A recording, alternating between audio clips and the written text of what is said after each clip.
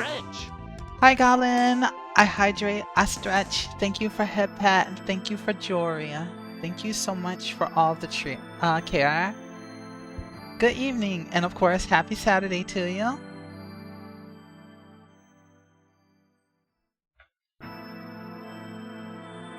I am going to scuff this so bad, I am literally going to forget whole Arcadia. Arcadia came prepared. Hi, Arcadia. Good to see you. I hope that you had a wonderful day today, and I hope that you continue to have a wonderful evening. Please take care of yourself, and you had better take care of yourself because I'd be so disappointed if you did. Ada Ada. How are you?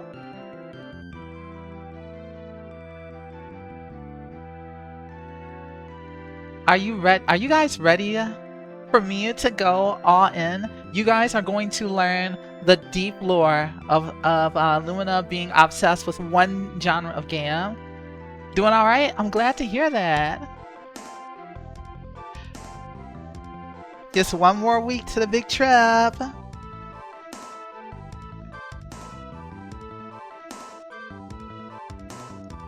Oh my gosh, I would love to watch you do something similar, like go through your game history, even if it's not just JRPGs, just games in general.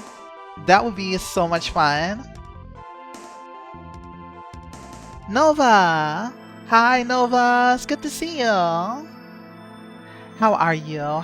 How was your day? Are you taking care of yourself? Are you having fun? Are you eating something good? Are you doing anything fun? I'm asking every single question. I'm asking so many questions. I'm asking every single question. I'm nosy. But really, I hope you're having a great day. Game plan as usual. We're gonna get this advertisement out of the way, and then I can just jump right into it. I'm going to set up a whole path of what game led to me getting the next game after and why I liked each game, and then I'm going to try to find footage of key games and why I enjoyed them so much and all the other little cool things about each game. It's not just going to be oh, I played this game, look at it. No, I want to talk about each game and why I gradually became obsessed with the whole genre, because I feel that is something that I've kind of been thinking about for a while, but I haven't really gone into it. But now it's the time. Now it's the time. I've been streaming them forever and just playing them. It's time for you guys to know what I'm cooking about these games, you know? You guys absolutely know. Okay, so ads about to start right now. I'm gonna grab the water, and then I have set up. This is something I'm a little nervous, honestly, because I don't usually do this. Just chatting is very, very new to me. Darn it, I meant to hit the starting soon button so that way the ad can get done sooner. Because for some reason if you don't hit the starting soon button, it goes into this mode called ad starting soon, and you don't know if it's going to start in 5 seconds or 10 seconds or 20 seconds. It drives me crazy. So let me be fine. Let me remind myself this is gonna be easy. This is gonna be a lot of fun, which it most definitely is. And I am going to make sure that safe search is on YouTube, and I'm also gonna close the window just to be safe because I do not trust Google at all. I don't even see a option for a safe search. All of the concern. I have so much concern. So let me go ahead. So you guys, after the ad ends, we're going to go ahead and go live, and I'm going to start talking video games with you guys. And we're going through multiple generations. Okay, I think...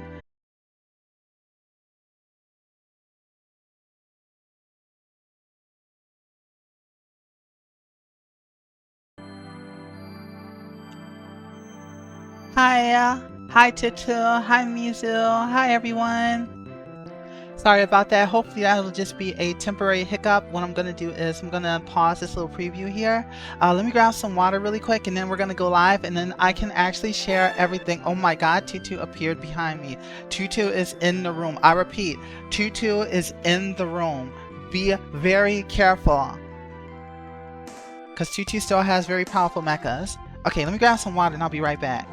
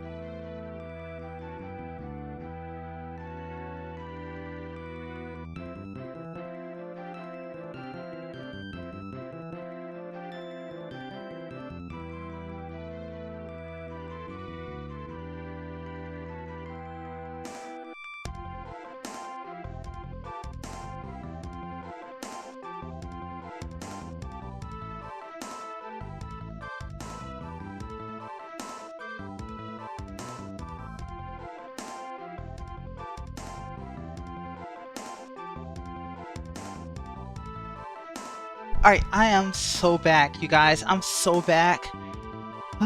It's fine. I just had to hide and make sure that we were safe first. Okay, we're safe. We are safe from the power of Tutil. And now I can go live and we're gonna begin right now. Hi everyone. Alright. So I've done a little bit of setting some things up. It's very scuffed. You know what? Actually, I can actually close this here. I'm using this right now. I'm literally using this as a notepad in order to chronicle the journey. All right. So as I said on Twitter like 5 minutes ago, because I had actually been thinking about this for a while, I was like, I want to do more just chatting streams. I want to talk with you guys, because a lot of times I'm playing a game and then I'm reacting, and then maybe then we're just kind of chatting in between games. But I wanted to actually talk to you guys. So this is me talking to you guys right now, and I want to talk about the games I grew up with. As you guys know, because I never shut up about it, I have always been a huge fan of this genre called JRPGs. I know it's kind of new. I know you guys might have never heard. You guys might not have known this, but yes, this is a genre that I enjoy. Never shush. I am more than happy to never shush.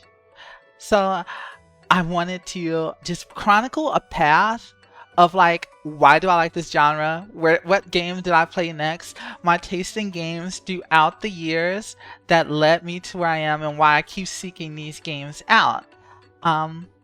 First, on the menu, I need to... This would be what the Spider-Verse would call the canon event.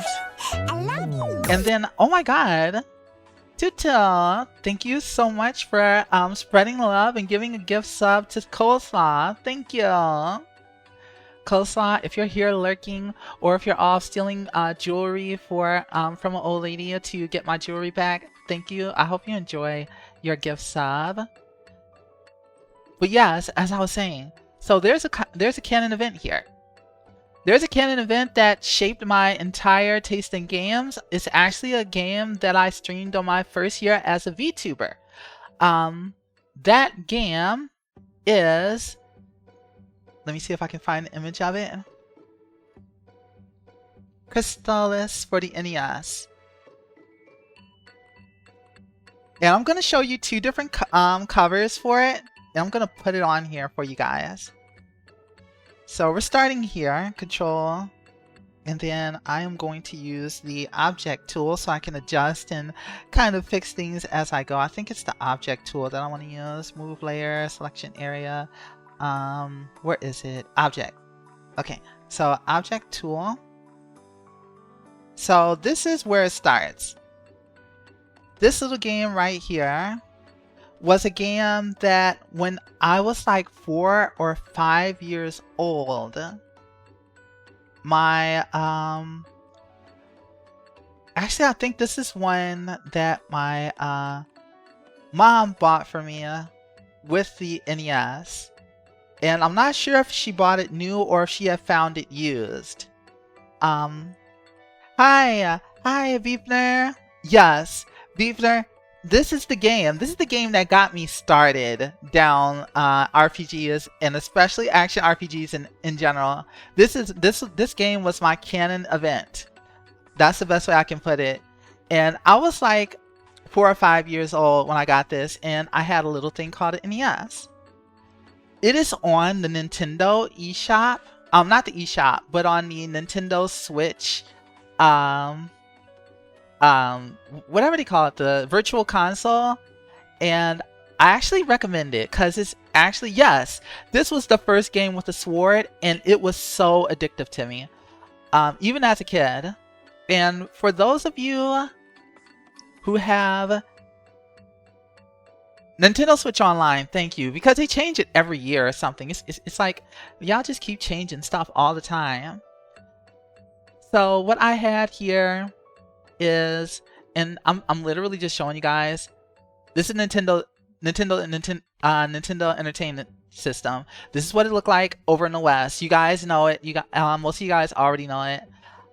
This is this VCR looking thing right here was what we all had. Okay, I remember being 4 years old, 3 or 4 years old, and I was just sitting in the living room, and like I think it was like October or something like that. Because I had seen my cousin had one, and I was like, I want one, I want one, because the games were fun. And of course there was Mario, and then there was Duck Hunt, and then you had this yellow gun here, and then you could blast ducks out of the sky. Tita is fuming at this being one of the launch titles, but we're not going to worry about them. But I had a lot of fun with those, and of course my mom saved up for it, and I was like 4 or 5 years old. My mom comes to the door, and I see this huge box, like the console is like the size of her entire arm, carrying this big old box in.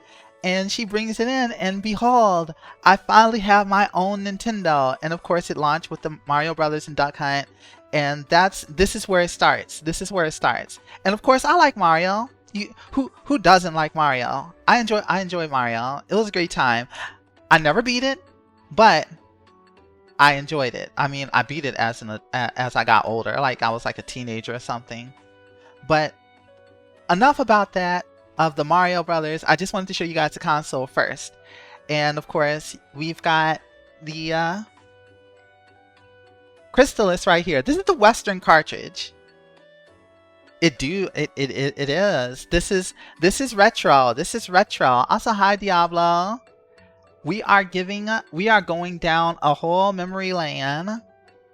You see, y'all gotta know where these games came from. Game design that you got now, this is where it started. I gotta make sure you guys recognize. But this is where it started. And Crystalis. This is something I didn't learn until this is something I didn't learn until later. That Crystalis, as it's named in the West, it had a different name. It had a different name originally. And then, of course, because it's the West apparently hates the original name. And I'm going to pull up the original cartridge. Some of you guys already know what's up. A free Get Out card. Hi, Xerox. Welcome, welcome. Thank you so much for coming today. I'm actually about to show you guys. Come on. Google, don't fail me now. Okay. This is what the game was originally. So I'm going to pull this up.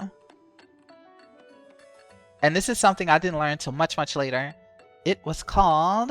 It was called Godslayer.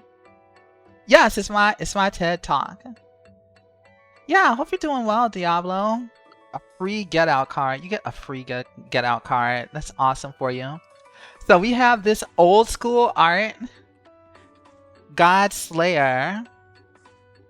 How many gods have you layered in Clip Studio Paint?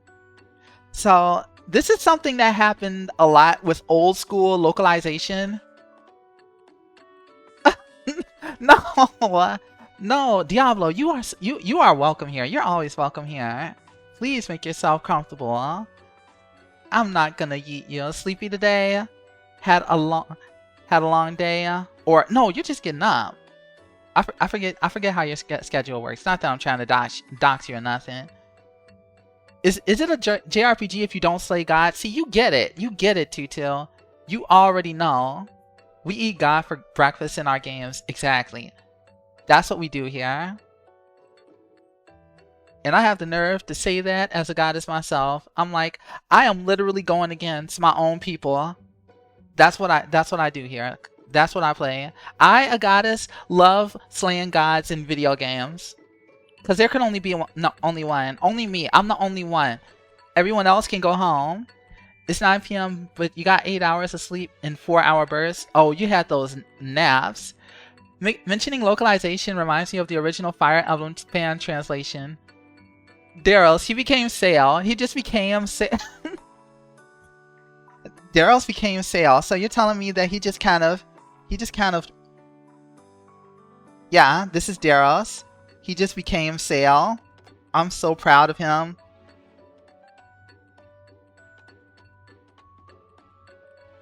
Daros.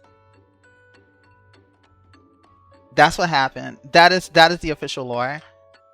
Also, hi Rockbell. Always good to see you. But yes, this game was what formed my entire thought process and addiction to the series. Hi Rockbell. And yes, he became what he always wanted to be. Sail. Thank you so much for the head pad. Thank you, thank you. The blessed and powerful Rockbell head pats. This is the best. This is the best. I hope you had a good day. I hope you're comfortable. I hope you're doing something fun, and I hope your game with the character that we made. I hope that quest is going well too. Okay, now that I've laid down the foundation of this game, Crystalis, I'm going to show you the intro of Crystalis. So I'm going to put that on right now, and there's some pretty funny things I want to point out after pulling out the intro. So here is the intro of this game that Mia, being like 5 years old, got to experience. Full screen. Gonna make that visible for you guys. The game is going insane. Long as it's a fun insane. Alright, so let me show you the opening to this game. Also, hi Shirezu. Yes, Mount Saber, and I want to in the swimming area, in the water area. That is a very important part of the game that I need to show you guys. All right, here we go. Crystalis intro. This is the game that I fell in love with. This is my canon event. Right. I forgot to set it as a sound source. Okay. Attempt number 2. Thank you so much for the play, by the way. All right, here we go.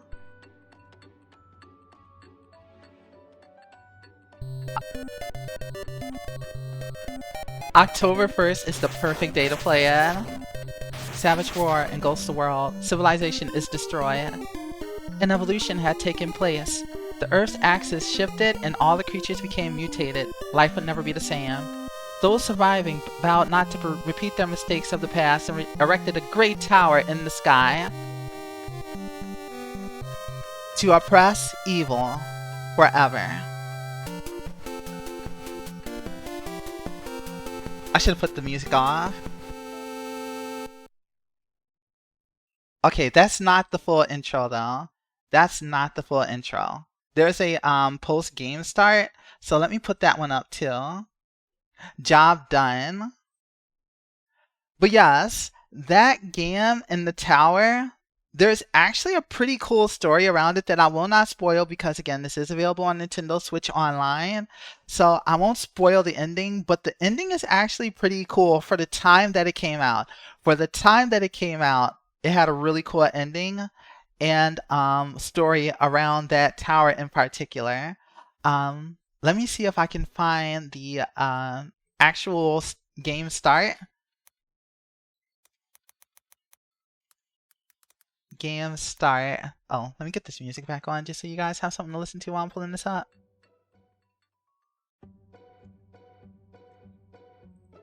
Game start.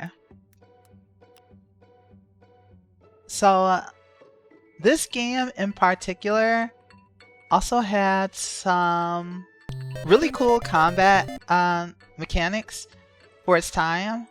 You had 4 elemental swords, but it wasn't just like, oh, like Zelda where you just only have melee attacks.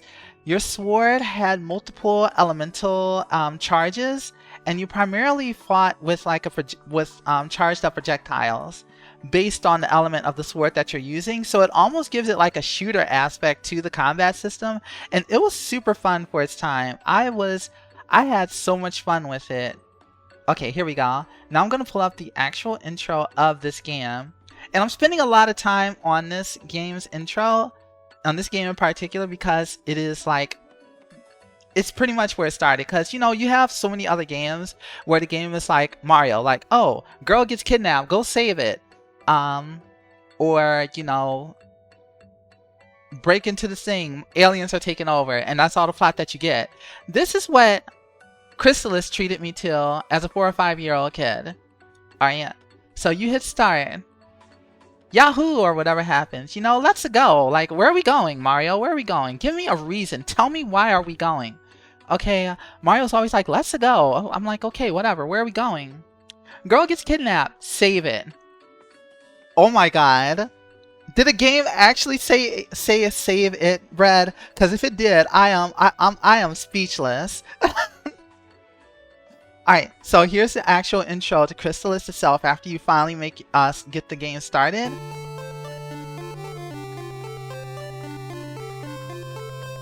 Oh, I did. Listen, I don't listen to myself. 100 years have passed. Most of the Earth has been dominated by nature creatures. I missed the word because I was too busy arguing with Brad. People worked together to rebuild their villages and their lives, but they still lived in fear. As they feared the rebirth of evil, they remembered the construction of the tower and of its consequences once activation had begun. Once evil emerged, would they still stand a chance? There was still one hope. And you think it's gonna be like a regular RPG? No, because actually, what do you mean 100 years? That's the same number as my real height. What do you mean? Like, listen. I am trying, Brett, I am trying to teach people about JRPGs. And even now, while I'm doing this important mission, you still do this to me. You still take my height. Have you no remorse? Have you no respect for your teachers? Did you learn nothing in the years at the academy? Or school, as it's called? At all? At all? Even a little? I'll take this head pat though. Okay, I'll feel better now. Hi Riveril, thank you so much for the head pat. I feel so much better. I am so chill. Why is there such an ominous laugh right now? I am ominously fearful. Riveril, it's always good to see you. It's always good to see all you guys. Oh yeah, Shirizu, you wanted to throw down the music for this game, right? Okay, let me show you guys. Okay, there is a playlist here.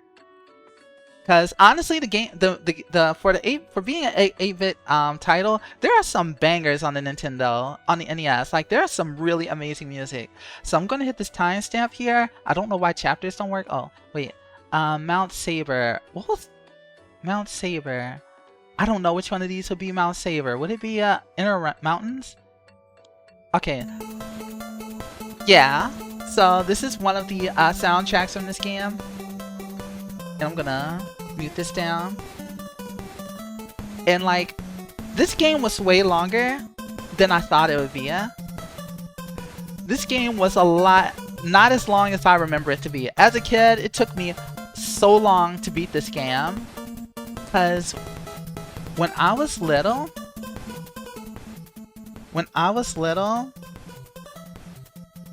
like, I'm 5 years old playing this, but I can read. So one of the things about me is from a very, very young age, I was able to read.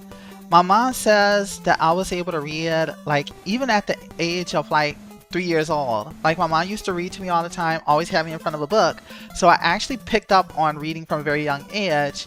So being able to navigate a game like this was actually doable. The only problem was, when I was 4, I still hadn't had my glasses yet. I didn't get glasses till I went to kindergarten and I couldn't see the board. So I used to always have to get in front of the screen, like really close to the screen, which is something you shouldn't do with the TV, in order to be able to read the text that was on the screen. Now, the thing is, actually let me put some gameplay of this game up here too, because there's one other mechanic that I really want to talk about too. In this game, there was a leveling system, and because I knew how to read but I was still a kid, there is a level limitation. TV radiation is how I got that big head. Oh my god. Are you telling me it's not just you guys? That's where I got it from? Oh my god, this explains everything. It explains everything, but you know what? No, it's okay. My head is still big from all this video game knowledge, okay? what was I gonna say? Right. So when I first was like 5 years old playing this game, I knew that there was a level up system. You kill monsters enough, you level up, you get stronger, everything gets easier. I did that at the beginning. But there's a certain point where once you hit a certain level, you no longer get XP from the level 1 monsters right outside. And I remember getting so upset about that because I liked seeing number go up. Even as like a 5-year-old kid, I was born to grind. And I threw such a tantrum. Like, I was actually crying to mom because I didn't get any more XP from the beginning area. Because I like being stronger and seeing me not take damage anymore. However, eventually, like a few, like probably I want to say like 6 or 7, I finally realized, okay, I gotta actually proceed past the area in order to progress and actually get stronger. And then I finally started doing that. But eventually, I started making it through the first area and the second area. The first and second area was fine. The third area is kind of where it gets a little confusing. And now that rage lives on through artifact grinding. Exactly. And Beefner, the level gating was not only did you need to, not only was there level caps, there was level minimums. There were monsters, there were bosses you go to and you get stuck, but you can't even escape. You can't even escape. You just have to be like, oh, I can't do any damage to you because my level's too low. I guess I lose. So my level can't be too low or else I lose. And if my level's too high, I can't progress anymore. Like, they meant business with that leveling system. So this is a game I started when I was 5. I did not beat it until my first time beating it. I want to say truly beating it, like beginning to end. I want to say I was like 12. Guess I'll die.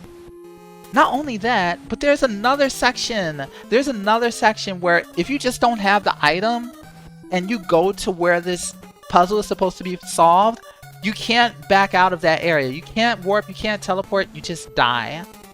And I'm like, wow, I didn't even know that was a problem. I ran into that on a playthrough that happened after. Also, hi Reaper, good to see you. Hi Reaper Bab. So I'm like, holy crap. But yeah, but being 12 years old and finally beating the game that I have been struggling with since I was 5 years old, man, that was a hype moment for me. The second controller warp trick, I found that out on accident actually. Oh, Reaper Bab, thank you so much for using the Ada redeem.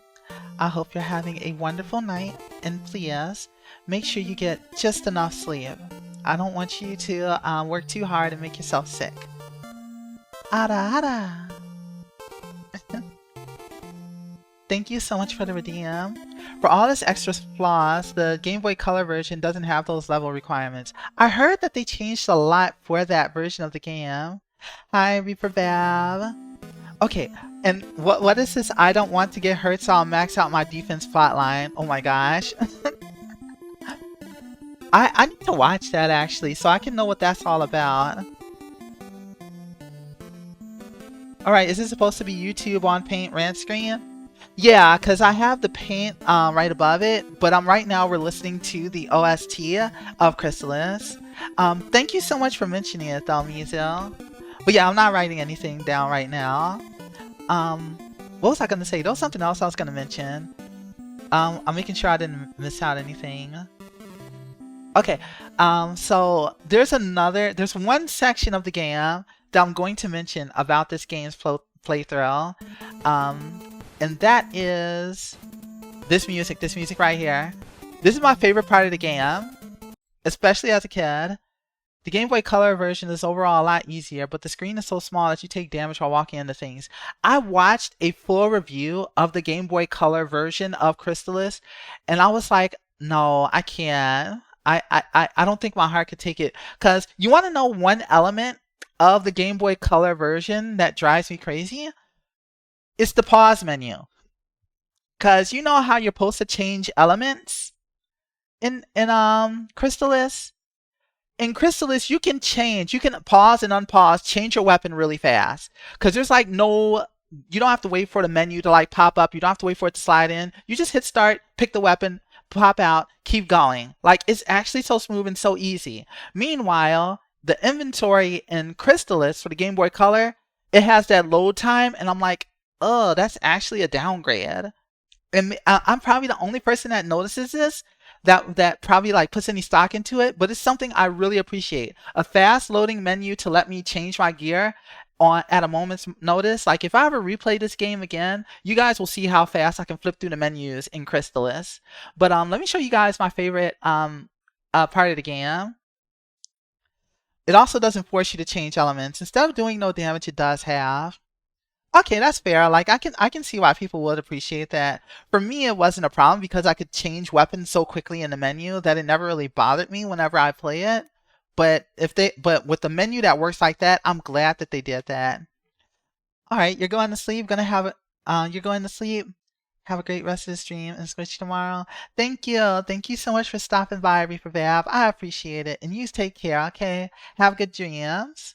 And then, while I'm like ranting, the most important aspect of the game, I'm gonna see if I can find just a section with it. Okay. Yes, this is it right here. The reason why Crystalis is the game of the year.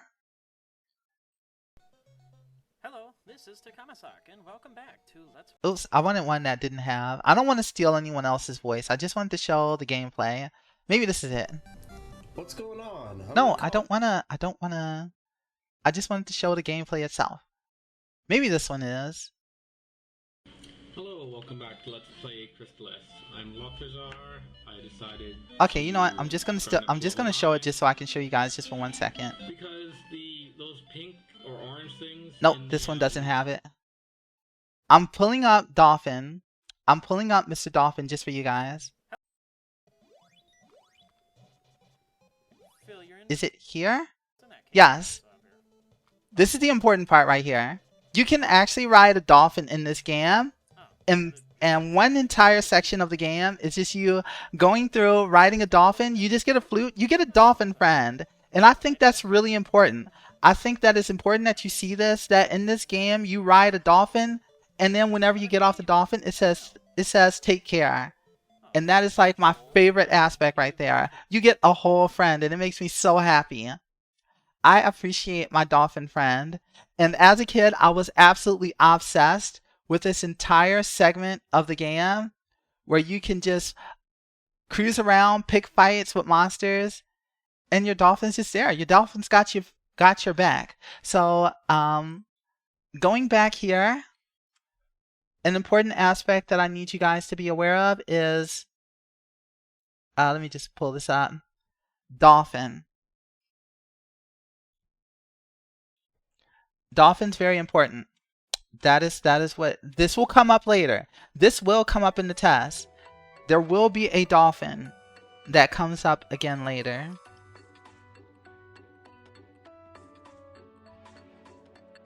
I don't know how to draw a dolphin. So, I don't know. If I scuff this, don't hate me. That is not how a dolphin looks. I literally have your emote here, and I tried. It has like a little nose. I don't know. It has a little pointy part. I don't know. That's a dolphin. That's a dolphin. There's a reason why I can only draw with sketching, because if I just try to draw something like off the top of my head, it does not look like it at all. So that's why I don't play TKO or anything like that. I just have to pull this up, and then I just have to, I can't draw off the top of my head. It's such a weird thing. I have to do like a sketch. I have to like gradually build it up with like a bunch of sketches. I can't just draw something in 60 seconds. I am a planner. I am the girl who plans, is what I'm trying to tell you guys. But that covers almost everything about Crystalis. This was a long segment for one specific reason. It is the first game. This game is the reason why I looked for the games with the swords. And it led me down a path of looking for games with the swords. Plans within plans. Games with the swords. RPG. But I didn't know that. But I didn't... Why is my spelling... Why am I drawing like this? My tablet is sideways. But I didn't know then. Okay, so you guys remember that. Make sure you guys take notes. I have to do something. I have to give me like 15 seconds and I will be right back. Just 1 second. I'm going to put this music on back up so that way you guys can vibe with the OST of Crystalis a little bit more. So I'm going to put this up right here and I will be right back. Alright.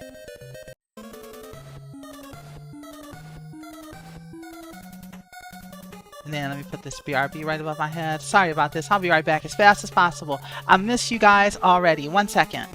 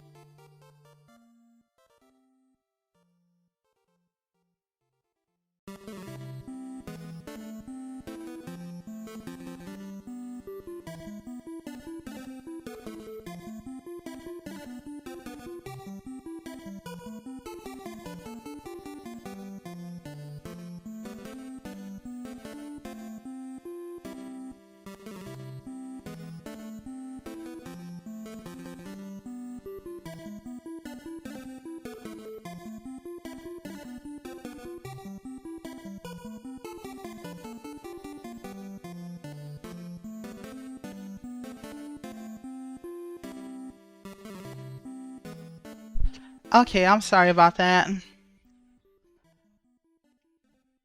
Oh my gosh, Shirazu, you're up here starting the campaign. You're trying to pull people into your entire army. I see what you're I see what you're up to. Also, I will be a merchant. I like shiny things, so please put me in charge of all of your shiny things. It'll be perfectly fine. You can trust me. Also, this is my favorite music. Open waves. Okay. So, now we've established the game that started it all, and that was Crystalis for the NES. Crusading in the name of the sun. Thank you. Thank you so much for crusading in my name. That's all I ever wanted.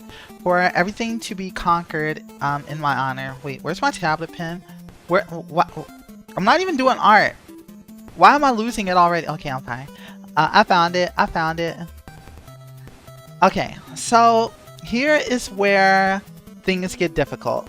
Because at this point in time, I have already figured out that if I want to play more of these games as a kid, I need to find more games with the swords. Because that was the only thing that I could use to identify them. It's not like Mario. It's not like anything else. Oh, you're playing on... Oh, Dragon Quest 3, yeah? Making your friends party members? I would very much like to be the merchant. I would like to be the merchant. I'm not sure if the merchant's cute. I forget if the Dragon Quest 3 is when they had like actual character art. But, you know, we'll deal. I will be a merchant regardless. So now that I know that there are games with the swords, every time that I would go to the store, either I'm picking up an actual RPG, or I'm getting something like Conan or Rygar for the NES, which are not, even though that there are swords, they're actually action platformers.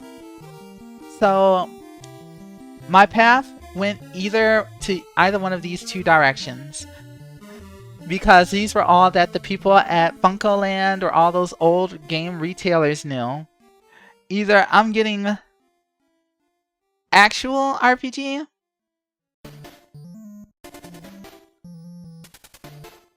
or if I'm lucky, I'm getting something like Zelda. And during this time period, later on, it appears that there is some debate whether Zelda is an RPG or not. During this time, like magazines, everything, it is, to me, Zelda is an action adventure. Some people say it's an RPG. To me, it is an action adventure. Except for one, which leads me to my next game on my list. And that is Zelda 2. Because for some weird reason, I ended up playing Zelda 2 before I played the original NES Zelda. Because it was cheap. Because at that time, Zelda 2 was not a very popular game. And also, it was a game with a sword, and that's all they had to go on. I went by the box art, and you gotta understand, when I'm looking at box art and my mom's letting me buy a game, this is what I've got to go on. Hang on, let me pull this up. Zelda 2. I can't believe Warrior Sword has class branches out into RPG Sword and Action Sword. Exactly. Like, there's an actual progression. But there's an actual progression tree here. Zelda 2. I'm gonna pull that up. And like... and I can't blame myself for picking this game out based on the case. But you guys gotta admit, that is definitely a sword. Like I said, I wanted games with a sword. There is a sword right there. There is a sword right there. So I'm pretty sure I'm on the right track here. And thankfully with this one, I was on the right track. The problem is, this game was hard as hell. Like Crystalis made me upset because, you know, the silly mechanic and rules. So that was fine. As somewhere between 7 and 8, this game infuriated me because this game is so unforgiving. This game was absolutely unforgiving. You had precision jumping. You had brutal monsters. You had one hit pits that you fall into and you die. So you had all the struggle of being underleveled in this game because there was an XP system in Zelda 2 Adventure of Link. Let me make some adjustments here. Actually, the screen is pretty safe, so I can actually pull this up. So here you have this. You have random encounters. Can I make that bigger? I want to make that bigger. Okay, these are so small. I get that the game itself is small. Oh my god, that's blinding. That is way too small. Okay. You know what? I'm going to hit open image in new tab. That is still too small.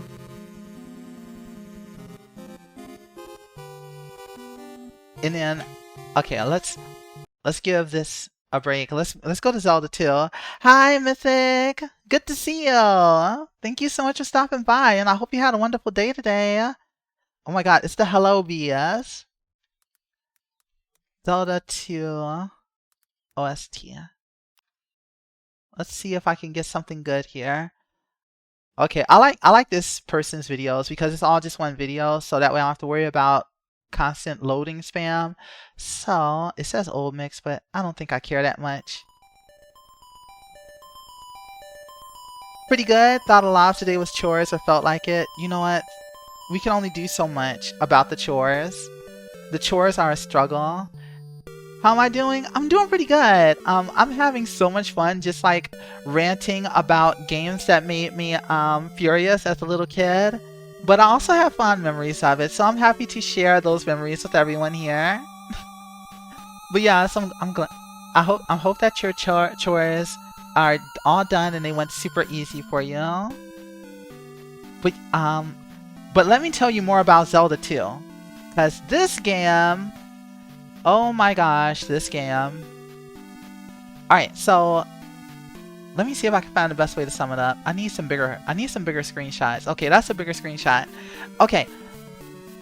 They're as done as they're getting. Dang dishes. I get so tired of dishes. Why do I have to use dishes every time I eat? Okay? I don't get, that's not fair. Okay? Right, so Zelda 2. Zelda 2. Now, so this has all the elements of like a Mario platformer, but it also has a level up system and limited lives on top of all of that. So you go into different areas, and imagine if you played Super Mario, right? And it's like you go to World 3, but you didn't level up enough. So even though you're Big Mario, because your level's too low, you still instantly die whenever something touches you. That's what this game is like. Okay?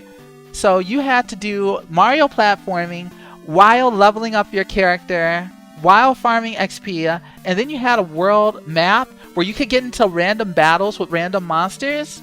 And if you're not careful, some of those things will be really powerful. And running into a battle while you're trying to get to safety is not easy in the slightest. And sometimes, if you ran out of resources, you needed to go back to town in order to restock some supplies and maybe even get a full heal, because your limited lives are precious. So, say you run out of resources in a certain area. Some towns you can only get to by going through a cave area in order to get to that town. So that means going through something like this. And if you fall into lava, you instantly die and you use up one of your limited lives. All while still managing these resources, farming up stats and everything. Drink up. Oh, thank you so much. Thank you so much. All this lava is making me need to hydrate, so thank you.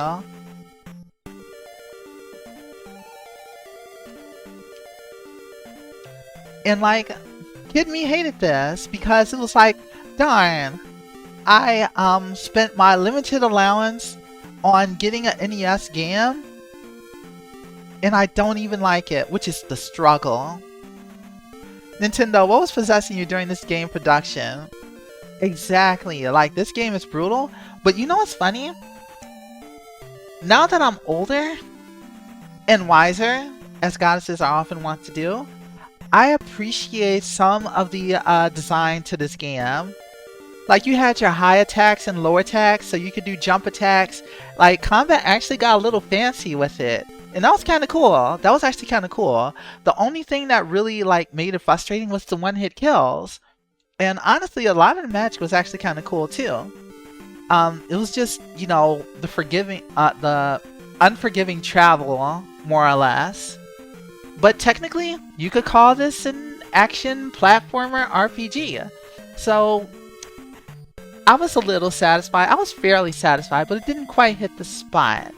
So my search for the games with the swords that I didn't know were called RPGs continued.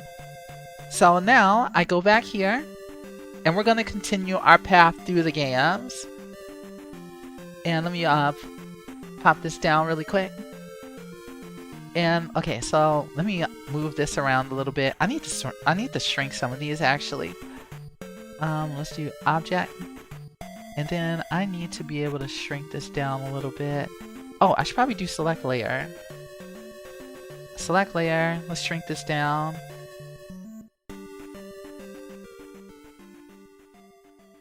Right, so there was honestly Adventure of Link, when it comes to being either an actual RPG or a Zelda, it's like right in between. It's literally in between. So I'm gonna put this right here. Actually, I'm gonna put this right here, literally right in between. So my search for more of these games with the swords continued. Now, even though my first experience was an action RPG, I was actually cool with Zelda. Even though there wasn't a level up mechanic, Zelda was cool because what's really set me down the Zelda path was Link to the Past. So, you guys know Link to the Past. I don't think there's anyone that doesn't know Link to the Past. You've seen it somewhere. You know it's a thing. You know I was in love with this game. There was still a genuine sense of progression. So I'm going to put this one right on here. And it counted for me. It hit the spot. It had the action part of my Crystalis game. It didn't have the progression of an actual RPG. But it still counted. It still counted. So let me go ahead and pull this up. And then let me move this on here. I'm going to hit copy. I'm gonna put this in. Okay. I don't know why that happens. I feel it went away. Okay, so it's not just me. Okay. If it's not just me, I feel a little bit better. Thank you. Thank you, Shirazu. And yes, I'm back. Okay, so as I was saying, you guys, before I was so rudely interrupted by Twitch's low budget, I was in love with Link to the Past because it had that exploration element, you know? I really liked being able to go to a town and talk to a bunch of people to break up the action. And like, that felt really good because it's like, oh, look at the little people. Like, I'm just like, at this point, I'm pretty sure I am just like 8 or so. Somewhere around there. I'm just putting everything in the 5 to 8 range. Or 9, roughly. And I really like this game for that element of just kind of exploring and finding things, and the things that I find make me even more powerful. So, not to mention finding clues that lead to something cool happening. You know what's really exciting? Getting the little dash boots, and then you can knock stuff off of the little stairway up there. That was cool. That was super cool. Because then, after I did that, I started running into everything. I started dashing into everything I saw. Because there was like this element of, ooh, surprise.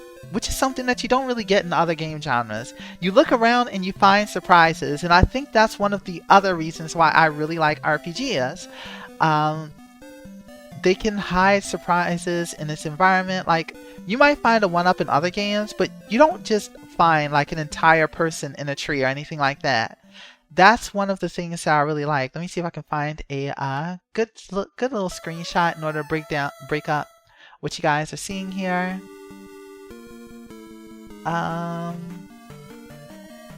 You know what? We'll use this screenshot.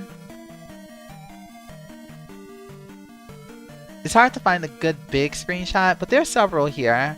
Naturally speaking, I wish they let like expand some of these a little bit more. But like in this game, there are still it's the element of things that you can miss out on, but you kind of want to keep playing and play through and just make sure you find everything. During this time in video games, now there was a little discussion, like a little discourse about how video games used to be like so much more expensive back then, and I don't know why it says that I have an excellent connection. Clearly I'm being lied to. I know, you guys, Twitch is just an indie company. You see, they got mad that I was talking about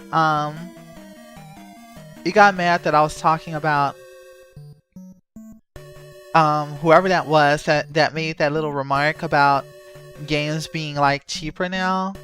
Because while yes, it is true that games were a lot more expensive, relatively speaking, back then.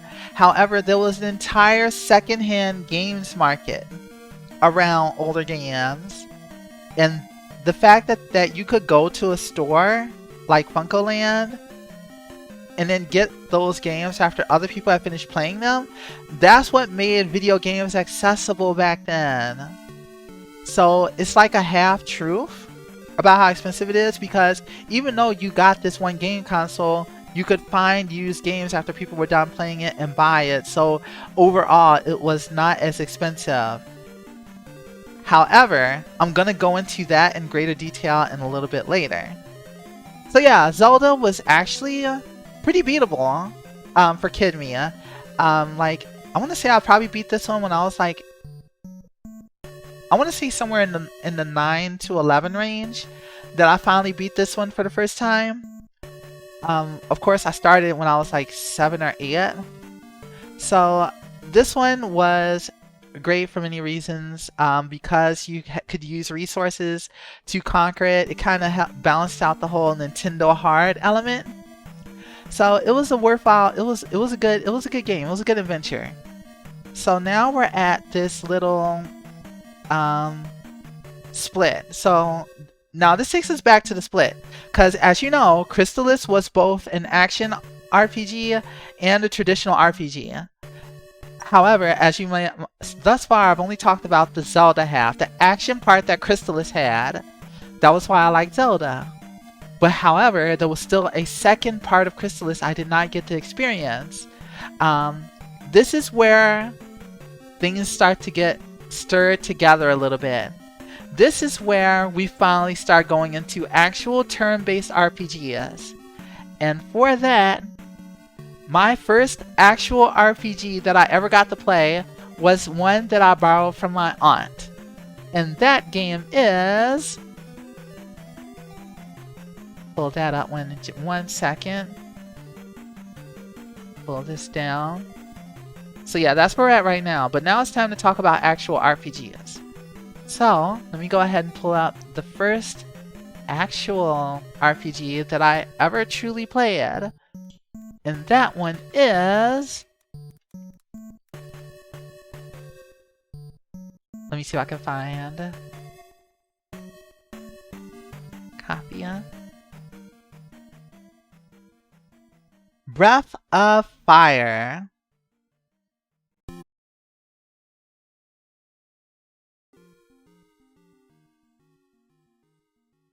Okay. Don't worry. Okay, I'm gonna go into Breath of Fire in 1 second. We're gonna get this ad out of the way so we don't have to deal with it though, because here it comes right now. And I'm gonna set up everything else from here.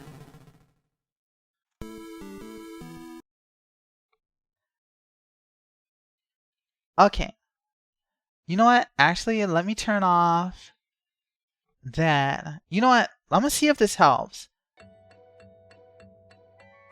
Because I just realized I was, it might have been the YouTube video that was causing it, so hopefully not running the YouTube video will kind of fix that.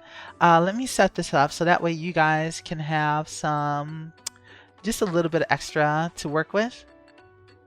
And I'm going to pull this back down here. Yeah, hopefully, yeah. Oh, that is so tiny. That is so adorably tiny. Let's shrink this one down. And let's start for the next hour where we finally start talking about actual RPGs.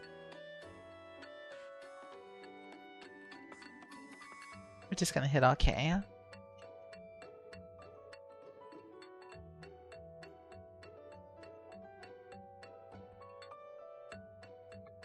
Honestly, I'm surprised the first hour has gone already. I didn't realize that talking about these games was actually going to take me this long. Let me go ahead and hit this button right here.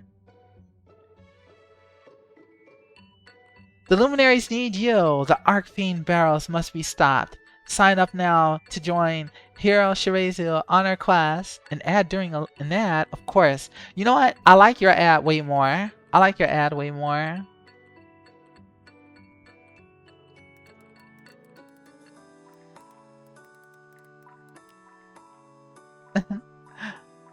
Let me take a little sip here. And we're gonna go straight into the next one.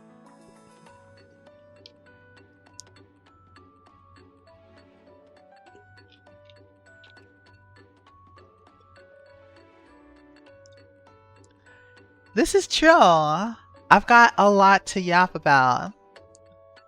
You guys are learning how feral I actually am. Congratulations. Oh, what's this? Sorry, I'm just checking some stuff here.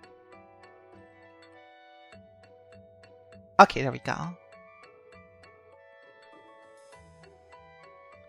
30 seconds, and then everyone will be free, yeah? You know what? Let's do this. Breath of Fire 1 gameplay. No voice. No commentary. Good. Alright, 10 seconds. Just 10 seconds. Breath of Fire intro. Yeah, you know what? Breath of Fire. Does Breath of Fire 1 have an intro?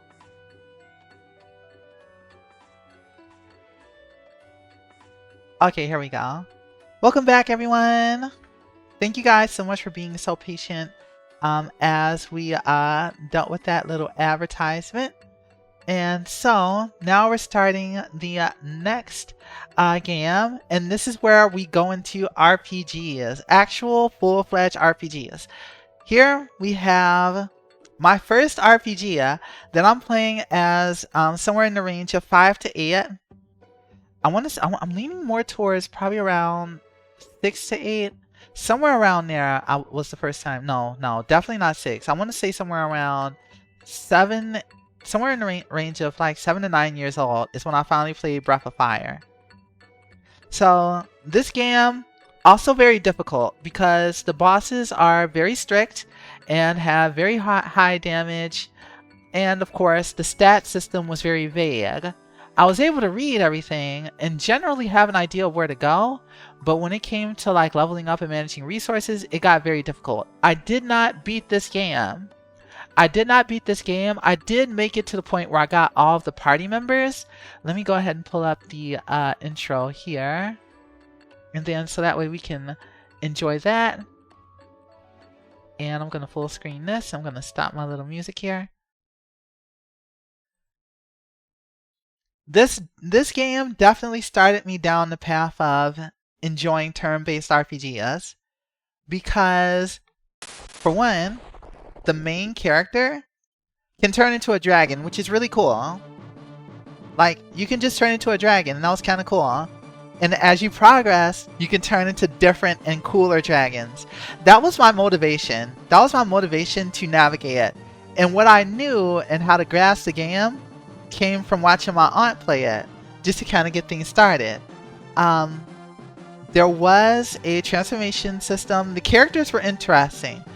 You had, of course, the main character, which was your sword guy, because that's what we look for. The games with the swords. You played this on the Game Boy Advance. I heard that the Game Boy Advance port of this was actually really well done and actually fixed a lot of like errors that the original Super Nintendo version had, or just little quality of life things too. So I've heard good things about the Game Boy GBA version of this. So the things that I found fun as a kid with Breath of Fire was, again, visiting towns, talking to everyone, figuring out where to go, and most importantly, finding things that were useful and powerful. Like, I enjoyed that little gameplay loop when it came to finding shiny things. Also, leveling up was super satisfying too, seeing all the stats go up and hitting that point where you go from like, oh, it takes 2 turns to kill things to 1 turn, and then finding that combination of attacks that kind of saves the most resources. And here's the intro now. People live and die, as countless as the stars in the sky, as fleeting as foam on water. And no story too. Why are we brought into the world only to depart so quickly? Like, I not only do I have to get to play a game, I get to know a story too. Even as a kid, I found this interesting. On a cosmic scale, our lives flash by in the blink of an eye. I'm just like, wait, that actually seems pretty cool. Like, we're in space now. There's dragons you turn into.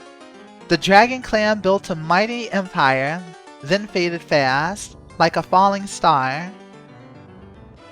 And this is cool because remember, other games was like, you're an army dude. Fight all these other army dudes. Here comes aliens. Beat up all the aliens. Or like the Super Nintendo Pit Fighter, where you just like, oh, here's just a series of wrestlers to fight with no context. And that's it. And then of course there was Double Dragon. Your girlfriend got stolen. That's it. That's all the plot. Meanwhile, you play RPGs and it's just like, hold on, we've got the clan of the Dark Dragons? I used to be part of a dragon clan that got wiped out? Like, even as a kid, I was like, pulled in. Now, maybe these plots were not so super fancy by today's standards. Forgetting that the dragons once laid waste to the land. As a kid, this was hype. For me, as a kid, this is hype. You got people here that literally turn into dragons. Even on Double Dragon, you couldn't turn into a dragon. And that game is called Double Dragon. The Dark Dragon clan, again, plunges the world into chaos. If anything, Double Dragon was the one doing false advertising. Breath of Fire was actually about dragons, but it was called Breath of Fire, and not You Are Dragons. And then this poor wolf dude is getting attacked, and he's getting bullied, and he's fighting desperately. But what can he do? For some reason, fighting people with bows from like 5 feet away is how you do bow combat. Oh, never mind. Here comes the dragons. Never mind. Using new powers given by a mysterious goddess, the dragons engage in global conquest. This is just the intro. Like, how can you not expect me to not be excited? Who is this dark power that grants evil wishes? See, as a kid, I'm like, I want to know who is this dark power. I'm like, I'm hyped. I want to know. Will the light dragons emerge to bring peace to the world? Am I a light dragon? I need to know. This is what young me wanted to know. This is what I was here for. The dark dragons press on. As a matter of fact, I forgot how long this intro was. Holy crap. This is a whole movie, huh? Before the world is theirs. Before the world is theirs. And then you got this music. It's all intense. Before the goddess is revived.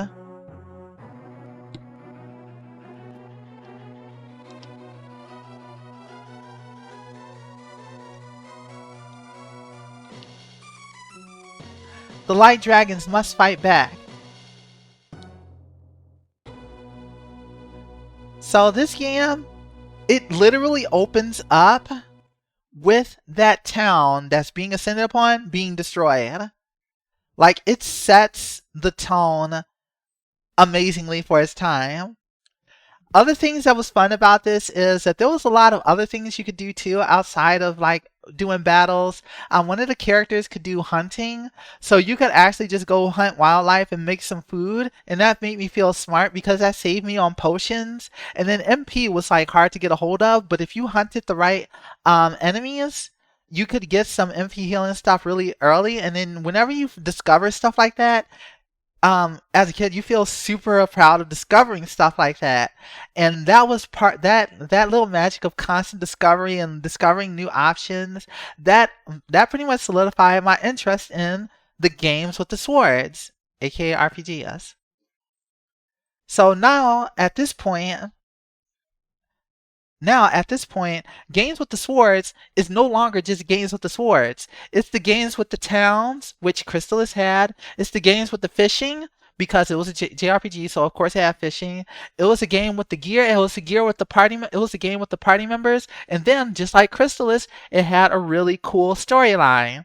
So now Zelda has a decent enough story. Like, it has a serviceable story. But Breath of Fire was cooking. Like, you saw that. Like, compare the opening of Breath of Fire with, like, well, we're not going to count Zelda 2. Like, Zelda had a good storyline and hook too. Like, the intro is really good. You had these princesses being stolen, being shoved into these crystals. Like, that is what pulled me in. It was the settings and the starts of the stories for these games with the swords were so cool and so interesting to me. Other genres didn't really have that hook and pull. So now, I have these two genres that are just pulling me in, right? So I have Adventure of Link, Zelda 2, which is right in the middle. I have Legend of Zelda, which is Legend of Zelda Link to the Past, which is more on that action side. And then over here, I have Breath of Fire. So here I have, of course, my family, which is like major influence because they're the ones finding these games that are really cool. And then, of course, they're shaping my taste in video games. And they, of course, appreciate a good story and thus cause me to appreciate a good story in the game. So where do I go from here? I've just had a taste of Zelda and it was awesome. I just had Breath of Fire, which is insane. I did not beat it.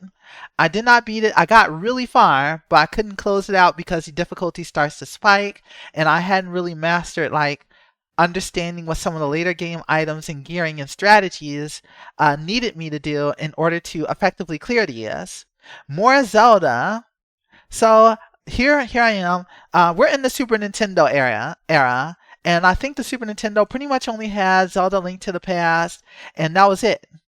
However, there are more Zelda games that fit the bill. So remember, left-hand side.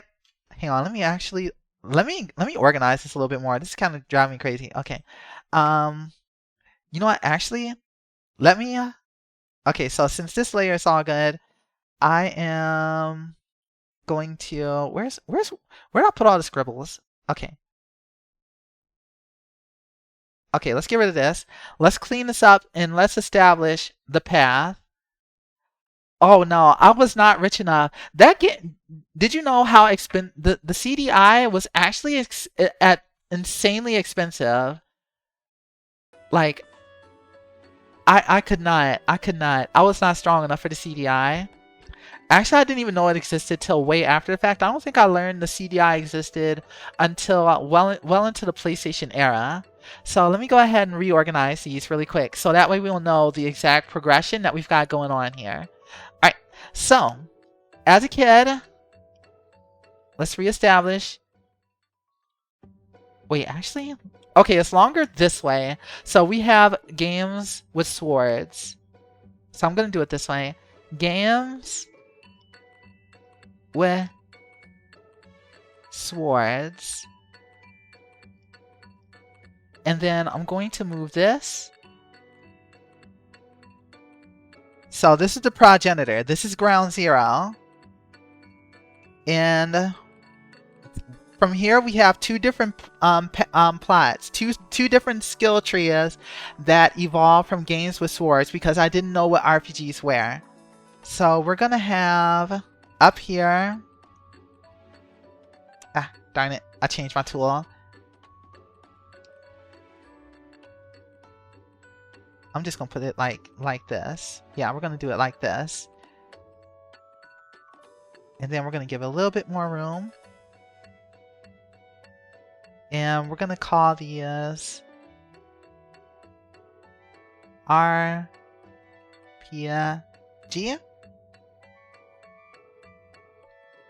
And then Zelda. Okay, Mizu, thank you so much for stopping by, Mizu. I always appreciate it. I hope you enjoy watching your video, and I hope you enjoy getting good rest too. So now we have Zelda. And like this game, Crystalis actually had elements of both regular RPGs and Zelda. And then we have hybrid. Hybrid?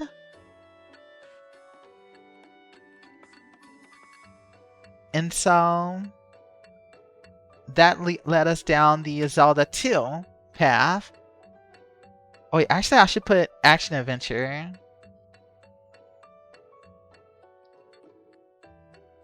Action adventure. And I'm gonna put in quotes what I used to call them. They were like Zelda.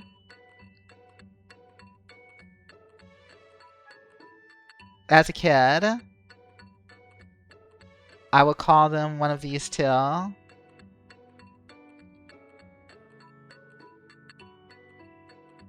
Sword game. So that's where we're at. That's where we're at this point in time.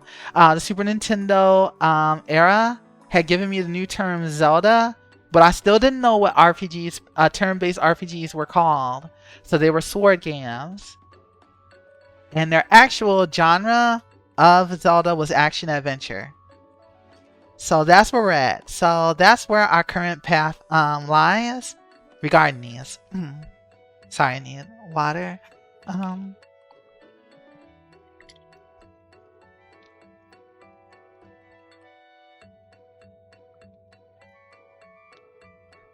Okay, I can tell I've been yapping constantly because I'm feeling it, but I'm having fun.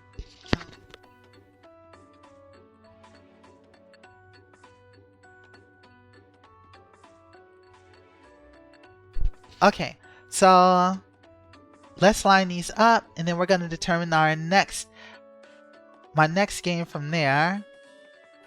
Object, and then we're going to move this here.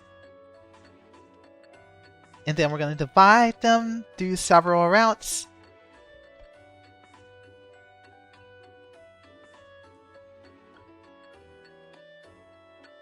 And then we can bring the...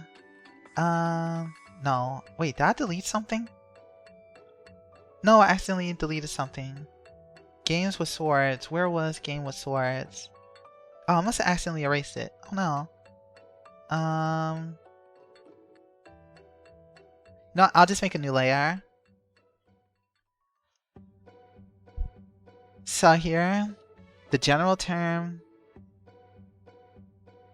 games with swords. And now we have, from Crystalis, we have 3 different games, and Kid Me is looking for that same high that Crystalis gave me. Action Adventure, aka Zelda, started with Legend of Zelda: Link to the Past.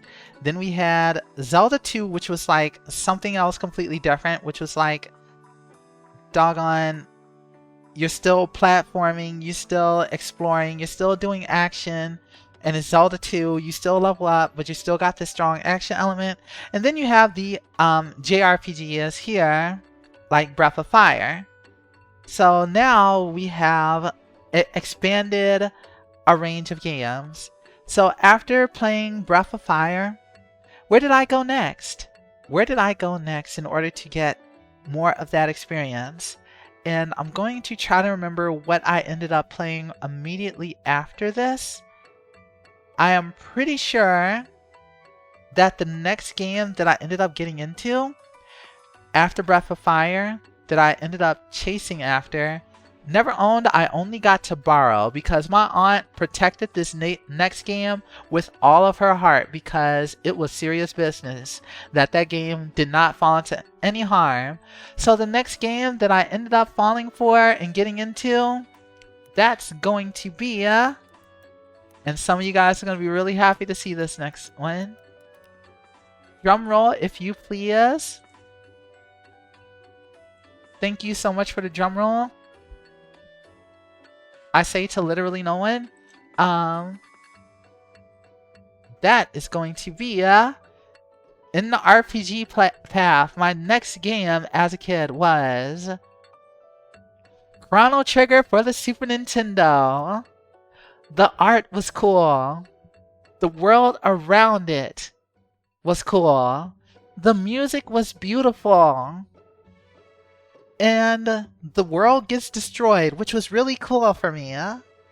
Probably not as cool for the characters in the world, but the battle music, the vibes, all of it was awesome. Let me see if I can pull up an intro for Chrono Trigger. Because, you know, the music is a banger. Chrono Trigger SNES intro. And this game had so much to do, again, outside of just, you know, random exploration. You had, like, exploration elements. You had cool side events. You had missable cutscenes. This was also the first game that made me cry. They were so unhappy for so long, they didn't recognize the word healthy. Oh no. They didn't recognize the word healthy. You know, I think I found the intro. Alright, so now I'm going to treat you guys to the intro for this game. And I hope this is the right one. Let me see if I can pull this up. Alright, full screen.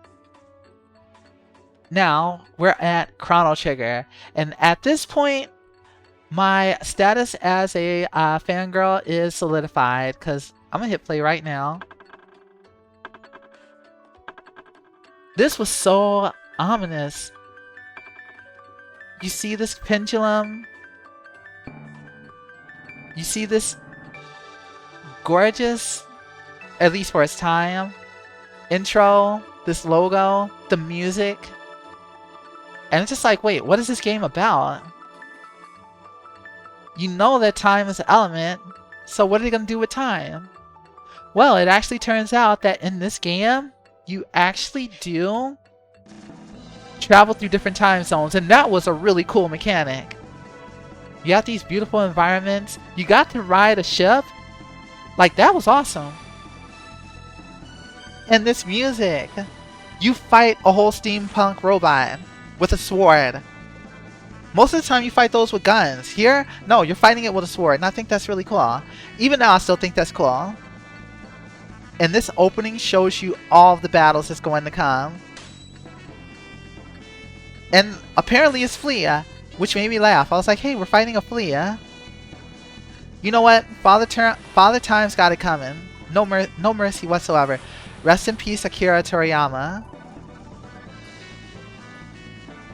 And you just see all these different locations, these giant bosses. Like, this was a good trailer. Like, you get excited for progressing through this game. Other games had their demos, but this was like, holy crap, machines? You're going up this tower? Square knew how to do intros that make you hyped to play through this entire world. Like, look at that. The battle system was also really cool too. In this game, Bouncing Frog, that is one thing that's about this game. I never ever did that much damage, which was kind of like bait. But the characters can do combination attacks in this game. And as you progress through the game and use different skills, your characters can combine the skills and do combination attacks. And they were really cool. Actually seeing them work together to do these attacks was extremely exciting. And it actually made you want to try all the party members to discover the combination attacks. And again, you had your time travel mechanics. So you got to go through and see, okay, in the year 2000, in the future, the area looks like this. In the past, it looked like that. And just wanting to explore all of the areas and see how much they've changed over the eras was extremely exciting. And like, that was something, again, why I liked RPGs, because you just didn't really get like that kind of world building element. You didn't get this interesting world that other genres of games didn't give. So even though it was like, yes, turn-based, but you also don't know. I'm not trying to listen to Digimon World Boss Battle 4. I own this game, by the way. It was okay, but I'm not sure. I'll come back to this because this is much later in our journey of playing through RPGs. This will be This will be in one of those hybrids, by the way, from this system. This will be actually right in the middle. So I'm gonna leave that right there. Let's go back to our progression chart. So that is my second RPG, my second actual full-fledged RPG, Chrono Trigger. I would not beat it, again, started when I was 8 or 9, but because my aunt owned the copy of it, I would not get to beat it till much, much later. Yes, Digimon World 4, which was actually pretty cool. It was cool, but I only really liked playing like the rookie characters. I didn't really like the Mega Digimon, even though that they were stronger. I just like playing the rookie Digimon in that one. But that was part. So at this point, after playing Breath of Fire and Chrono Trigger, I'm starting to realize that RPGs in particular have what I'm looking for. Like, they have the whole world aspect. They have this element of exploration that gets me really addicted to them, kind of like what Crystalis had. Crystalis was literally a hybrid of everything, but it started me down this path to identify RPGs and the pretty much the fantasy element in general in action adventures such as Zelda, and this like progression system that Zelda had was fun too, because rather than going through levels and skills, Zeldas were cool too because you were getting new items that gave you new abilities and more things to play around with too. So now I'm like, okay, now I have a general idea that I'm looking for. I still don't know what to call them. I'm still like 7 or 8 years old. No, at this point I'm getting closer to like 8 or 9 years old by this point. It was around like 7 or 8, 7 or 9, a lot of games. I would probably say 7 to 10 is when a lot of these games started opening up to me, and I became a lot more aware of all the games that was available. The thing is, even though the PlayStation started being available around the time that I was like 8 or so, something like that, I was still getting a lot of Super Nintendo games because, you know, PlayStation expensive. Used games for older systems cheaper. To an extent. However, my aunt still had a lot of older games that they were finally trusting me to borrow more often, which leads me to the next game in this progression tree, and this one is going to be very difficult to classify. Our next game is going to be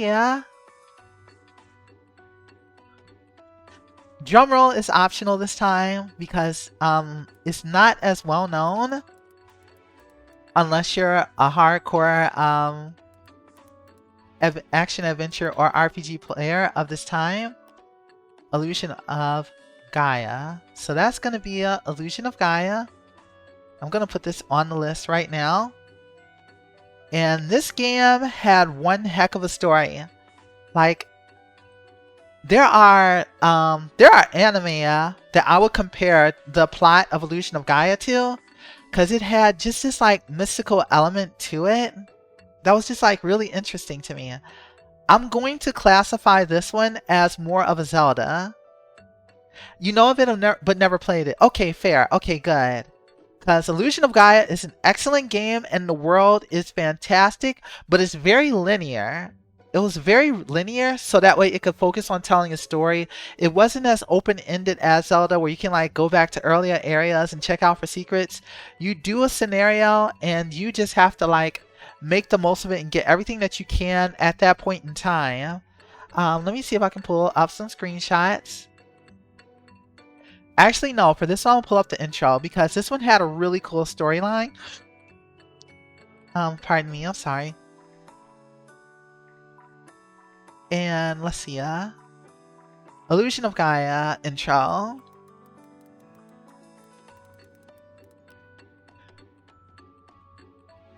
Okay, we do have an intro for this one, so let me go ahead and pull this up. There are so many like interesting like ominous elements to this game. For one, you had a main character. Your main character pretty much had the power of psychokinesis. He could use psychic powers to move things around. And then if he could connect to the being known as Gaia, he could actually take on the souls of previous known warriors. And there's two. One is Freedom, and then the other is Shadow. And you need to use them for combat because the main character is not strong in battle, so he has to use these other warriors in order to conquer certain boss battles, because his regular form can use psychokinesis, but he takes a lot more damage. And he's basically trying to get to a certain destination. Oh my gosh, it's been a while. But he's also like around a cast of kids, and you're pretty much this group of kids is basically trying to survive what's going on in the storyline. And not all of them survive, so the story is actually really interesting in that regard. But hopefully the intro actually elaborates on a little bit of the world's story. So this is the intro to Illusion of Gaia, and this game's story is just very interesting and really beautiful in its own way. So here we go. An Enix production. You're gonna see a lot of Square and you're gonna see a lot of Enix. Like this, like they were taking over everything during that era when it came to RPGs, and they were pretty much the only people that were really like localizing RPGs for the West too. So it had that going for itself too.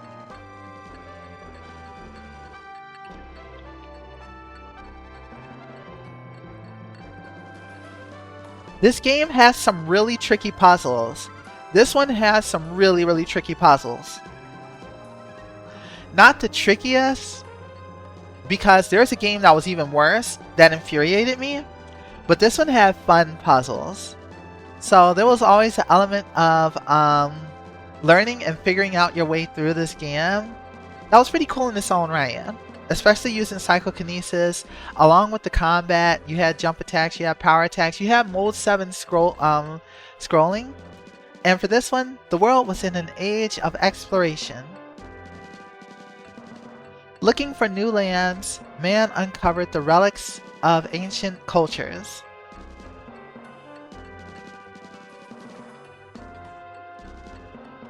And then we're zooming out,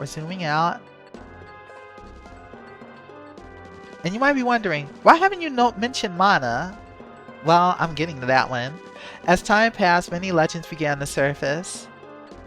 A legend from each ruin, a legend from each culture. So all those historical, like, real life, historical mysteries are referenced in this game. And it's actually pretty cool for doing that. One of the legends told of strange statues in the shape of spirits. What was a spirit to ancient people? The ruins don't tell us. Okay, that one's scary. The zoom in of the skull is actually kind of scary. So you've got the temples, you've got the ancient Egyptian artifacts. This game actually references all of that, including the Aztecs too. People enter the ruins searching for... Okay, I was not looking at that one. But yes, it's about people exploring the ruins. Some said there were traps to protect the treasure. Others said it was a curse.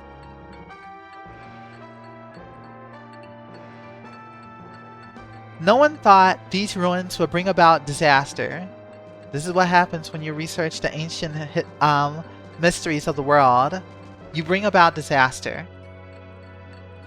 So don't mess around with the Stonehenge. Don't mess around with Stonehenge. You will cause ruin upon mankind. So that's something you gotta watch out for. Oh, hello there, Pelfa Pro. Thank you so much for the raid. It's very nice to meet you. How was your stream? Let me give you a little shout out. I want to see what you're up to. Oh, you're playing Jackbox? Did you guys have fun? Also, tell me, what is your favorite Jackbox minigame? For me, I'm such a big fan of Quiplash. I love playing Quiplash. Of course, it is so nice to meet you. You guys check out Pelfa Pro, give them a follow, give them some appreciation. And then of course, Pelfa, feel free to make yourself comfortable. TKO and Champed Up. Actually, Champed Up is a new one. I haven't tried Champed Up, but I do know TKL. Oh my gosh, all my friends love TKL. And I heard that you can actually make shirts from the outfits too. I think that's actually pretty awesome. The fact that you can actually get t-shirts made from TKL outfits. I love that they added that feature. But yes, very nice to meet you. Murder Trivia Party is fun too. Oh yeah, I played Murder Trivia Party too. I have played that one. I really love that you can play like with the audience as well. I think that is so cool. Like when they came up with that one, when they came up with letting the audience play as well, I think that is such a cool feature, and I really enjoy that a lot too. But the shirt mechanic, I hope you get to try Champed Up soon. I'm gonna look it up. I'm gonna have to check that out sometime. And then I should probably introduce myself to your to you and to your community. It's very nice to meet you. I'm Lumina. I'm a sun goddess sent to your world in your time of need. I am a sun goddess sent to your world, and I am researching ancient historical documents you call video games. I'm a huge fan of RPGs and games with cool art styles and interesting worlds as well. And right now, I am going over literally all the games I played from my childhood to pretty much explain what pulled me in and what made me the RPG fan I am today. So feel free to make yourself comfortable. And then of course, Pelfa, thank you so much for the lurk too. Oh, I am so glad to hear that. Feel free to, if you have any favorites, feel free to let me know or drop them in chat, because I'll be more than happy to let you know if I played them as well. But I know you got a lurk too, so I won't hold you up. But yes, feel free to lurk, feel free to make yourself comfortable, and I'm glad you and thank you so much for reading out to me, and you have a great one. Now I have to remember where I was at. Hang on, my brain is loading. I'm catching up to where I was. That's right, Illusion of Gaia. I was just talking about Illusion of Gaia. So this one is, I have a list here. For those of you who just came in the raid. I didn't know what RPGs were called. So I had to, so as like all the way up until like age 10 or 11, I didn't know what they were called. So I had a system for the games that I liked. And I don't even think my aunt knew what to call them because they never mentioned it until much later. So Crystalis was my very first game that I fell in love with. It was it was an action RPG, but I was like 5-6 years old playing this. So I only knew it as a game with the sword. So I call them games with the swords. And those led me to similar games, but I didn't know what to call any of these. Action Adventure, the first one that I played that was like this was called a Zelda. So I had games that were like Zelda, and then there were sword games that were actual turn-based RPGs. So I had to say sword games where you take turns. And that was where Breath of Fire got me started down that path. But then there were some games that were weird and right in between. And my first experience with that was Zelda 2, The Adventure of Link. Because you had the action of Crystalis and also the world exploration of a regular RPG. Well, now I've experienced Illusion of Gaia. I've really enjoyed Chrono Trigger. And then one day my cousin rents a game called, and get ready for it because I've been streaming this series for a while, Secret of Mana. Secret of Mana was when I really knew exactly what I really like to enjoy. And this was the first game that was one of the first times I got to take home a game new that my mom was actually able to just get, because it was just a very good time financially, and she was just like, oh, you really like that game? And I was like begging for it at KB Toys. I will never forget it because my mom took a look, and then she looked at me, she looked at the game, looked at the cart of it, and I'm gonna pull up that cart right now.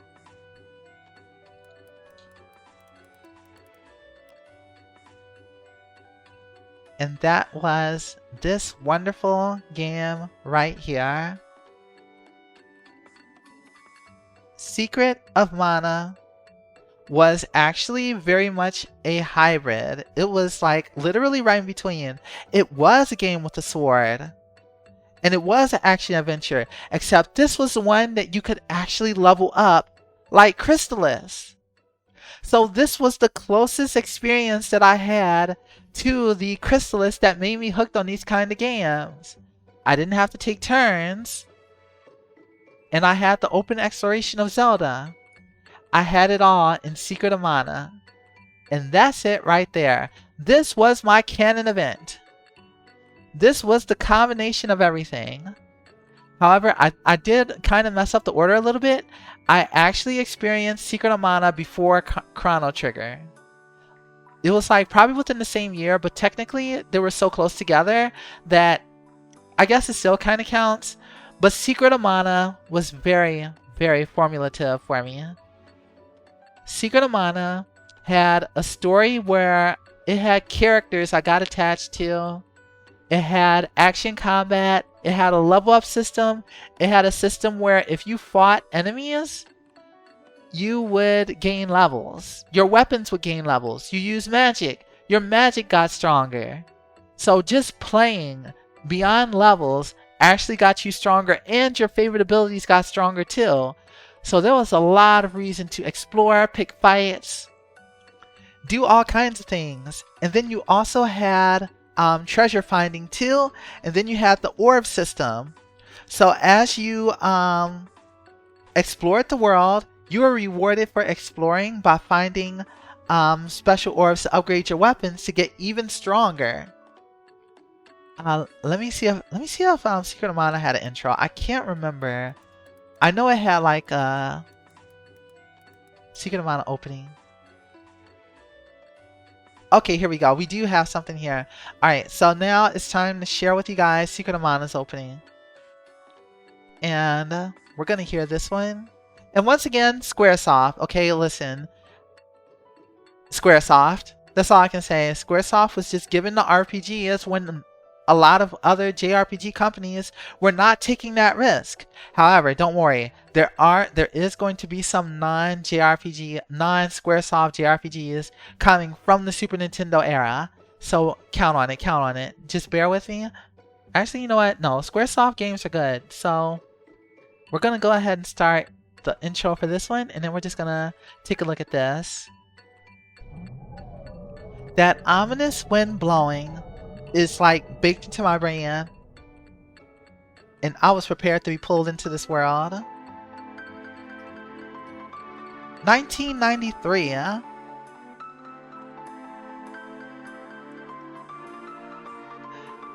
Okay, yeah, I am fairly sure I experienced this before I really got to get into Chrono Trigger. Yeah, I want to say I was around 7, somewhere between 7 or 8 that I finally got Secret of Mana as a kid. And this opening was beautiful. Darkness sweeps the troubled land as Mana's power fades. People await a hero who will wield the sword. Excalibur, Herald, Gigas. The blade has had many names, for it has been celebrated in myths and legends throughout time. But all of these speak to just one weapon, the Sword of Mana. This is actually Seiken Densetsu 2. This is actually the second game of the series. I did not know that there was a game that came to this prior that this is a sequel to. But this game right here pulled me in deeply. The fact that there was so much to do, that you had 3 characters, everyone in your party spoke. Okay, this was a very important aspect here. In other games, other characters, your main character doesn't talk. In this one, what the heck? I'm sorry. Why are they using this background footage for the battle music? Huh?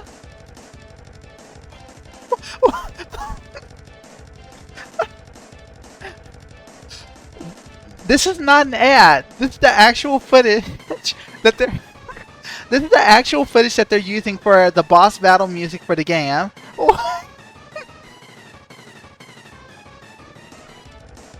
Not going to live. The entire video is just footage. Oh, okay. Okay.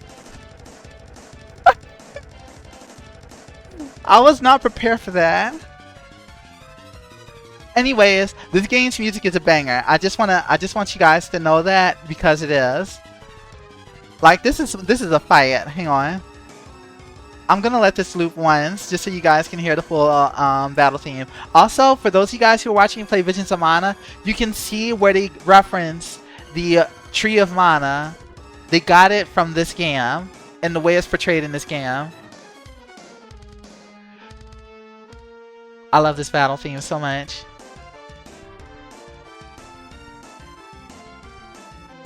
You just hear this banger throughout the entire story. I'm also going to say this too. This was the first game that actually made me cry. Not because it was frustrated, because the game's story hit me like a truck. This game messed me up. Like, my mom had to literally come to me. I beat this game. This is actually one of the first games I ever beat. I was 9 years old. Either 8 or 9. Somewhere around there. Because I got it when I was 7. I didn't beat it till I was like 8 or 9.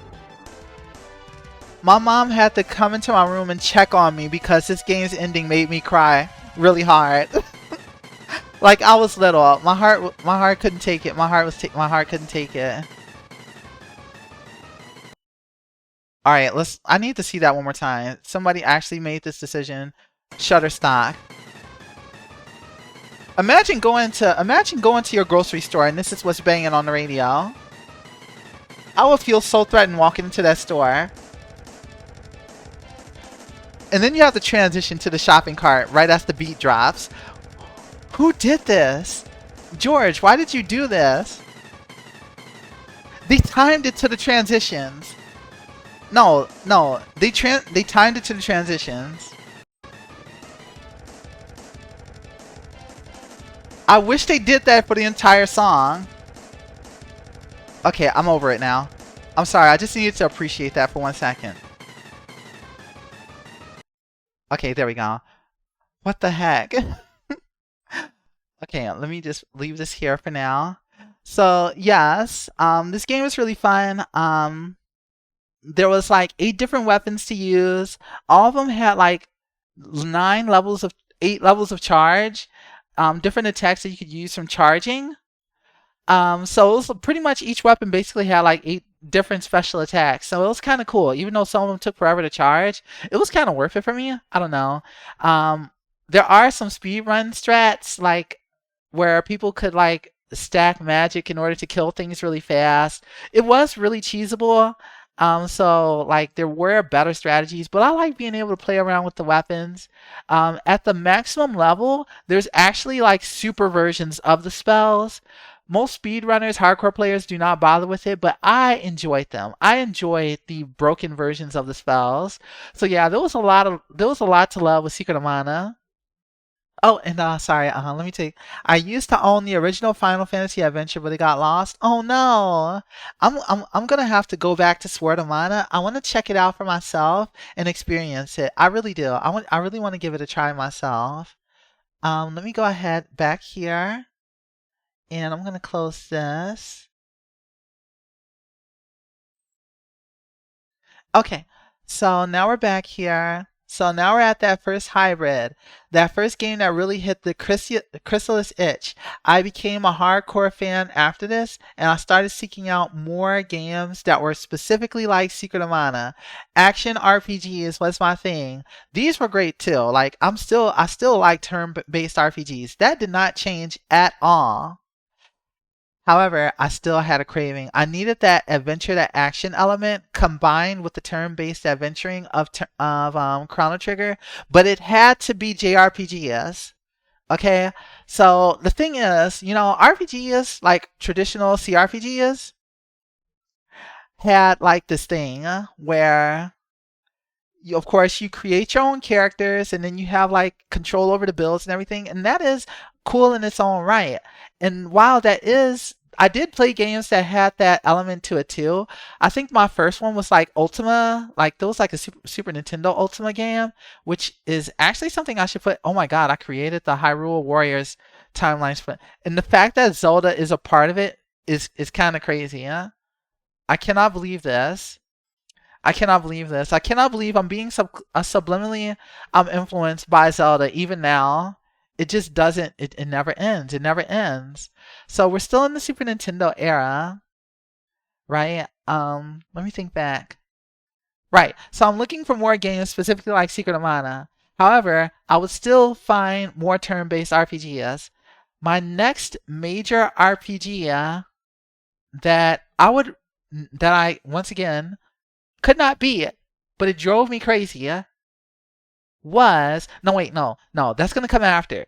My next game that I really got into or fell in love with after Secret of Mana was a game that I got for my for Christmas one year, because I think one of my cousins had rented it, so I took a liking to it, and I was like, yes, this is another one. This one is very much a game with the sword. This game is making you realize that your RPG journey started with Pokemon and moved on to edgy Pokemon. Oh my gosh, I can't wait till I get to talking about Pokemon too. I love Pokemon. I love the Pokemon formula, and I've played so many Pokemon inspired games ever since Pokemon came out. So that is as a matter of fact, that might even deserve its own timeline. I love me some monster creature games, and I adore them so much. Let me tell you what's next on the menu for this current era, though, because Pokemon's coming soon. It's going to be a part of the next generation, because I didn't get into Pokemon until I got a Game Boy Color. And that comes roughly around when I was like 11-ish, 10, somewhere in the range of 10 to 12, that I finally got into Pokemon. Secret of Mana. Okay, my next game after that was...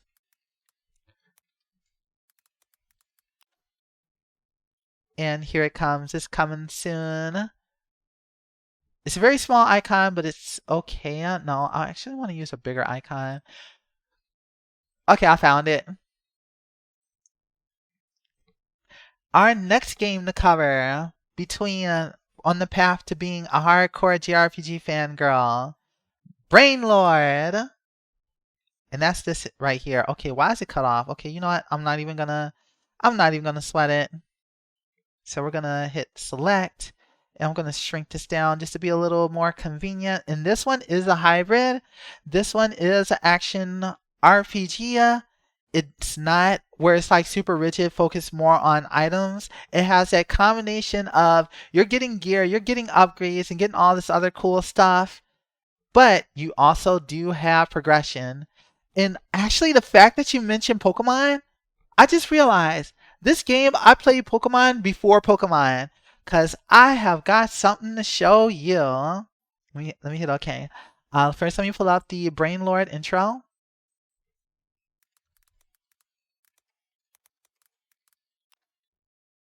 And I'm going over here, right?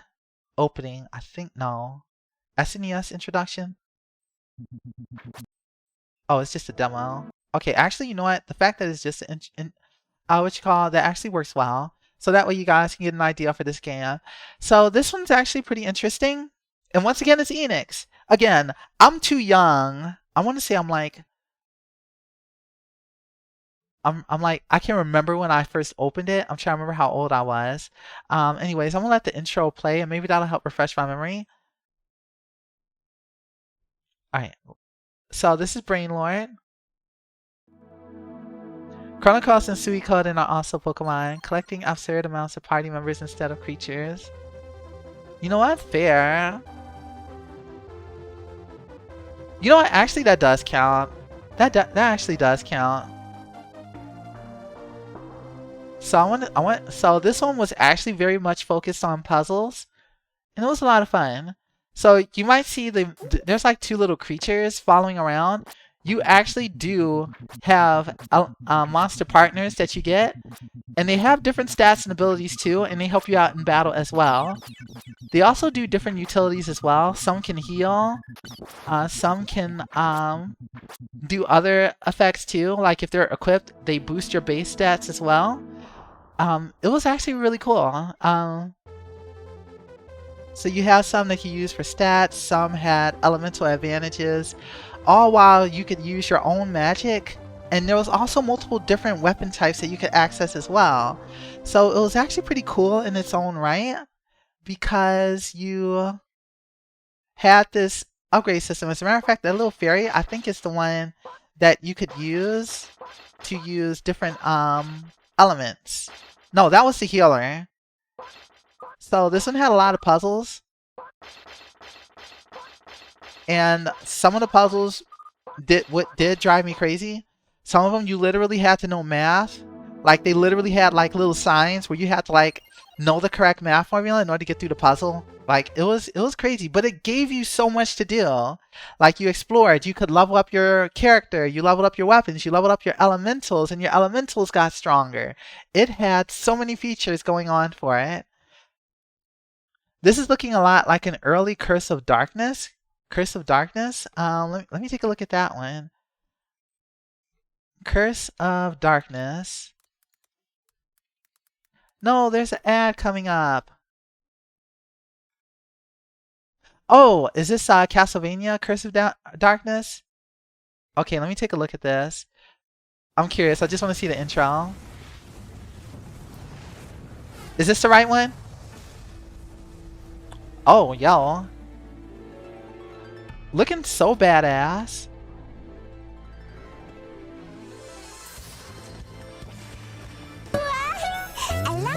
Arcadia, thank you so much for gifting a sub to Shirazo. Gifted a tier 1 sub to Hiho Shaizu. Thank you. They have given 13 gift subs in the channel.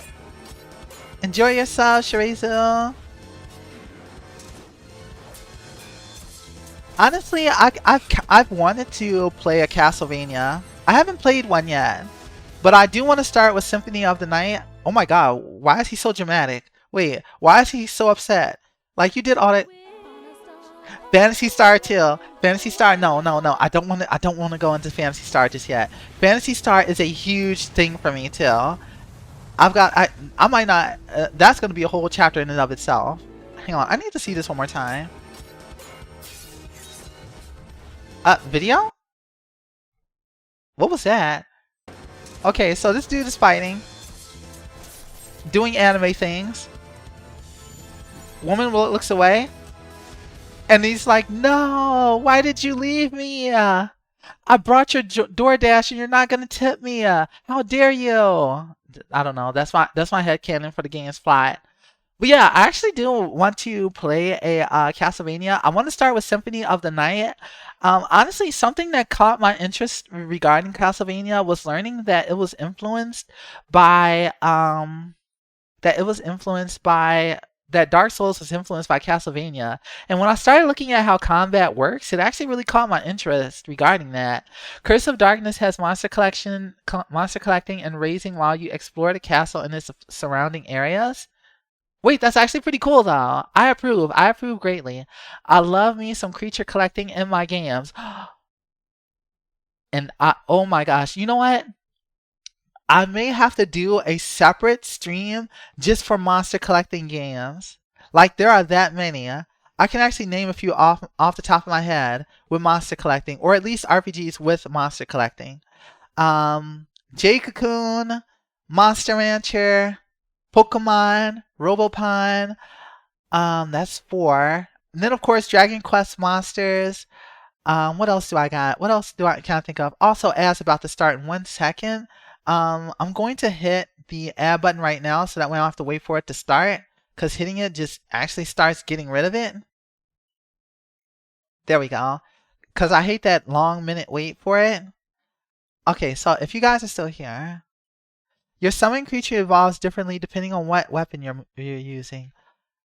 That reminds me of another game. Okay, so I'm naming 5 games. There's another game too that does something similar. There's another game that does something similar, and I'm trying to recall it. Because the monster actually did evolve based on what you were doing.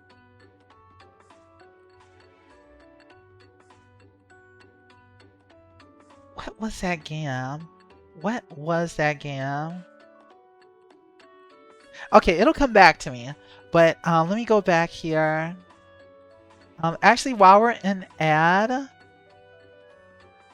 Curse of Darkness gameplay. while we're at, we'll do a little detour to see a little bit more. Let's just grab a little bit of random gameplay right here.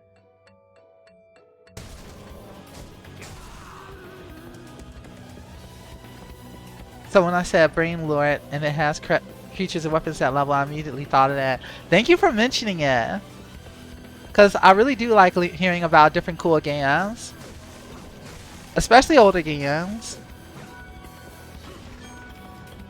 I do want to play Castlevania Symphony of the Night. I like the anime exploration based Castlevanias. Not because the main characters are pretty, I assure you.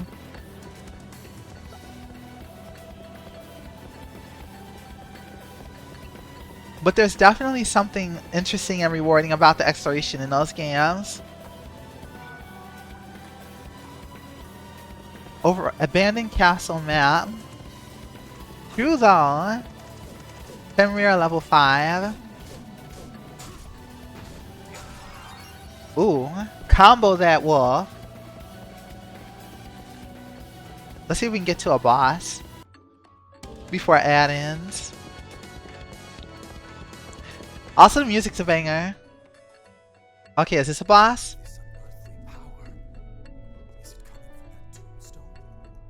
Is it coming from that tombstone? There's a fairy, yeah? Oh, conscientious. Big focus on exploration and finding treasure. Good.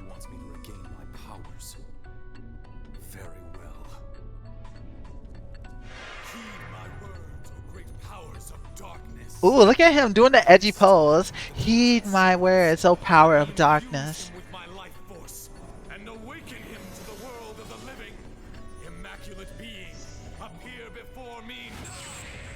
Okay, I do dig the voice acting now. Like, that's a... Wait, you did all of that just for a little fairy? You did all of that for a little fairy? I thought it was going to be like some demon from the depths. This scene is unlocking the creature collection. Oh, perfect timing. Never seen that before. Quite impressive. It's enough to make your blood run. Welcome back, everyone, from the ad. This isn't a game that I played. I'm just being nosy about creature collecting because we're taking a little detour during ad. Hi, Zed. How you doing? To purify this land of the pestilent curse which infects it. I see. I see you. On the other hand, are pursuing the other Devil Forge Master, are you not? The one you I can tell that there's like motion cap. the other side of the Oh, let me drop the music for a second. through the back of the castle. What The fairy is a concerns this to godsend. you? He is the one protecting the curse. Okay, maybe I shouldn't spoil myself too hard. I just want to see the mechanics. Oh, you can name it. Hi, Rue. You're our little friend. Innocent devils are the mystical, untainted familiars created by Devil's Forge Masters. Innocent devils have absolute loyalty to their creator. Summon Id may grant status enhancements to Hector. Hearts is energy, yeah? Oh, they can take damage. Oh, let's go. Oh, the idea can then be restored to material form. Innocent devils cannot die. Oh wow, there's actually a lot of depth too. Command and everything. They are a whole Pokemon. One of its evolutions takes the place of the stopwatch sub-weapon, letting you stop time for a bit. That's pretty cool. Well, yeah, I like this. So this is a support type. Oh, he opens treasures for you. That's so nice. Rue is so polite. I just want to see like one little combat section, see if it does anything. Got the flips.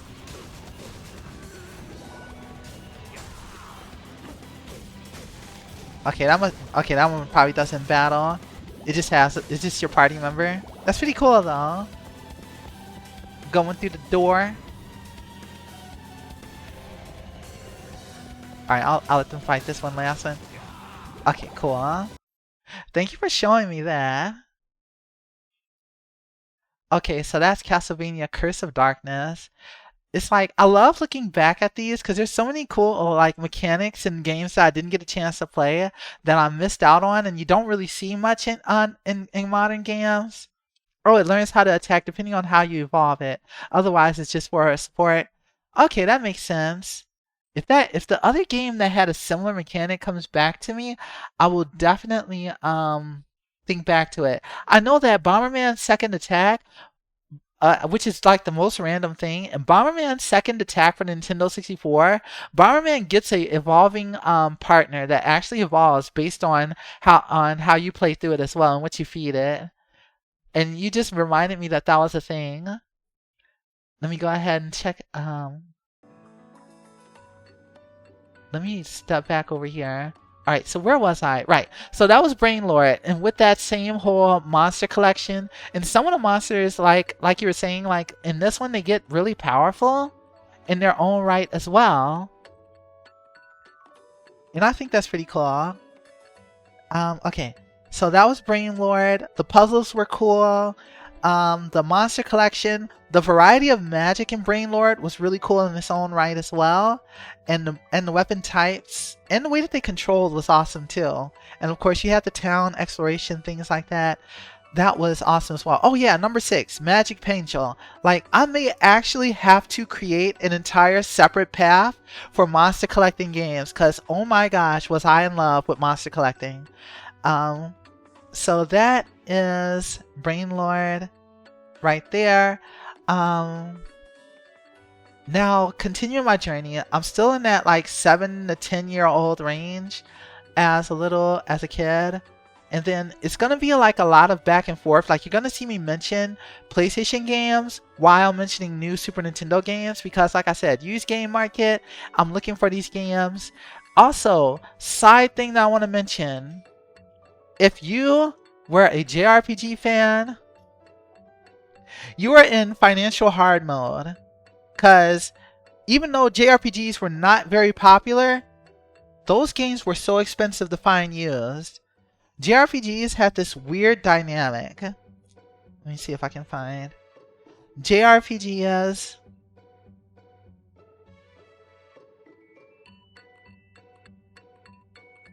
stuck to buy used.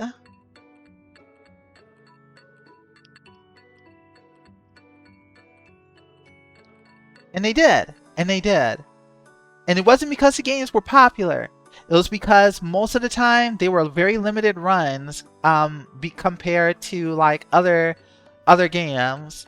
When I was younger, I didn't know that really. When I was younger, I just thought, well, it makes sense because the games have so much game in them, because there's so much, like, you know, big deal to them in all the stories. So that's why they're more expensive and harder to find. It was just because they were limited run. And then, of course, the people that were fans of them were usually older, so Funko-Land could sell them for higher. And that's basically what would happen. Because heaven knows my aunts were like big on their JRPGs. They grabbed them. They ate them up left and right. For me, and then of course you did have Western RPGs, that was another thing I was trying to mention earlier. I did play a few Western RPGs like Ultima for the Super Nintendo, things like that.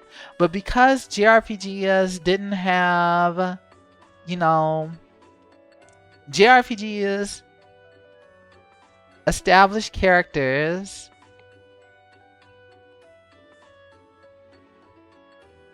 that I grew attached to.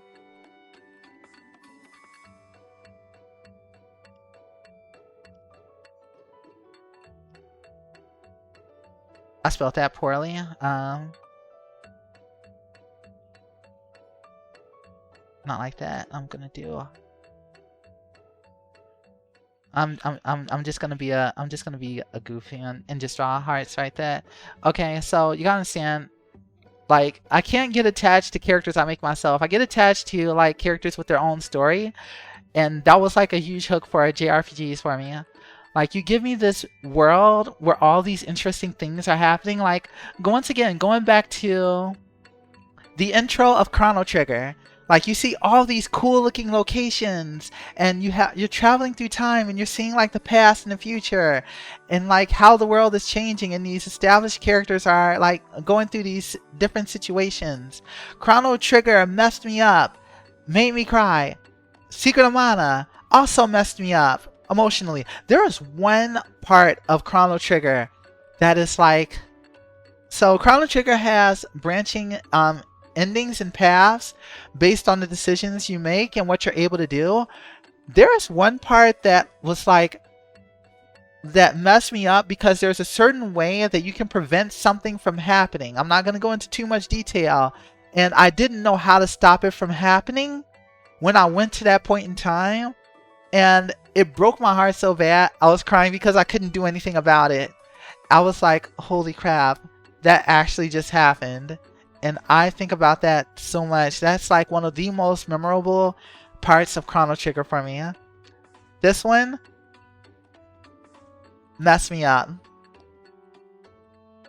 These two devastated me for different reasons. Of course, I was still young. Chrono Trigger still hits me hard. I think I could stomach Secret of Mana's ending a little bit better nowadays. It wasn't as brutal, but Chrono Trigger, holy crap, they did not pull any punches with what was happening in that one scene. Now we're going back to where we're at on the Games with the Swords arc of this adventure. From here, Brain Lord, next up was this era of like constant renting games, and renting games RPGs is a terrible idea. Don't do it. You will never get anywhere because the next person that rents it will always be an idiot and erase your file or mess it up somehow, or they'll just straight up, you know, steal it. RPGs, because they were so expensive, apparently it was a thing for RPGs at like places like Blockbuster to just be straight up stolen, because the copy of the next game that I was trying to play through actually got stolen. And once you know what game it is, you're gonna be like, well, of course that one's gonna get stolen, because the next game on my little journey is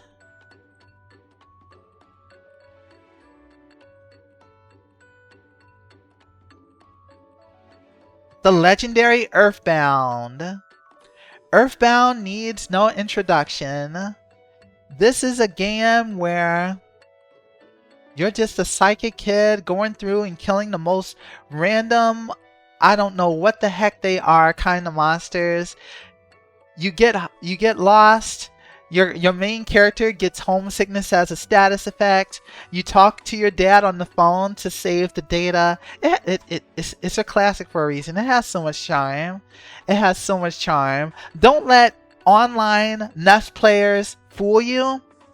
NES, the game has charm. Okay, PK Fire may make you think differently, but this game was so cool in its own right, and there's a reason why it influenced so many games. I really like this. Also, fun fact, this game was one of the first games that I saw Sarah's Pim playing when I first made friends with her. So that's just something that just stuck out of my mind. I followed Pim because she was saying this. I was like, oh my god, you're playing Earthbound. It was really exciting. This game, I wonder if we have an intro for this one, just so we can get a taste of like the cool music. Earthbound. Let's see if we can find. I don't know if it has an intro though. I don't think it did. I think it just had like. I don't think it really had an intro. I'm probably in the minority about Earthbound. I thought it was mid at best. I honestly don't get why it's as popular as it is. It's good, but I wouldn't exactly put it in my top 10s. You know, that's actually pretty understandable. I think for me, it's the setting. It's something about the setting and some of the interactive things you can do, like the fact that you can order pizza and then you can like do other things and then the pizza actually arrives. It has like, it's that charm for it. The fact that you're managing money, you're shopping at the store. It's really more of the world, more so than the combat and the direct gameplay itself. Now, the fact that you can teleport and you have to have clear space, that sticks out of my mind too. There is a lot that's memorable about it, but definitely, it's definitely has some issues with some of the design decisions though. It focused more on being artsy more than being like a good game. I put it in the same category as Undertale. A good game, but incredibly overhyped. Undertale is another game that is like, I liked Undertale a lot too. It is actually one of my favorite indie games. However, people love, for me, hot take with Undertale, the reason why people are so obsessed with it does not do the game justice. Like, everyone's like, ooh, genocide route, ooh, Chara, ooh, ominous, things like that. That wasn't what appealed to me about Undertale. The fact that the combat system actually revolved around figuring out the right combination of interactions with different enemies, that was what made the magic for me in the regular pacifist route. All of the other edgy stuff and all the other fancy stuff wasn't that big of a deal for me, but I really enjoyed the interactive element of the battle system. That's what made it memorable for me. But for those of you unfamiliar, here's Earthbound's intro, just so we can go over that really quick. Just so we can take a look at it. Halkin. Some of these are so old school.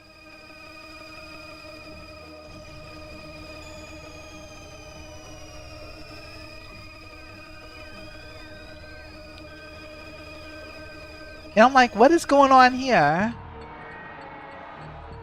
That's just how they introduce you to the game. Like, just looking at like an alien destruction movie, huh? It's Independence Day. We're playing Independence Day. I'm like, yeah, let's go.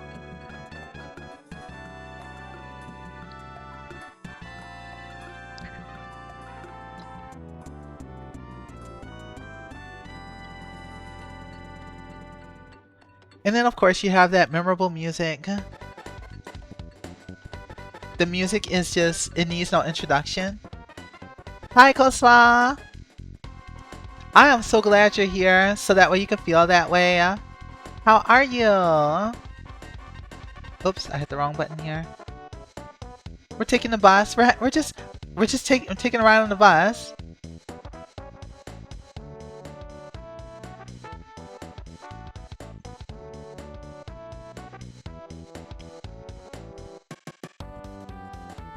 Ba, ba.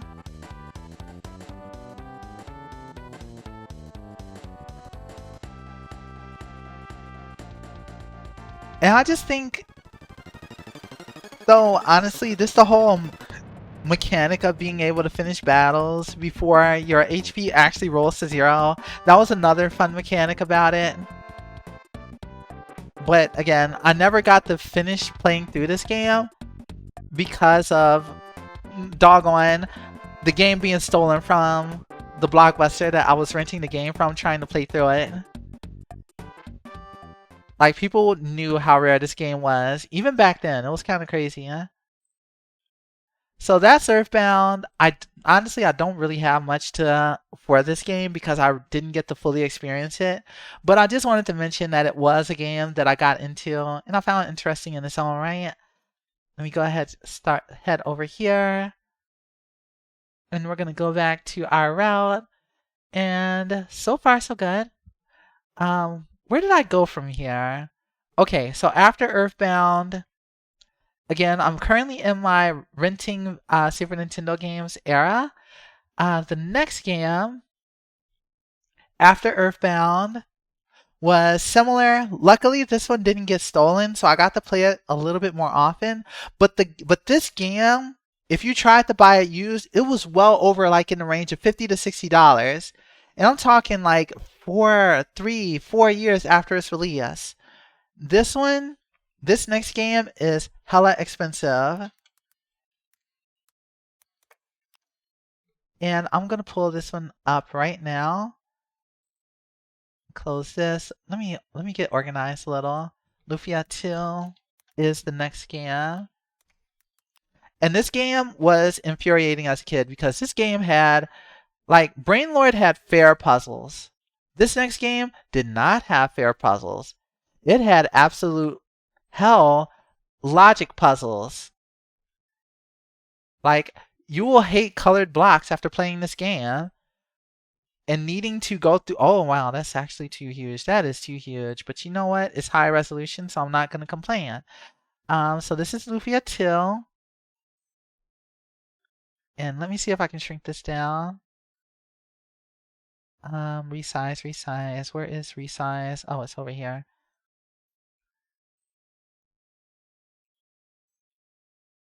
And Lufia 2 is definitely a through and through RPG. Just not just straight up a regular action RPG. Not an action RPG. This one had the most difficult puzzles that a kid could ever deal with. Like these puzzles, they're not normal. Whoever did this, I'm holding y'all responsible for these puzzles. How dare you? How absolutely dare you put me through this? So we're gonna go here, and I'm actually going to pull up Lufia 2 intro. But it did have an interesting story, and the characters were actually, it actually had good party dynamics with certain characters. The characters had their relationships kind of elaborated on quite a bit, and just seeing the developments between the characters was actually pretty good for its time. So here we go. This is Lufia 2, Rise of the Centrals, and we're going to play the intro for this so that way you guys can experience this one too. Lufia 2, Rise of the Sinistrals. And are you serious? An 8-minute long intro? I also thought this intro was really cool when I was younger too. Because you got a whole scrolling screen. Unregistered Hypercam 2. Oh my gosh, you know this video's old. It's so crunchy looking. I love it.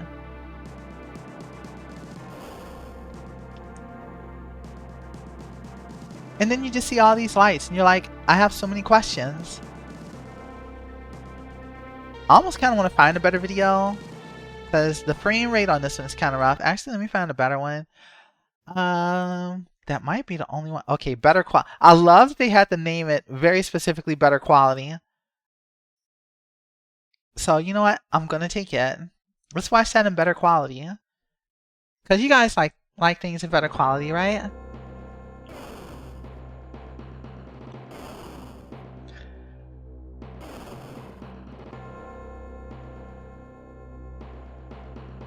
Okay, yeah, this is much less crunchy. It's no longer unregistered Hypercam 2. I missed Hypercam 2 already. The lights are flying away, and it makes you ask so many little questions about the game itself.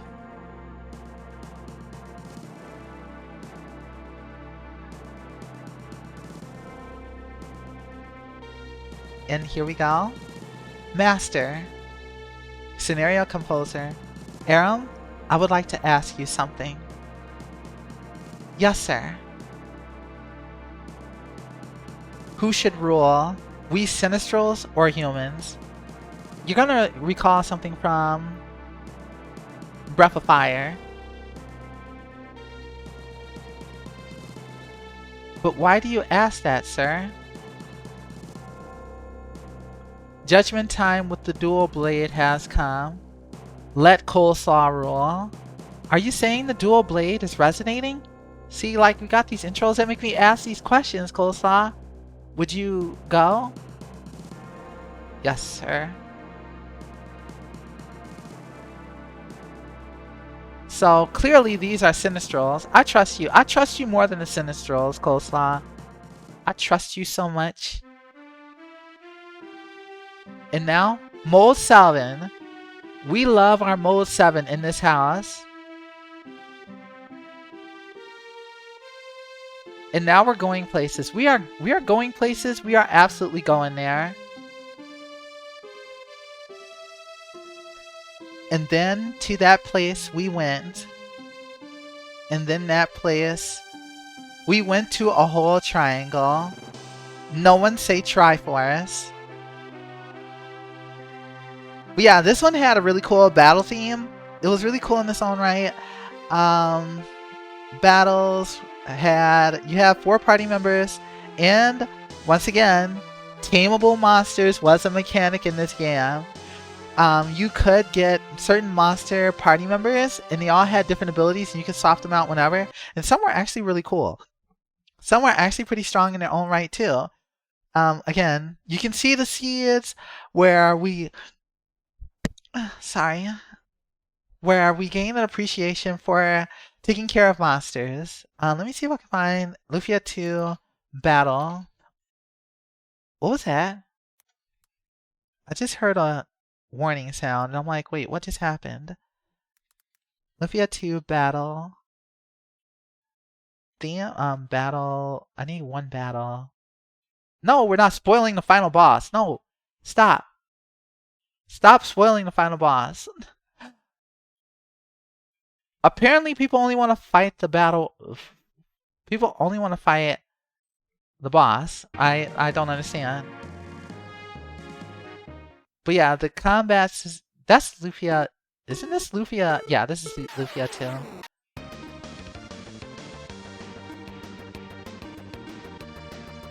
Hi Kai, it's very good to see you. Thank you for coming along to my stream, where I tell you all about the RPGs I grew up with. Please make yourself comfortable after a very long day. Ada ada. Hi there. How are you? But I just wanted to show the battle mechanics of this game, because you have skills that you learn with equipment. You have a tameable monster right on the side right there that learns different abilities. Is Legend of Dragoon on that list? I played a little bit of it, but I never got into it enough to really do a genuine playthrough of it. My aunts played it, but I never grabbed it myself. But I thought the whole transformation mechanic was really cool, and it's alright. But yeah, you had not just magic, you had abilities that ran off of the item gauge here, which is really cool in its own way too. Also, the music was awesome too. I like the music. But oh my gosh, did bosses hurt. And then the enemy sprites were huge.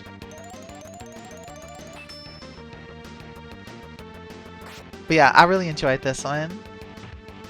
Oh, I have played it though. My aunts did let me play it. So I am familiar with like the mechanics and the gameplay too. I just didn't get to like get my hands on and play it all the way through. But anyways, I just wanted to show a little bit of that, because you get different monsters throughout the playthrough. So that was like a mechanic I wanted to show off as well. Let's see. So that is Lufia 2 Rise of the Sinistrals. Play more? Got you. I got you. Lufia 1 was really fun too. I did play Lufia 1. I played it on a special device.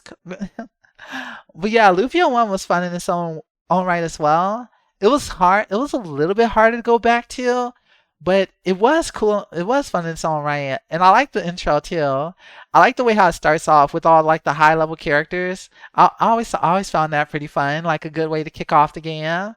But oh my god, the puzzles. The puzzles of Lufia, struggle. Absolute struggle. They were so unforgiving. And then you have random encounters on top of that. Like really? Why are they so merciless, Arcadia? Why were those puzzles so harsh? Why were they so brutal? Huh? Let me go back to here so that way I can finish charting out this map here. So now, so far, this is where we're at. This is my path of games. Puzzles, puzzles. These were infuriating puzzles. Can I not have this on the screen? So yes, this is the path of a JRPG fangirl. Yes, I have love for my old JRPGs. I'm literally going through the path of what got me hooked on them, and the games that I played that solidified that love, and how they actually spread out into several different like paths of games. And for that, I had Crystalis. Crystalis for the NES was like the start of it all. And then I had Action Adventures, which was like your Zelda games. Then I had actual RPGs, which I started with Breath of Fire, which led to Chrono Trigger. And then I eventually found Earthbound and Lufia. And then Secret of Mana. Then there was Hybrids. That was like a combination of being an action game while still having RPG elements. That was Zelda 2, then Secret of Mana, then Brain Lord. The first one I remember playing a little bit was one of the old Zelda games. Yeah, so it was like Link to the Past, and then there was Adventure of Link, which is more of an action RPG, which is actually pretty crazy that of how unique this one was. The Adventure of Link was pretty cool in its own right.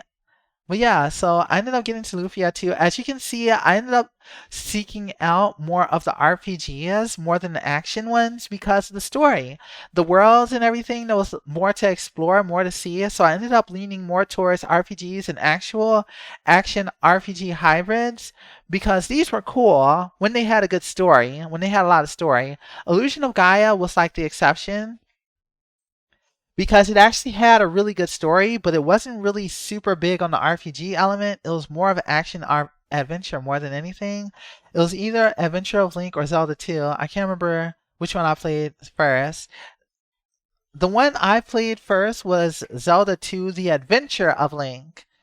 And that one was extremely hard because it was a side scroller and you would literally just fall into pits and die. And lose everything, because this was like too much. As a kid, this was too much because you have to deal with leveling up, you have to deal with gear, you have to deal with maintaining your items, and you have to know how to platform, deal with random encounters. I mean, this game threw everything at you and was unforgiving in almost all the aspects. If you didn't know where to go and you have to explore too, it was crazy. Like when you're playing like Breath of Fire, you don't have to platform in order to safely get to a town. I was thinking they were different for some reason. Oh, like Zelda 2 being different from Link to the Past or the NES Zelda? Is that what you mean? I can picture that. I can see where you're coming from.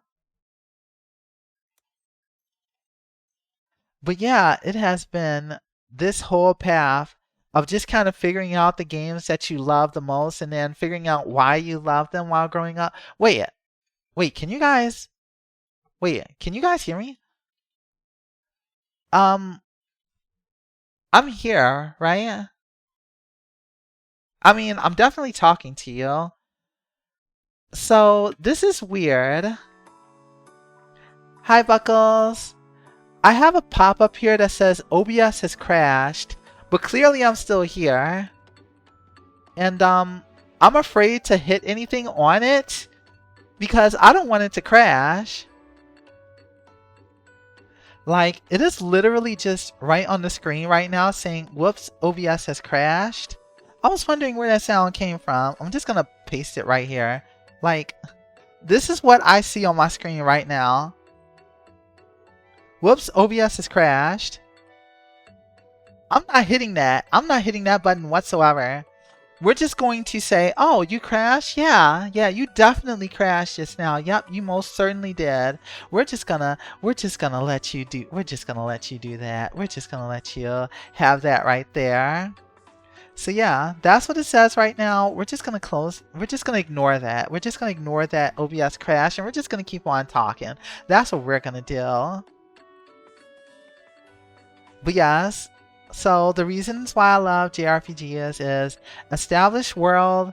For its time, the worlds were way more interesting and the characters were a lot more interesting too. You had these intros. They were really cool in their own right. You know, I had characters. I adored them. I wanted to see them live and be happy. And some of them did not let them be happy. So I had to cry about it. So here we got a little, so now we have another section of games to go into, because I forgot to mention something. I forgot to mention 2 Genesis games, and they actually go in between Lufia and Earthbound, timeline-wise. The first one that I'm going to mention... No, actually, no. It goes before Earthbound. It goes before Earthbound. I got a little distracted here, but you know what? It's fine. So we're gonna do object. We're gonna have to move this over a little bit. That's what we're gonna have to do. I'm getting already over to the end of the line. We are going to have to make room for a Genesis game that actually is something one that I was actually thinking of playing sometime, and that is a strategy RPG, and that is, move this over, move layer maybe,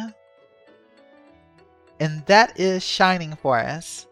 Shining Force was a strategy RPG where you managed an entire army. This is the first of its kind that I experienced, where it wasn't just the main character, it wasn't just a party of 3. It was a whole army at my disposal, and I had to make sure they all grew healthy and strong.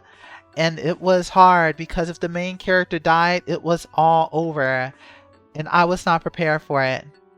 And this is actually gonna be really interesting because you're gonna see some visual similarities between this game and the next game that I'm gonna show you guys.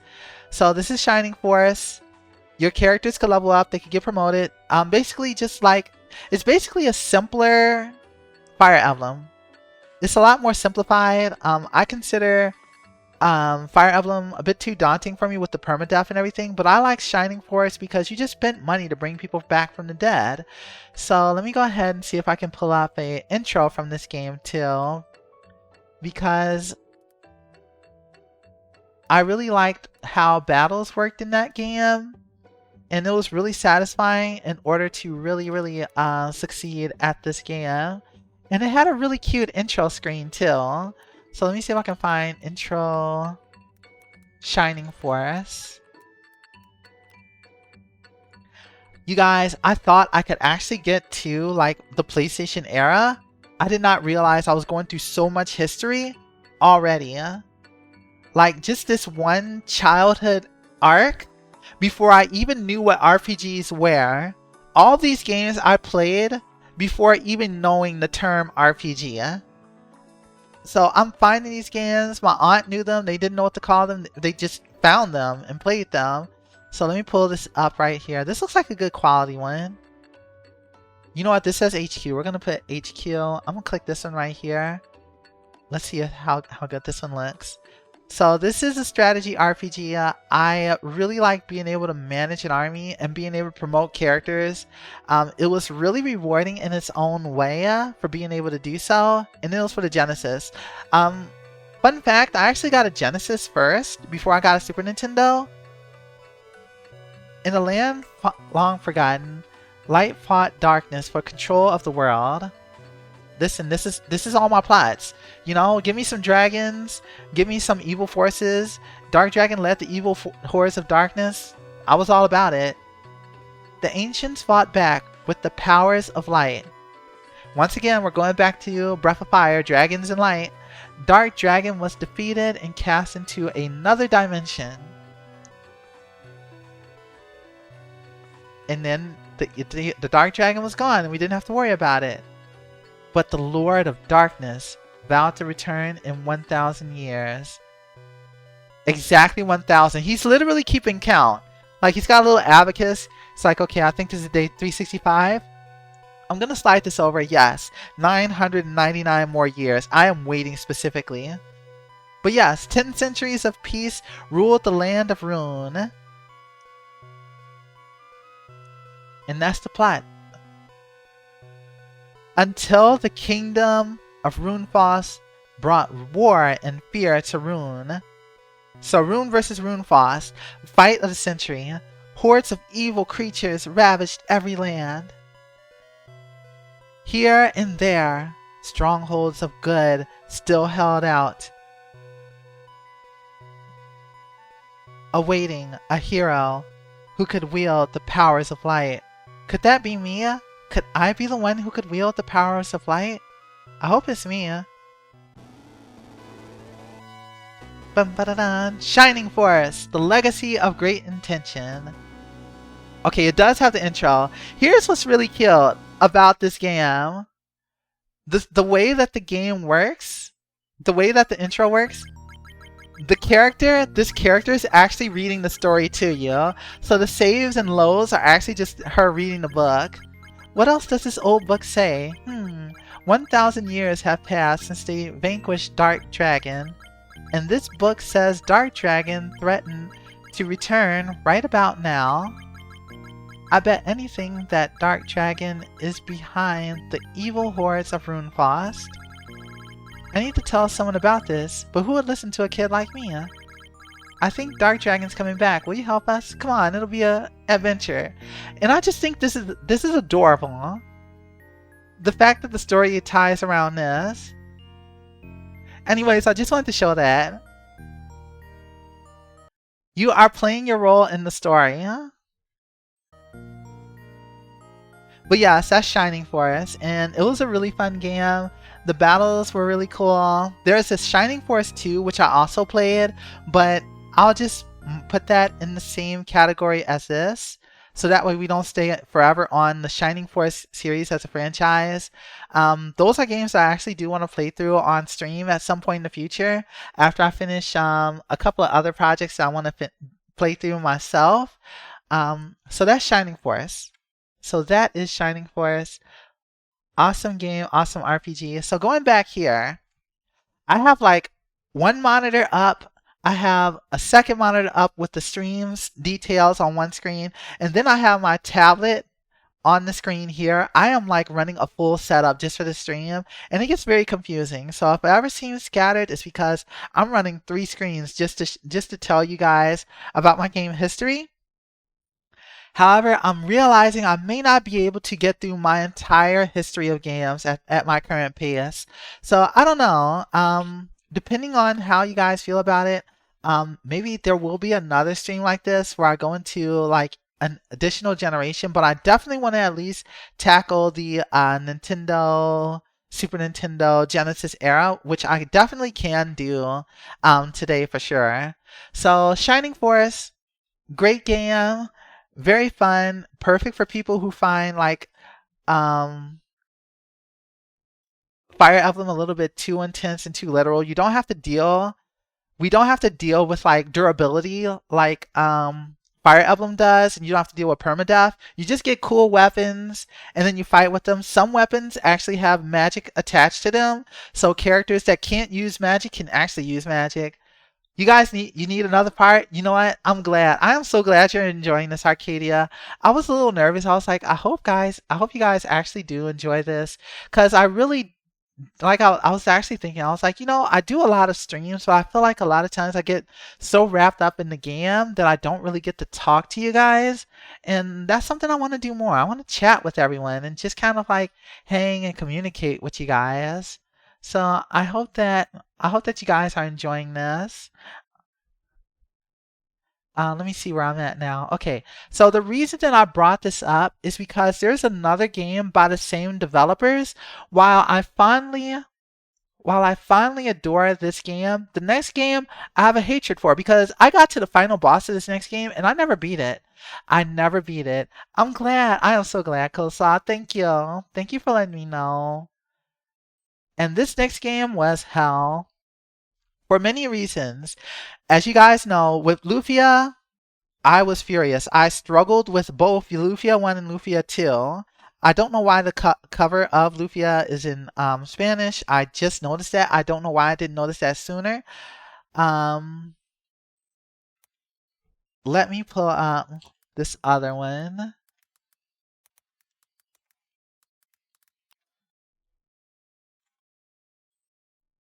And you'll see the similarity in just 1 second. Move layer. And the next one up is Landstalker. Okay, so Landstalker, you might notice a similarity here. Well, this doesn't show it. This is like a westernized cover. Actually, let me see if I can pull up like the Japanese Shining Force cover. Shining Force Japanese cover. Shining Force 1. Okay, here we go. Just because, you know, with Japanese games, you know, they always have to make stuff super westernized and like super manly and heroic, because you know that's just how marketing works. Meanwhile, if you get the game in Japan, you actually get anime, and then you play the actual game and the art is anime. So you've got your hero here, like he's got that boots swordsman, he's wearing the green tunic and everything. That's what you had. That was like the JRPG, that was the RPG hero fantasy trope of that time era. Let me see if I can shrink this down a little bit. And let me find, how do I shrink this down? Oh, I keep forgetting. It's right here. I'm just going to put this over it just to keep things simple. And I'm going to put this like right here. No, I don't want it to cover it. We'll put it right here. So that way it kind of makes sense. Okay, so now we go from this to Landstalker. And once again, westernized cover. Guys, he just got his whole gyat out there. That's just what the artists did back then. They always just westernized all the covers, game covers. But I would find this out later. I didn't know back then. But you know, you play the game and the characters don't look anything like what the game cover actually is. Landstalker Japanese cover. Let's see how that one looks, just so you guys can get a idea of it, which is actually pretty interesting. This one actually uses the actual, apparently there was a different copy of Landstalker that actually did use the original game art. Let me see if I can find it. You know what? Actually, I'm gonna post this one because this is actually kind of interesting to me. I mean, they're just, yeah, he's got the big moves. Where is it? Hang on. I'm having trouble finding a good picture of it. Okay, this is a good one. Here we go. So you've got Landstalker, but then you also got Landstalker, which is the actual art right here. I'm gonna see if I can shrink this down a little bit to make sure that it's not so all over the place. So there's the 90s was a very weird about it. So now you have two covers for the same game. So I'm gonna put these right here, and then actually we're gonna apply transformation because I realize I'm kind of getting low on space. I didn't even realize I had so many of these RPGs. Like doing this stream actually showed me how many games that I played. Holy cow. And I'm not even in the PlayStation era. I'm gonna hit object on this one. We're gonna shrink this one a little bit down too. And then I'm gonna shrink this a little bit as well.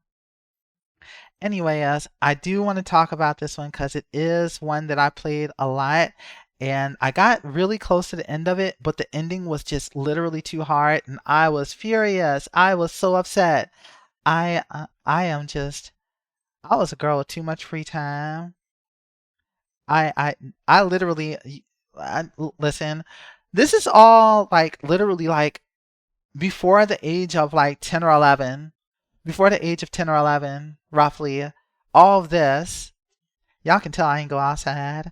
I was a gamer through and through as a kid. But the reason that was, why, you might ask, like, holy cow, playing so much games, did you ever have time to go outside? When I was a little kid, I grew up in a very, very, like, rough town. And because I did, my mom kept me safe by basically keeping me busy with video games. I wasn't allowed to go outside because it actually was that bad, but she made sure to keep me busy with video games, so that way I could have something to do, be home, be safe, until I finally was able to move to an area that wasn't so bad. So that's why I ended up getting so many of these games. That was just my mom's way of just kind of keeping me entertained while I was so busy. So it led me to a lot of wonderful games. Unfortunately, it also led me to Landstalker. And actually, I put this in the wrong section. I take that back. This one actually goes into these Zelda category. Landstalker was a Zelda because you could not level up. You had towns, you had exploration, but you had to find items to upgrade your HP, and you had to unlock items to progress through the game story and puzzles. So this actually puts us in the Zelda category. So let me go over here, and I'm going to move this over here as well. But the music was awesome, but the puzzles were infuriating, and the camera was isometric. The camera was infuriating and stressful. So I might have to, you know what, let's compress. We're going to have to compress these a little bit. We're going to have to move this down a little bit too. So I'm going to put this here, move Zelda over a little bit, so that way we can make more rooms for more games. Chrono Trigger, move this. And then I'm also going to show you guys an intro to Landstalker too. Move this here. Sorry I forgot to unmute the music because I know it's been a little silent here. It's been very just like empty air. So now we have Landstalker, and I'm going to show you guys the Landstalker intro too. Because like it's one of those games where it's like, yeah, it was infuriating, but it's also very fond memories. Landstalker intro. I'm going to pull this up so you guys can see the intro for this. Let's see. I think this should be a good one. Okay, this one's newer, so hopefully the quality is higher. And it's 10 years ago, so it can't be that bad. Okay, so this is the intro to Landstalker, and you're going to see this Zelda inspo probably almost immediately even. Let's see, let me hit lock on this, so that way it's not so... We're going to pull this up. Alright, so this is about a treasure hunter named Nigel, and he has a little imp that's following around, and the goal is just to get money. We're just trying to get rich, but apparently there's a whole plot going around it. So let me pull this one up real quick so that way you guys can see the intro to this game story as well. And there's a lot to appreciate here as well. Climax Entertainment. That name comes across a lot more different now with the little succubus icon. Landstalker. The Treasures of King Noel.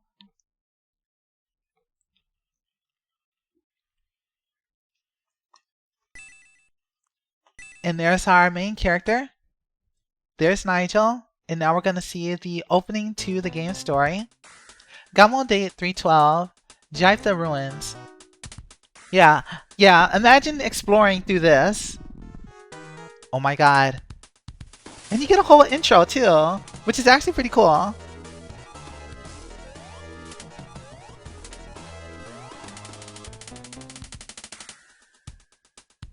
Did he just jump up there in order to get through all that?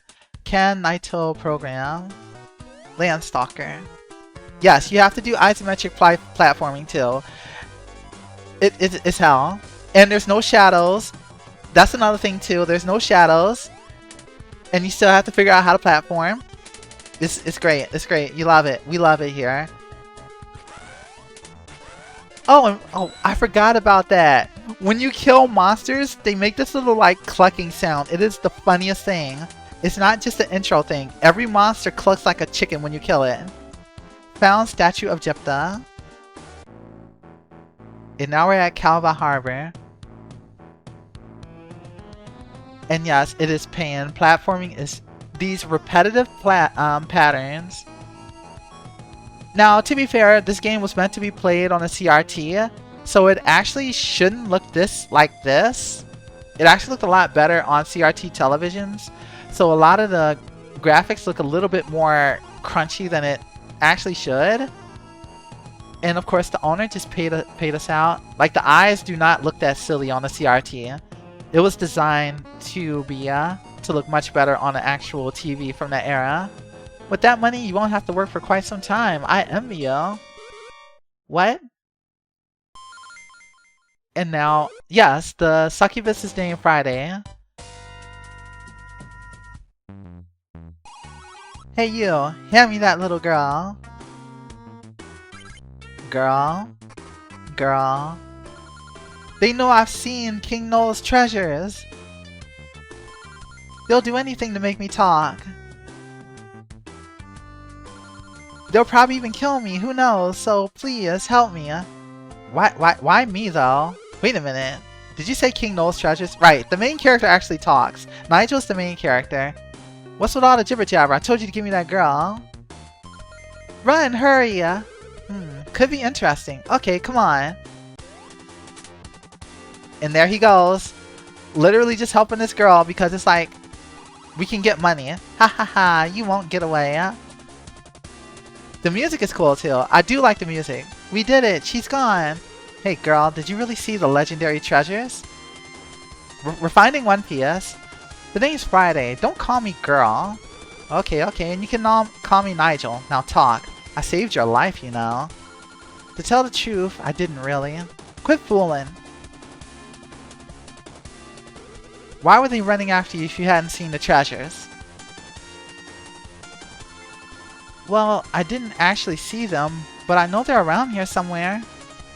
Great, take me to the general area. After that, my king's senses will lead us to the treasures. Alright then, follow me, Nigel. Let's get one thing straight. I'm not your follower. Sassy main character. We love it. Yeah, we just ride on top of an entire bird. Jumping all over. Thank you so much for the follow. Nice to meet you. Got a really bad feeling about this. How did you even get the bird? Wait, that's another question. Where did you get the bird? There's so many questions to be asked here. Where'd bird come from? What the bird doing? I hope you're right about these treasures, Friday. Right, you have an elemental charge on your weapons as you upgrade it. So once again, this is more of that Crystalis energy that I'm looking for. So that's why I was drawn to this game. Because like Crystalis, we had an elemental sword charge meter. And that was what caught my eye and why I wanted it. 2,000 golds is more than The treasure's worth more than 2,000 golds, isn't it? And the puzzles are awful. The puzzles are insane, let me just tell you. Now let's start our adventure. And yes, you die a lot in this game. I just want to point that out. You die a lot in that game. You actually have an item that controls how many times you can revive, and you have to stock those up because your HP is not enough in this game. So there was a lot of challenge to that one and a lot of dangerous traps. So it was actually pretty fun. It was fun, all things considered. So let's go back to our little main graph here. So that's where Landstalker is on my list of RPGs or games with the swords. Because right now we're on games with the swords. I consider myself a JRPG fangirl, but there's games with the swords, and then these kind of came close because they had the character with the swords, and they were action adventure. And because I was a kid, I could not I didn't have the dialogue, the verbiage needed to get exactly the games I wanted, so I had to slowly figure my way out through all of these games. Even now as an adult, my mom still sees certain games and she says, "Is this one of those games?" And I still like, "No, that one's not one of those games." I now know. I know now. But as about to start soon, I'm going to get some more water. But we're going to finish this up because my goal is to get to one particular game, and eventually we're going to get to the game that opened up my understanding so that I could finally stop calling these the games with the swords. And you guys are going to learn what that game was. Well, some of you guys know already, but don't spoil it for everyone else. Right after this ad that we got to get out of the way so that way everyone can enjoy this ad free. Be right back, everyone. Getting some water. Hit this. We're gonna get some water. Take a little sip. Take a sip. Do a stretch. Do a stretch. Take a sip and get comfy while I get water. I'll be back after ad. Okay. Just typing that takes like 30 seconds. Holy cow. Okay, BRB.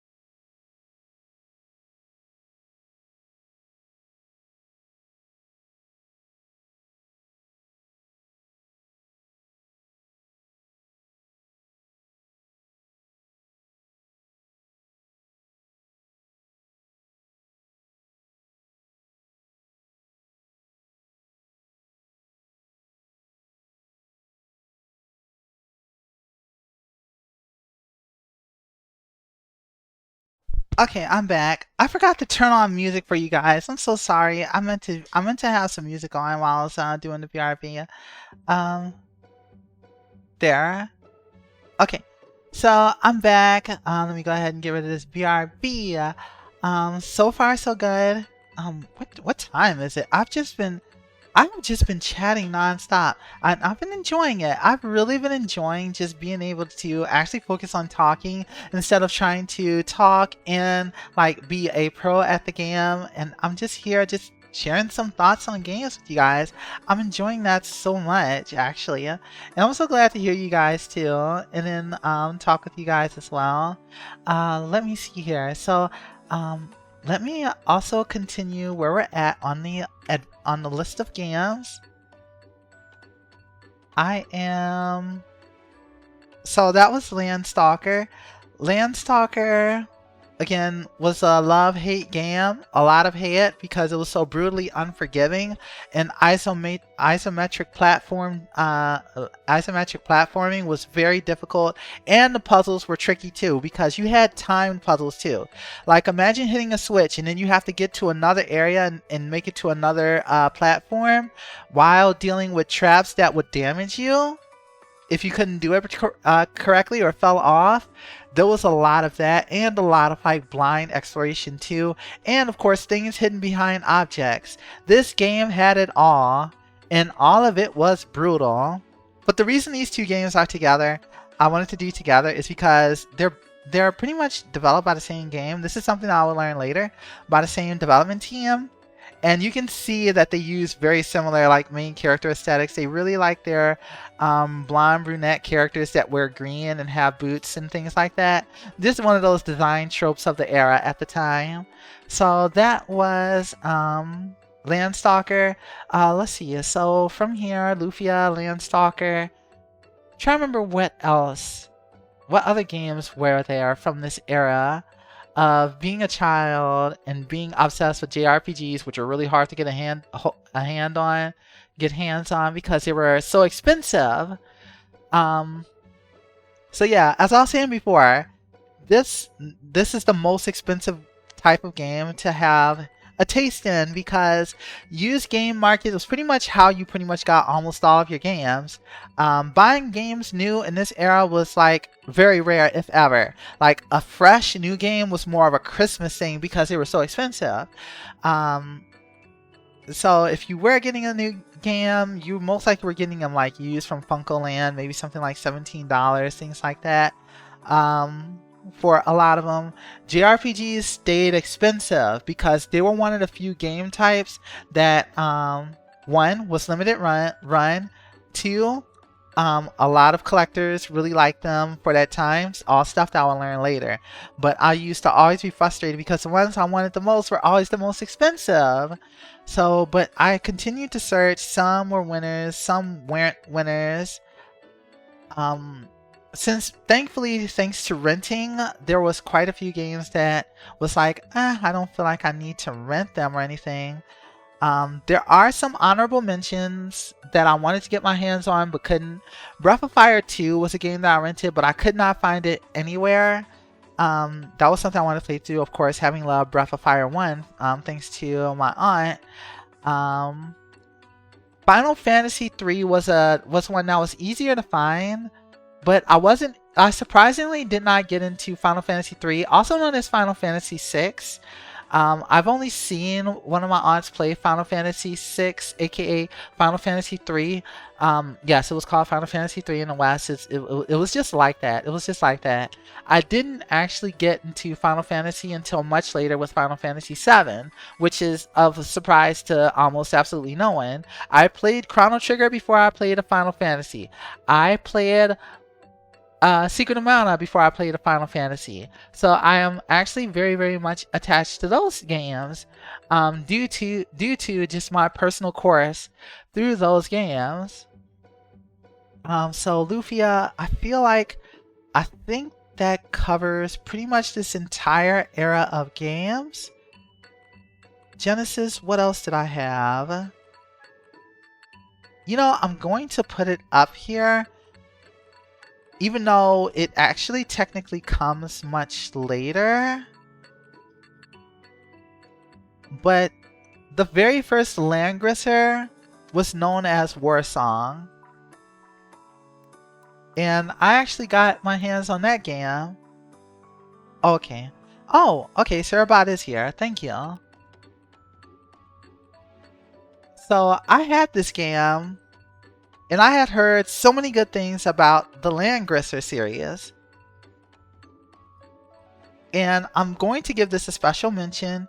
Like, this actually comes much later. Like, I had already played, like, Final Fantasy, I want to say I played Final Fantasy 7 before this came out, but we're currently still in, like, the Super Nintendo era. This was a strategy RPG.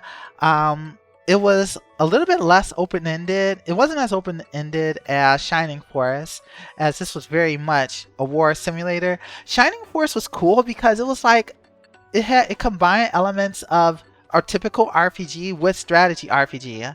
You could explore, going back to Shining Force, because I love Shining Force, you could explore areas and towns as the main character. It wasn't just like, oh, you had a war campaign screen and then you go to the next stage. It was not that type of strategy game. It wasn't like Fire Emblem in that regard. So you had exploration as a character, and then whenever you go to areas with the battle scenario, then you go to the battle screen. Then it becomes more of a strategy system. So Shining Force was really cool for doing that in its own way, and it really sticks out to me. So yeah, Shining Force is awesome. I do want to stream it sometimes, 1 and 2. But going to Warsong was more of a traditional strategy RPG. And I'm going to show you the intro to this one. I don't have much to say about it because it was literally just like a battle simulator. There are no memorable characters. You don't really get to see much of the characters to really get to know them or get attached to them. So like, it doesn't stick out for me. It doesn't stick out to me. But I still want to show you guys the intro to this one as well. Warsong, aka Landgrisser. Warsong intro. Let's see if this one, that's from 4 years ago. This one is probably going to look better. Alright, let me get this up here. So let's talk about, let me show you the intro to Warsong. Gotta love that crunchy lightning sword. Or lightning sound. Oh my god. That's actually really annoying. That's actually a lot more annoying than I remember it. Let's full screen. This is all you get for the intro. Something evil, and then something goes flying over there, and then, you know, you just bomb the whole island. You just bomb the whole castle. Holy crap, there is no chill. And that's what you start, and that is Warsong. I don't even think there's a real intro, is there? Anyways, the reason I want to mention this is because, honestly, this game's music is a banger.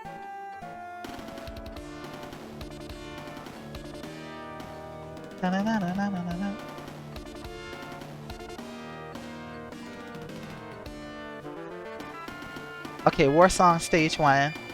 The music is really good. Okay, so I just wanna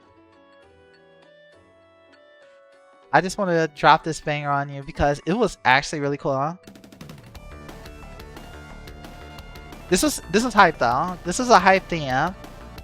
So let me just go back to my little presentation.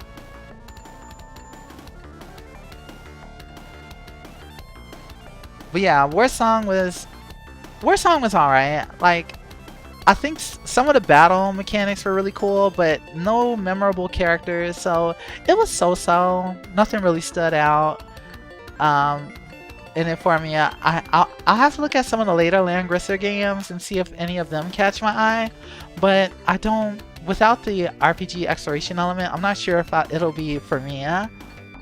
But I definitely wanted to at least just mention that. Hang on, let me get this over here.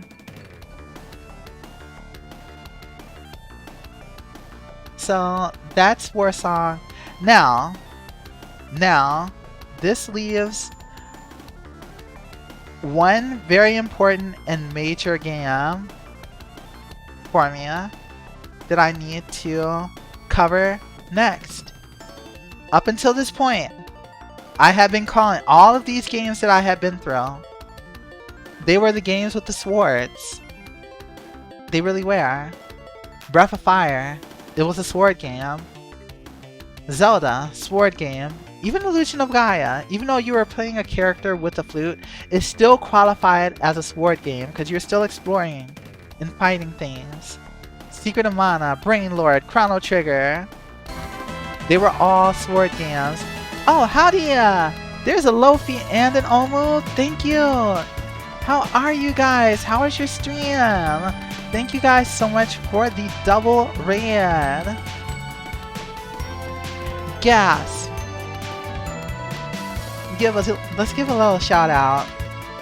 Give some love to the Cinco gaming crew, as they just shared some love with me. They were playing Jackbox Party Pack. We ball. You guys are balling. Thank you guys so much for balling. I appreciate you guys bringing the ball. How was your stream? What games were you guys playing on Jackbox Party Pack? Tell me more. Tell me more. And then also one more for Omu. Jesse, thank you so much for the follow. Very nice to meet you. One more. But yes, I need to know. I haven't played Landgrister, but I played Ground Lancer. First it was Naughty Pack, then we switched to Fun. A lot of dicks were drawn. That's very important, actually. It is important that you draw those. We did a bunch of Murder Party, Rap, Fibbage, and Blather Around. Blather Around is a new one. I have not seen Blather Around in action. I'll have to look up Ground Lancer. Actually, you know what? Maybe I can look that up right now. But yes, I thank you guys so much for the raid. Allow me to introduce myself to you guys who are joining in the raid. It's very nice to meet you.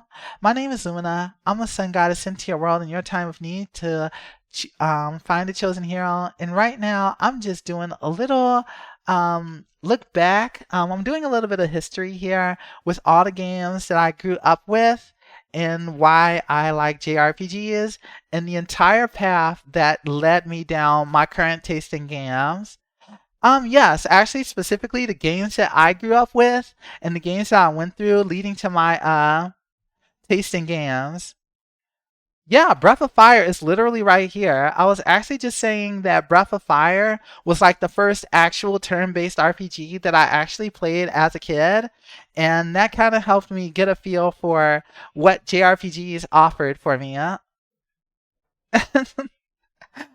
To be fair, I've got this little screenshot of the game covering it up. So it's kind of in the way. Oh, wait, crap. It's attached to my other assets. You know what? Let me just, where is this one? Let me move this one up over there. There, problem solved. There we go. But yes, games with the sword. Yes, all of these games that I played were games that I played before I knew what RPGs were.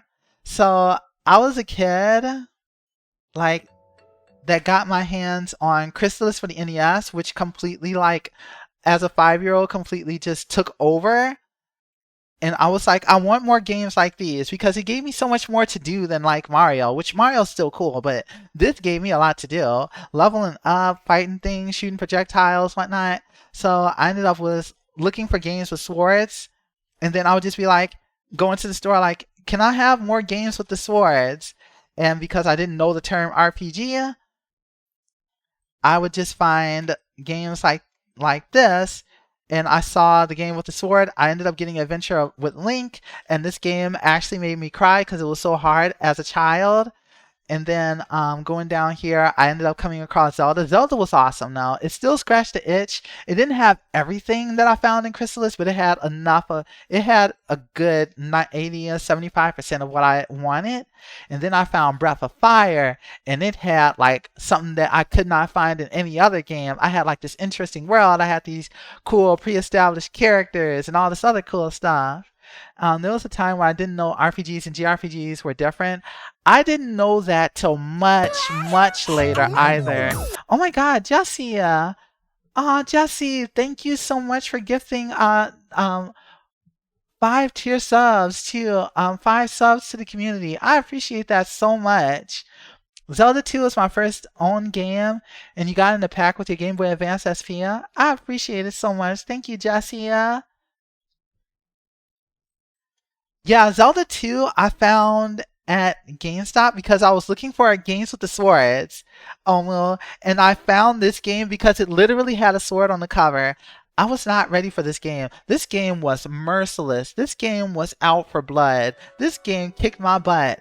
Because you're telling me I have to deal with grinding levels on top of having limited lives and needing to go through a dangerous cave just to get to a safe town and random encounters. I was struggling as a kid. Like, I can appreciate it a little bit better now that I'm older, but back then I was furious with this game. I was like, I put my money on this game and it was a struggle. I had skill issue and I was mad at the game for my skill issue. But that's where it started, and from here, because of Crystalis, that was when, and after playing Breath of Fire and Zelda, I eventually came across Secret of Mana, and that is where the obsession came from. 7 years old, it started here. 7 or 8 years old, I can't remember the exact year. Somewhere around that range, I got a hold of Secret of Mana, and everything that this game offered, the perfect hybrid of what an RPG did and what action games did. It had it, and I was so happy with it. And from there, my search for more games that were similar just continued. Let me take a sip here.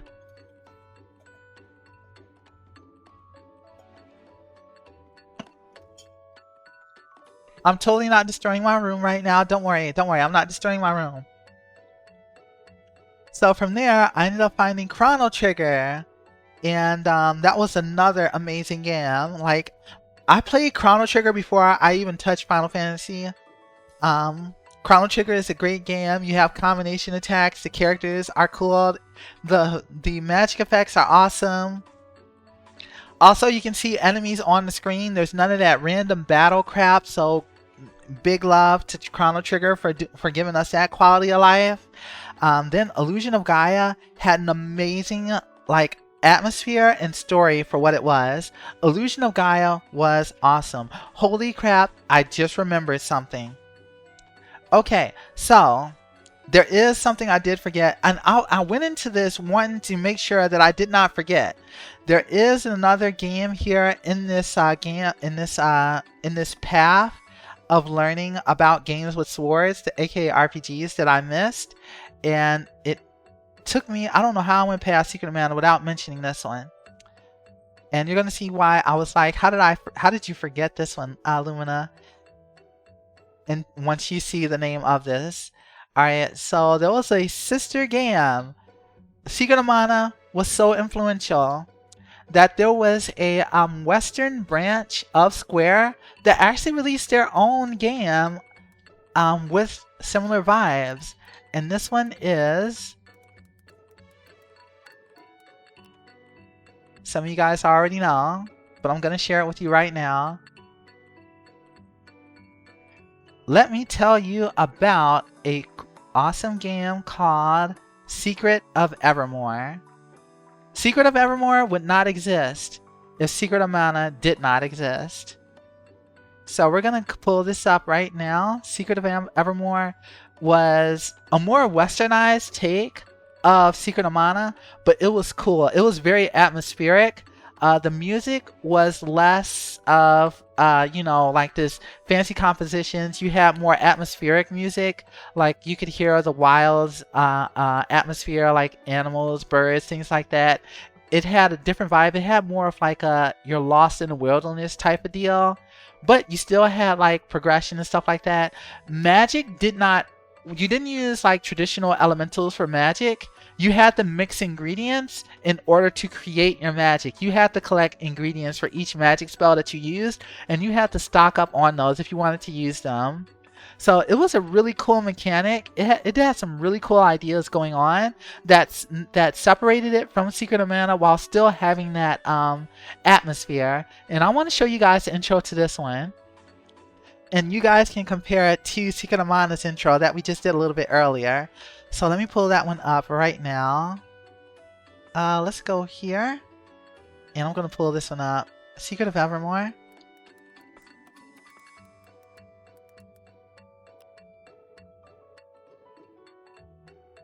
And let's see, a Secret of Evermore intro.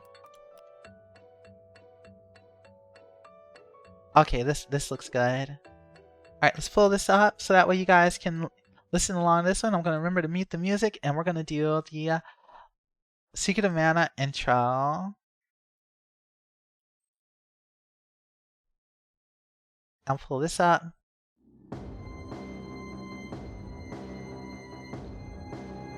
Like, it's ominous right off the bat. I honestly can't remember why this main character ends up in a different era. So I might actually run the intro to this game in order to just kind of go over the main story, because you actually travel through several different eras, including the future as well, which you guys might remember from Chrono Trigger. And I think this one's pretty cool on this song. I think this is really cool, huh? You only have one main character, but you have your dog too, because, you know, if there's anything, you always have to have your dog having your back. And this dog is a real one. The dog puts in work. But I really liked how atmospheric this game was. It was almost creepy. It was almost kind of scary, but it was also really cool too. Intro's really nice too. But yeah, this one was all done by a Western team, even though it's a Square game.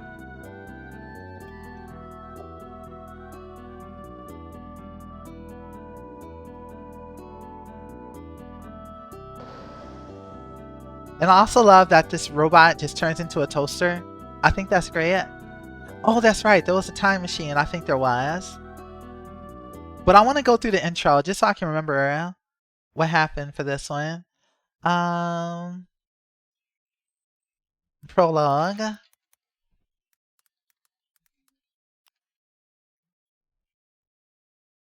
Okay, here we go. Alright, so here's the intro of this one. And this is another game that I spent a lot of hours on.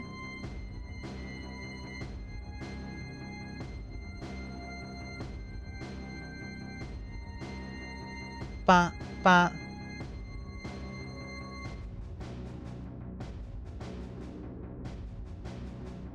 Da, da, da, da. Okay, let me full screen this.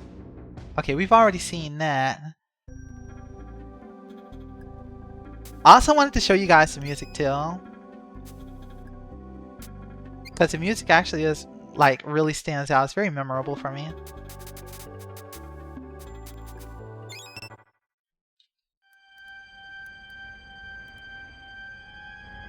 Podunk USA.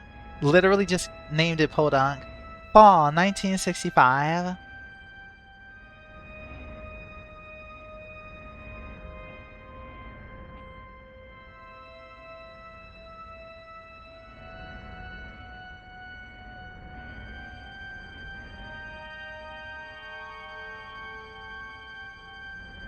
Al's Barbershop.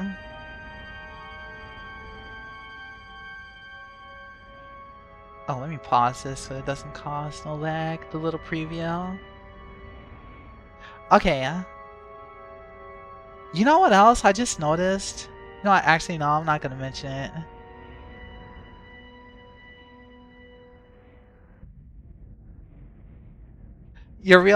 I'm realizing that you're a much more hardcore gamer than I am.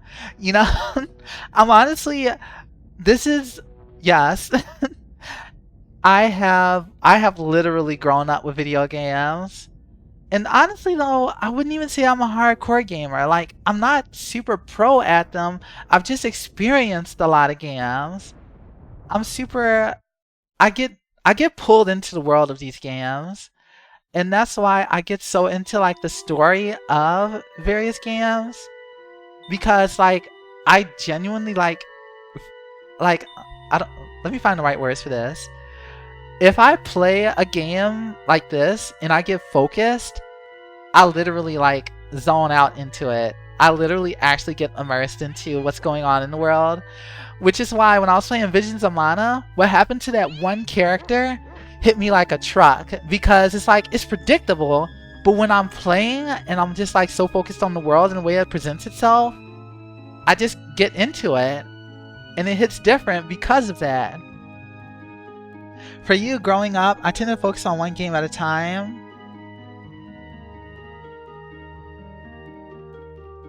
Wait, I didn't even mention anything.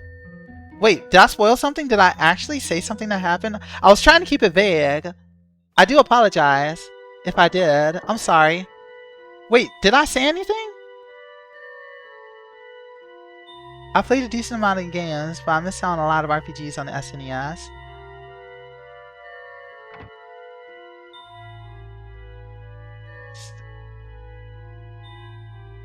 Oh my god. Oh, don't you jump scare me like that. Oh my god. I forgot this story was going. I was so busy like going off about everything. Like my heart started. I literally, whenever I'm like really like streaming too, like I will literally say stuff, rewatch the VOD, and I was like, wait, I said that? Or one of my friends would be like, that time that you said something was so funny. I was like, I said that? Where'd you get this clip from? Who is this woman? Oh my god, don't chew on those wires. Right, that's how the plot starts. Your dog just gets zapped into a completely different time period. That's the plot.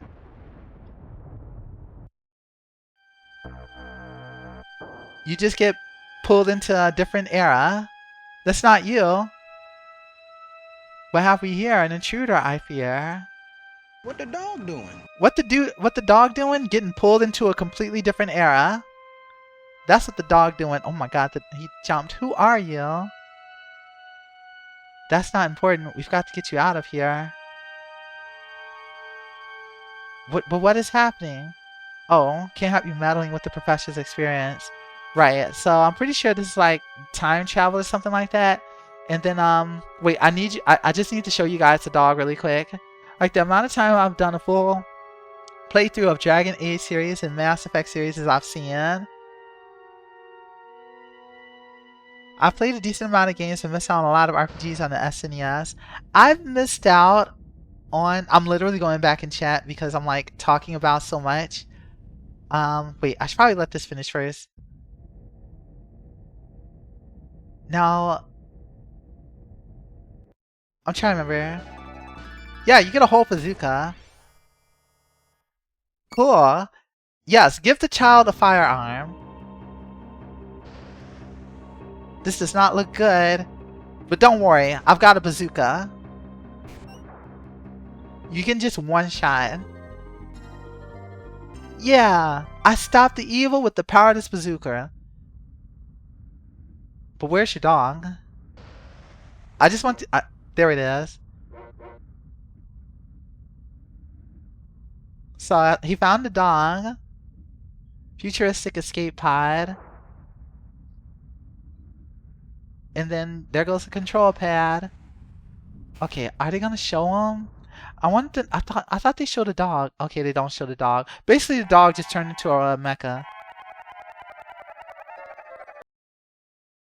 Welcome to Prehistoria.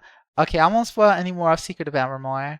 But I definitely just wanted to set up the setting for the game so that way you guys can see it. Okay, you guys know what's driving me crazy? Does it show up here? Okay, it doesn't show up here. Yeah, he turned into a basically turned into a prehistoric dog just by going to this area. Let me see if I can find. I think it's in the intro. Okay. Huh? Wait. Huh? Oh my gosh, your timing is perfect. Hi, Ruru. Ruru Raid. A whole Ruru Raid just for me. Oh my god. Hi, Ruru. Hi, Jokapon. It's so good to see you. Thank you for joining in the raid. Leon, welcome. Thank you so much for the follow.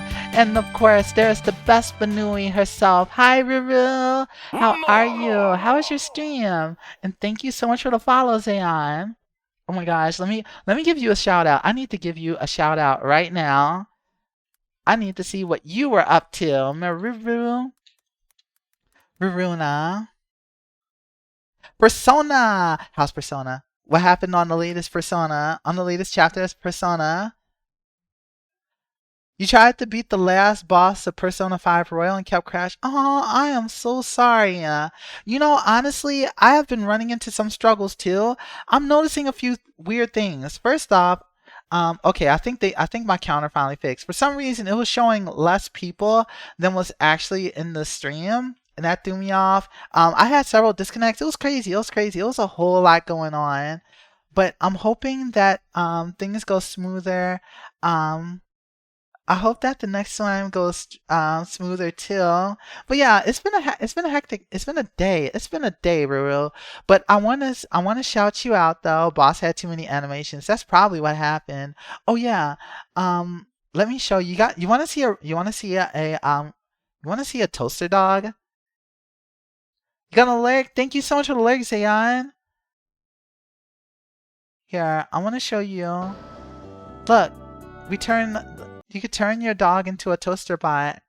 Yeah, your main character's dog turns into a mecha toaster. It's great. It's great. It's fantastic character design. But yeah, this game is so interesting. I was actually just going through, for everyone joining in the raid, I'm actually going through my history of games that I grew up with. Oh, you was expecting a Gundam? I wish that it was a Gundam, but no, it's literally a toaster. But yeah, this game is awesome. To everyone coming along in the raid, let me introduce myself and let you guys clue you guys in on what I'm doing. My name is Lumina. Does he actually use it as a toaster? No, he actually shoots lasers. He shoots whole lasers. It's actually pretty cool, huh? But yeah, the dog actually in this game, Secret of Evermore, you go through several different time periods, and the dog changes form every time period that you go through. He is your constant battle companion. It's awesome. I wish my toaster shot lasers too. Like all of this work, all of this science, and we still can't shoot lasers with toasters. I feel like they're not even trying. What I'm trying to say is they're not even trying. But as I was gonna say, everyone that came along in the raid, it's very nice to meet you. I'm Lumina. I'm a sun goddess sent to your world in your time of need. I am actually going through my history of childhood games that I grew up with to show why I'm such a fan of the kind of games that I'm a fan of today. Of course, everyone who knows me knows that I'm a huge JRPG fan, and I am currently going through an entire roadmap of all the games that I played that led me to my current taste in game and all of my inspirations. So let me close this right now. I'm gonna pause this. And here's where I'm at so far. And I didn't realize how long it's gonna take me to go through my entire game history. Here is my list. And it is the path of a JRPG fangirl. This is a fantastic presentation that I have right here, of course. The important things to remember is back then during this era, this early era, JRPGs sucked to buy used. And the reason I get so attached to JRPGs is because you have these established characters and personalities, and it's very easy to like them a lot as you get used to the world and the pre-established storyline. That's kind of like the core aspects of it, more or less. So to everyone coming along in the raid, basically to explain, I was playing games like this for a while, but because I was really young, I was like literally like 5 to 8 years old, discovering like this genre. I didn't know what to call them, so because I didn't know the term RPG, I called them the games with swords. And I had to find games with swords and figure out, yes, this is the game with the sword. This is a game with a sword, but it's not actually a game with the swords. And so I was going through this struggle for a while. Are we going to get a part 2 and 3? Honestly, I think I'll probably have to, because I didn't even realize it's going through my Super Nintendo and Super Nintendo era was going to take this long. But I had to go over everything to tell my story. Basically, to everyone coming along, to break it down, I had Crystalis, which is an action RPG, right? You could level up You had weapons with different effects and different elemental builds, magic, all these cool things to mess around with, and a world to explore. And you had these characters, and you had a really interesting story regarding humanity rebuilding itself. Most other genres of console games did not have all of that going on, and the ending of it made me fall in love with what this genre of game had to offer. So I started looking for more of these quote-unquote sword games, and from there was like 3 different types of games. You had two different types of games. It was like there was like a divide in the roads, and there was action adventures, and I didn't really know what to call that either because I was so young. I was like 7 through 9, calling them games like Zelda. So that's it. Zelda was the genre. Zelda was just a genre. And then the other was just sword game that wasn't Zelda. And so I would find turn-based RPGs, aka turn-based sword games like Breath of Fire, that led me down this list of other games. And my aunt showed me to various different games going down the list. And it's been just like all one influence from the next to the next to the next. Zelda led to Illusion of Gaia, which led to Landstalker, and these games were kind of hard with the puzzles, but they were pretty rewarding too in its own way. Screw Landstalker in particular, even though I have a love-hate relationship with it, the characters do stick out in my mind because you had like the main character that was just like greedy for money, though he only really talked at the beginning, so it's kind of disappointing. Then you had Secret of Mana and Secret of Evermore, which were the perfect combination and exactly what Crystalis offered, because you had the turn-based world building of games like Breath of Fire, finding items, finding treasure, finding these little character interactions and side quests. But you also had the action and exploration of the below category. This is what I liked the most as a kid, and I honestly still kind of do.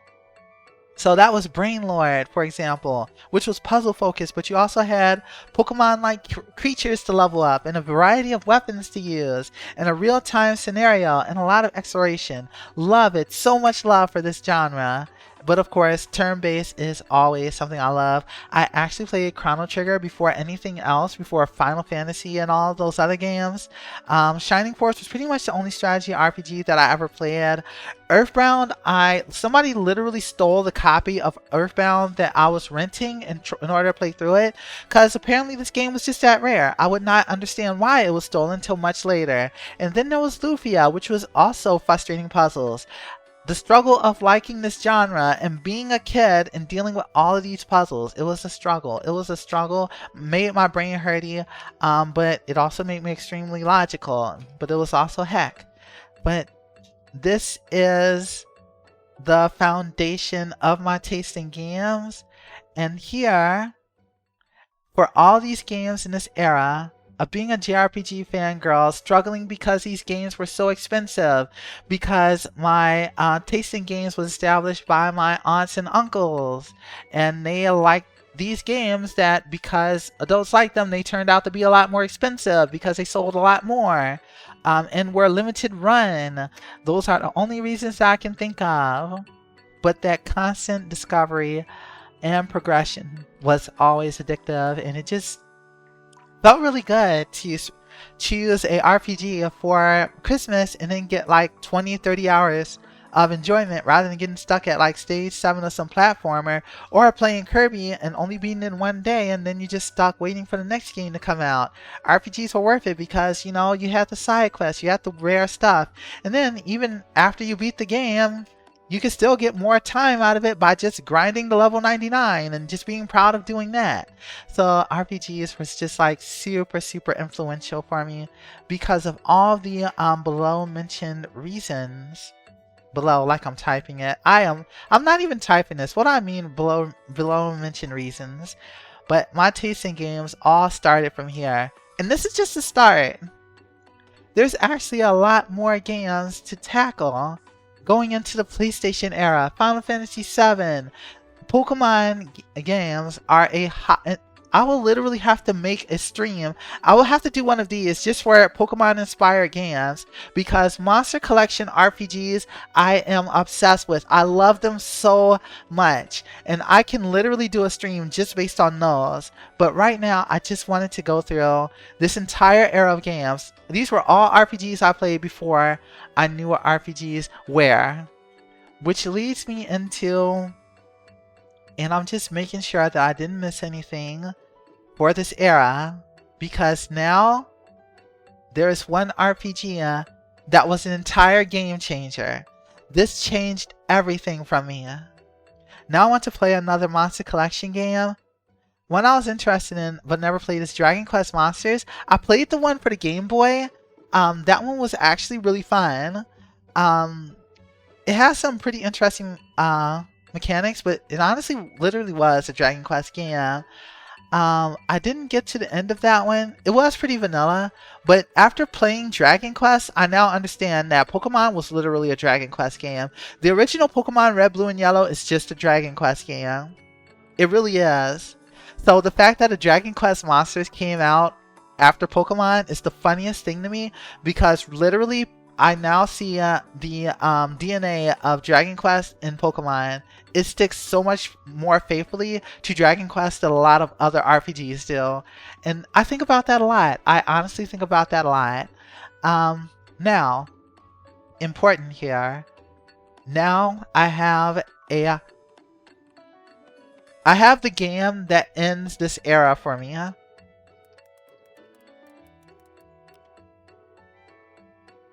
This is the true game changer. Literally, Super Mario RPG, yes. Wasn't trying to say it that, I wasn't trying to spoil it before I said it, but you know what, it's fine. Anyways, you guys already know. This game is a treasure, and I'm so happy that it's getting a remake. That's right, Super Mario RPG, Legend of the Seven Stars.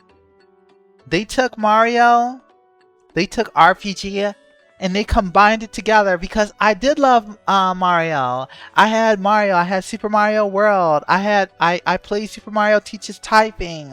I had Yoshi's Cookie. I played Super Mario World 2 with the Yoshis. And now you're telling me they took that and made it an RPG?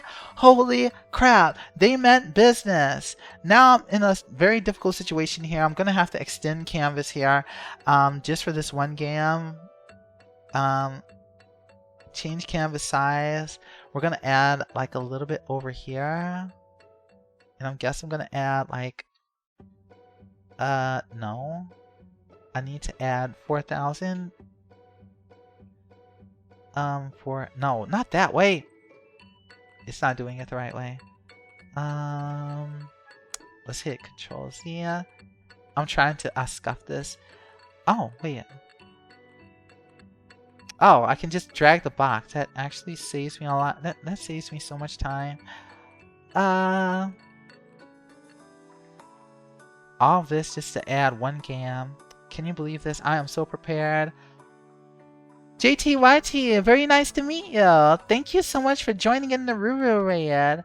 I appreciate you. Thank you so much for coming to my JRPG presentation, where I show y'all why I am so obsessed with this one game genre.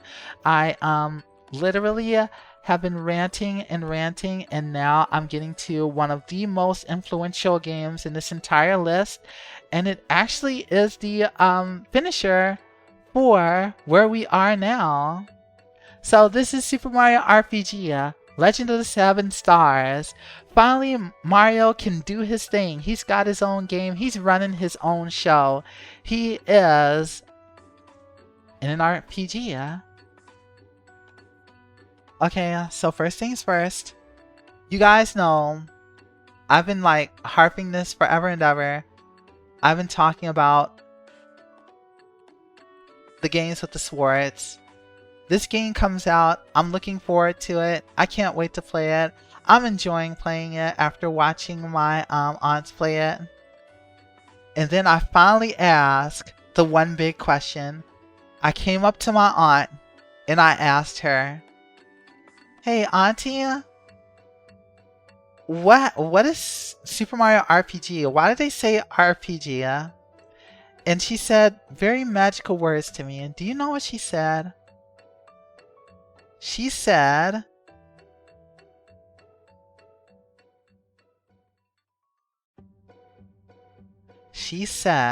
I am literally just building up suspense.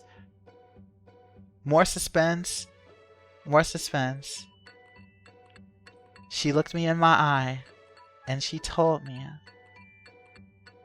RPG means role-playing game. At this point, I'm like 9 or 10 years old.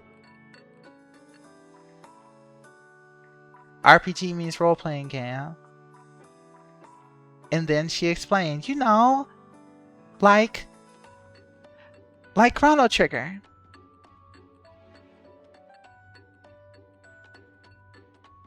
This is the word that I've been looking for since I was 5 or 6 years old.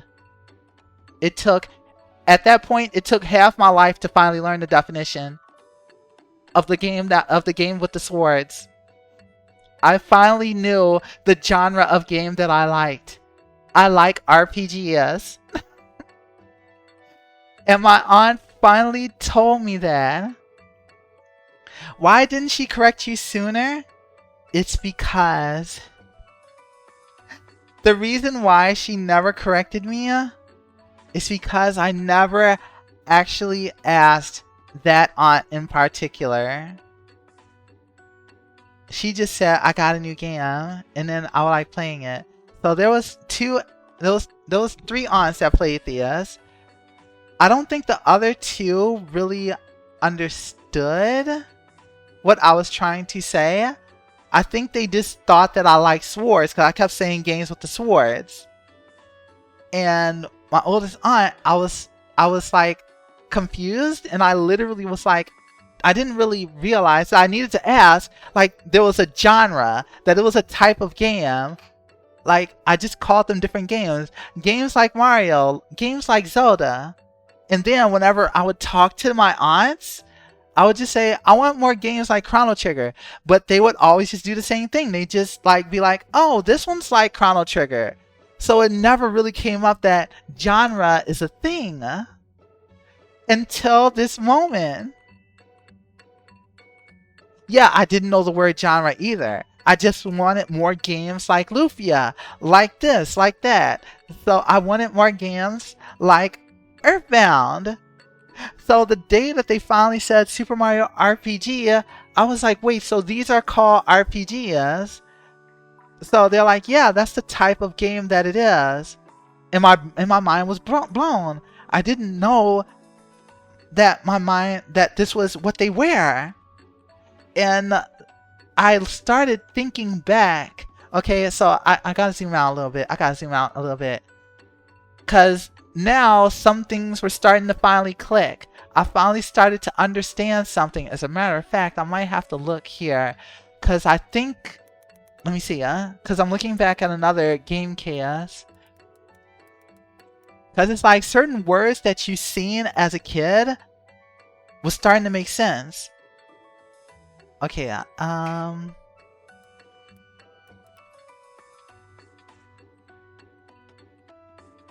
Now I'm going to bring up Shining Force again.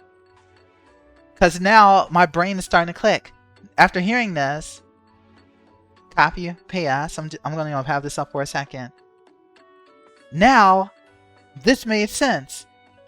Role-playing action, up close and deadly. Why didn't I think of this sooner? Role-playing action. That was what I was looking for. I was looking for a role-playing game, and the clues were in front of me the entire time. I was just too little to put it all together. Largest role-playing game. I literally, I never even noticed this. I was so mad at myself. I just thought they were trying to say, hey, it's a cool game. And this was like, I want to say this was like 2 years before Super Mario RPG. And there it is. It was there right there. Largest role-playing game. But yeah, after this game, the big aha moment, and all of a sudden me going back, looking back at the case, it was staring it right in front of me, that's what I was looking for. Role-playing game. In all these games, this journey that started with Crystalis for the Nintendo, and enjoying leveling up and trying out all these different weapons and upgrades, looking for games with the swords, Breath of Fire, enjoying strengthening my characters, struggling with the hell of adventure of Link, loving Legend of Zelda and its exploration and the story setup, Illusion of Gaia, and playing that with my aunt's help, Chrono Trigger, falling in love with Secret of Mana, playing Secret of Evermore, which was awesome in its own right, struggling with Landstalker, enjoying Brainlord, Shining Force, the struggle of ever finding Earthbound, Lufia, and even a little bit of Warsong. It all led to Super Mario RPG, Legend of the Seven Stars, teaching me exactly what these games were.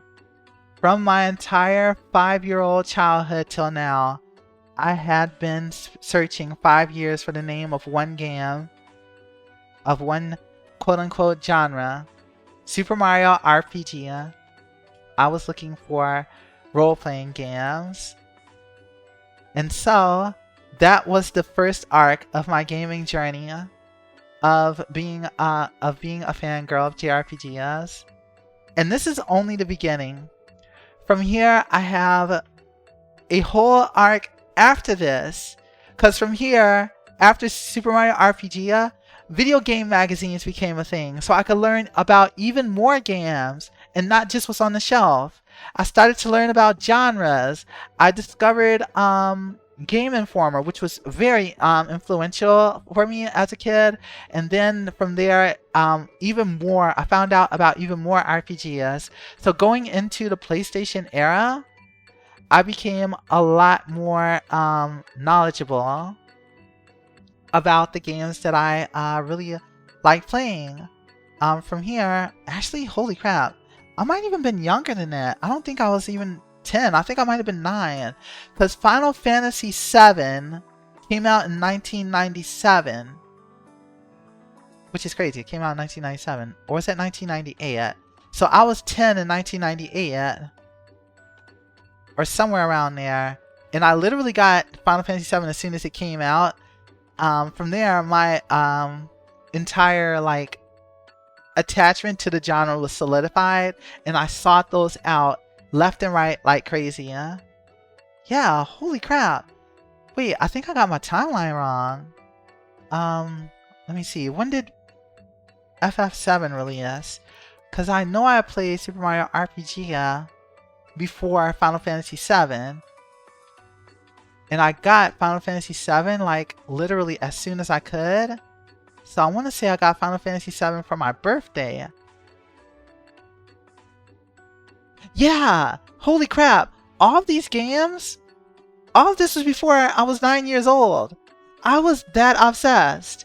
And yes, I was reading from 5 years old because I learned reading very early. For those of you who weren't here at the start of the stream, I explained I was able to read from 3 or 4 years old, fluently. In first or second grade, I was in a program where I read to people to kids in higher grades than me in order to inspire them to read. It was like an actual gift. So playing these games was not difficult for me at all. And part of that reading and all that learning I was doing pretty much solidified my taste in these games. Oh my gosh, child prodigy. Yeah, I literally I was in an enrichment course from first grade because I literally did straight A's. From there, in addition to reading, my mom gave me so many books that kind of influenced me. And it wasn't even fancy science books or anything. My mom gave me a book that was called How Stuff Works, how plumbing works, how electricity works. And I would read that front to back. Those books about animals. I enjoyed reading that. It was a lot of fun. a lot of how parts work, devices, things like that, I just like reading them for fun. And I ended up picking up a lot of stuff, and I kind of like passively became aware of how a lot of things work. But I didn't think anything of it. I was just reading the book. I don't think I could understand how to progress through an RPG before like 13. I honestly think it came from me just like doing it from a very, very early age because of Crystalis. And then from 6 or 7, I always had like my aunts to help me out so that I could figure out what I'm supposed to look for. And they weren't always there to like help, but it kind of like, they kind of gave me the fundamentals in order to get through certain things, and it kind of carried those fundamentals. Like for example, talking to everyone in town and getting the information that kind of clues you in on what you're supposed to do next. Being able to read and pick up on those clues from talking to different characters in Zelda, like that fundamental skill helped get me through a lot of other games.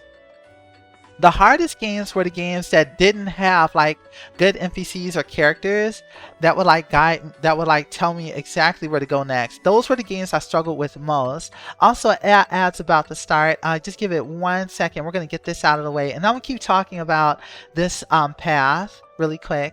Okay, be right back. I'm gonna get some more water because I always need more water.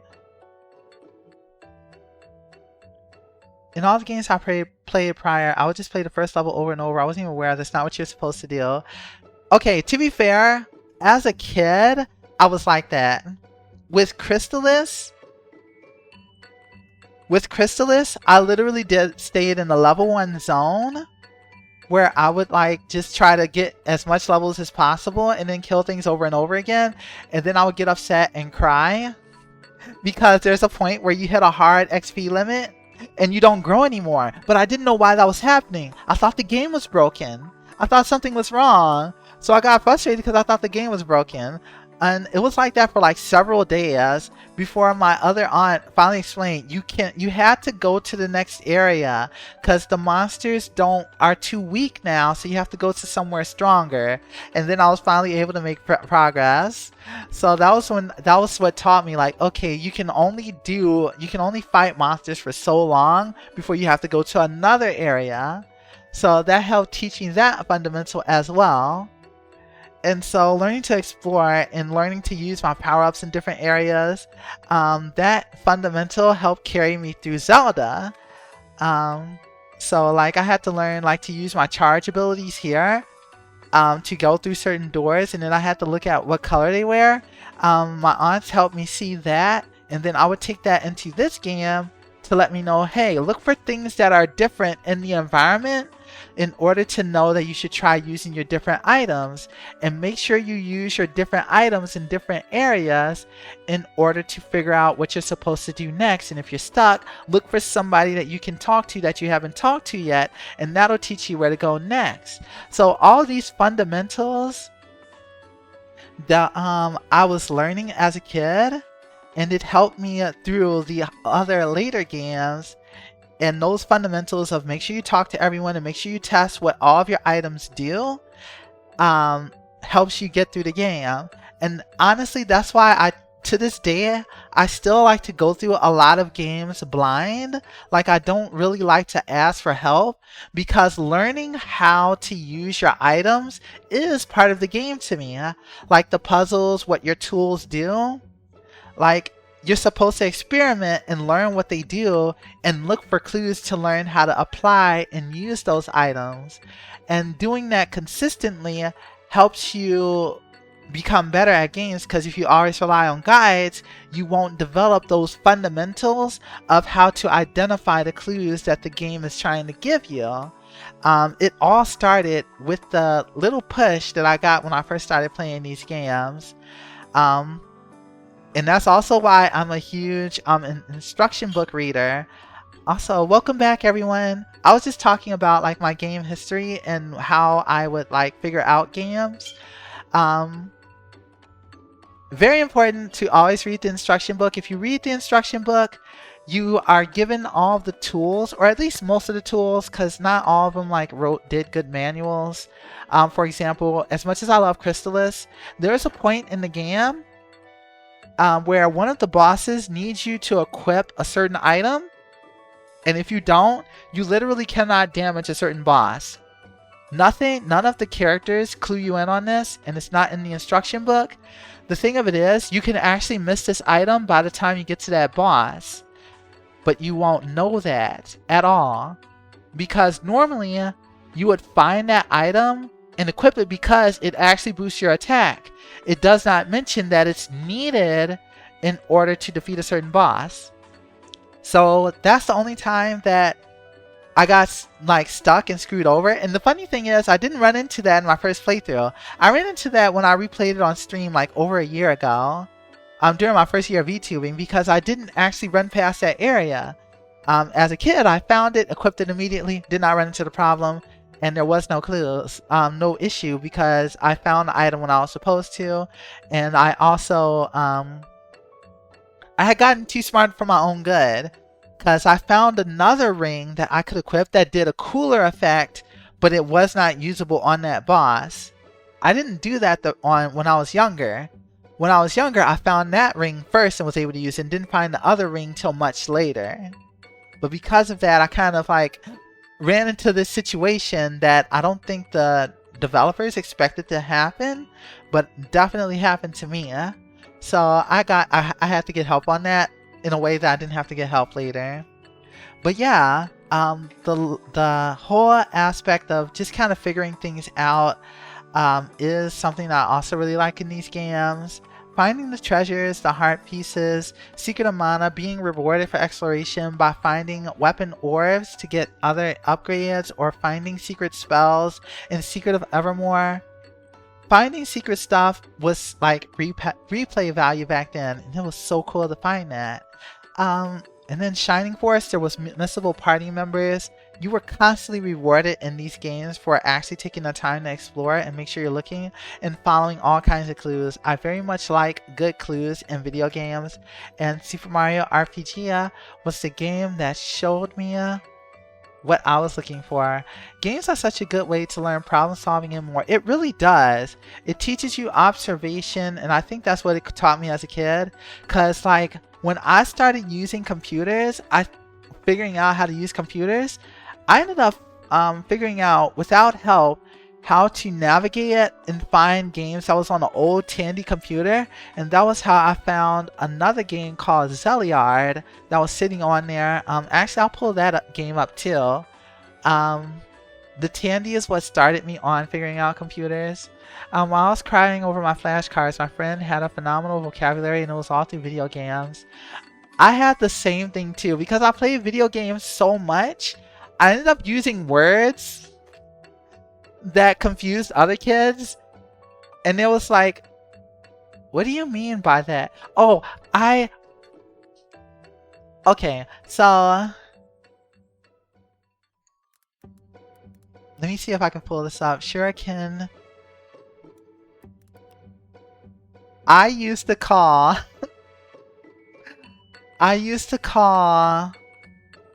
them shurikens because that's what they were. The games that I played call them shurikens. And like, you know, I'm going to paste this too, right? These were shurikens, right? And there was this thing, Aplom outside of Pokemon. I have not seen the word. I've seen it somewhere. I know I've seen the word Aplom. I just can't remember where I've seen Aplom. Okay, so that's a shuriken, right? Here's another thing that I ended up learning from my games. So there was a time where in school, I'm probably gonna show my years. There was this. Ninja stars was a thing that kids like to make, and I called them shurikens, and I kept confusing kids in like my 4th or 5th grade class because I kept calling them shurikens, and like, what are you calling shurikens? Everyone called them ninja stars. I was the only one that called them shurikens. And I'm pretty sure it's because of either Secret of Mana or Ultima for the For the why am I so tongue-tied? For the SNES, Ultima SNES. This freaking game. Okay, I'm making a new canvas really quick. Hang on, so that way it's a little less messy. Yeah?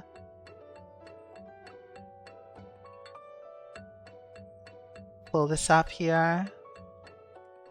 Okay, so here's Ultima. This was a regular RPG. Yeah? I enjoyed it, but it was also like one of those open-ended ones, and it was okay for what it was. Ninja Star, or no, Shuriken. I am pretty sure this game was why I ended up calling it that. Oh no, I don't think it has it. Ruins of Virtue. No, I can't find the image of it. But anyways, there was Shuriken in this game, and I'm pretty sure that's where my vocabulary was forever changed. The only place I've ever seen it is in that one time that it was used in Gen 3 Pokemon when Professor Birch complimented you on beating up his child. Good job, Shrezu. You beat up that child's Pokemon with Aplom. I am so proud of you. And now it makes me think about IPOM. Is that what they call it, IPOM? Is IPOM supposed to have been a play on Aplom? Is that what they was going for? See, now I gotta think about this too. I've got so much to think about right now. I have so much to think about. But yes, I have been absolutely, my entire childhood was completely influenced all the way up to age 9. I cannot believe I played all of this from age 9. Like, I did not realize. Cause, yeah. Now, to be fair, Chrono Trigger probably went, like, as far as, like, replaying it over and over, probably went further past age 9. But I definitely know that I got into Final Fantasy VII and I had played Super Mario RPG and Lufia, Brain Lord, Secret of Evermore, all before the age of 9. That is crazy. Now, the ones I didn't own Super Mario RPG. It was borrowed and I was playing that. I borrowed Shining Force, played through that. Chrono Trigger I borrowed, and Breath of Fire I borrowed. So that's like 5 games that I had just either rented like Lufia or borrowed. Secret of Mana I owned. Secret of Evermore I borrowed. Brain Lord I owned. Zelda 2 I ended up buying and regretted. I think that was like 6 or 7. Legend of Zelda, that was what I wanted for Christmas and got that. Landstalker I think was a birthday present. Illusion of Gaia was borrowed too.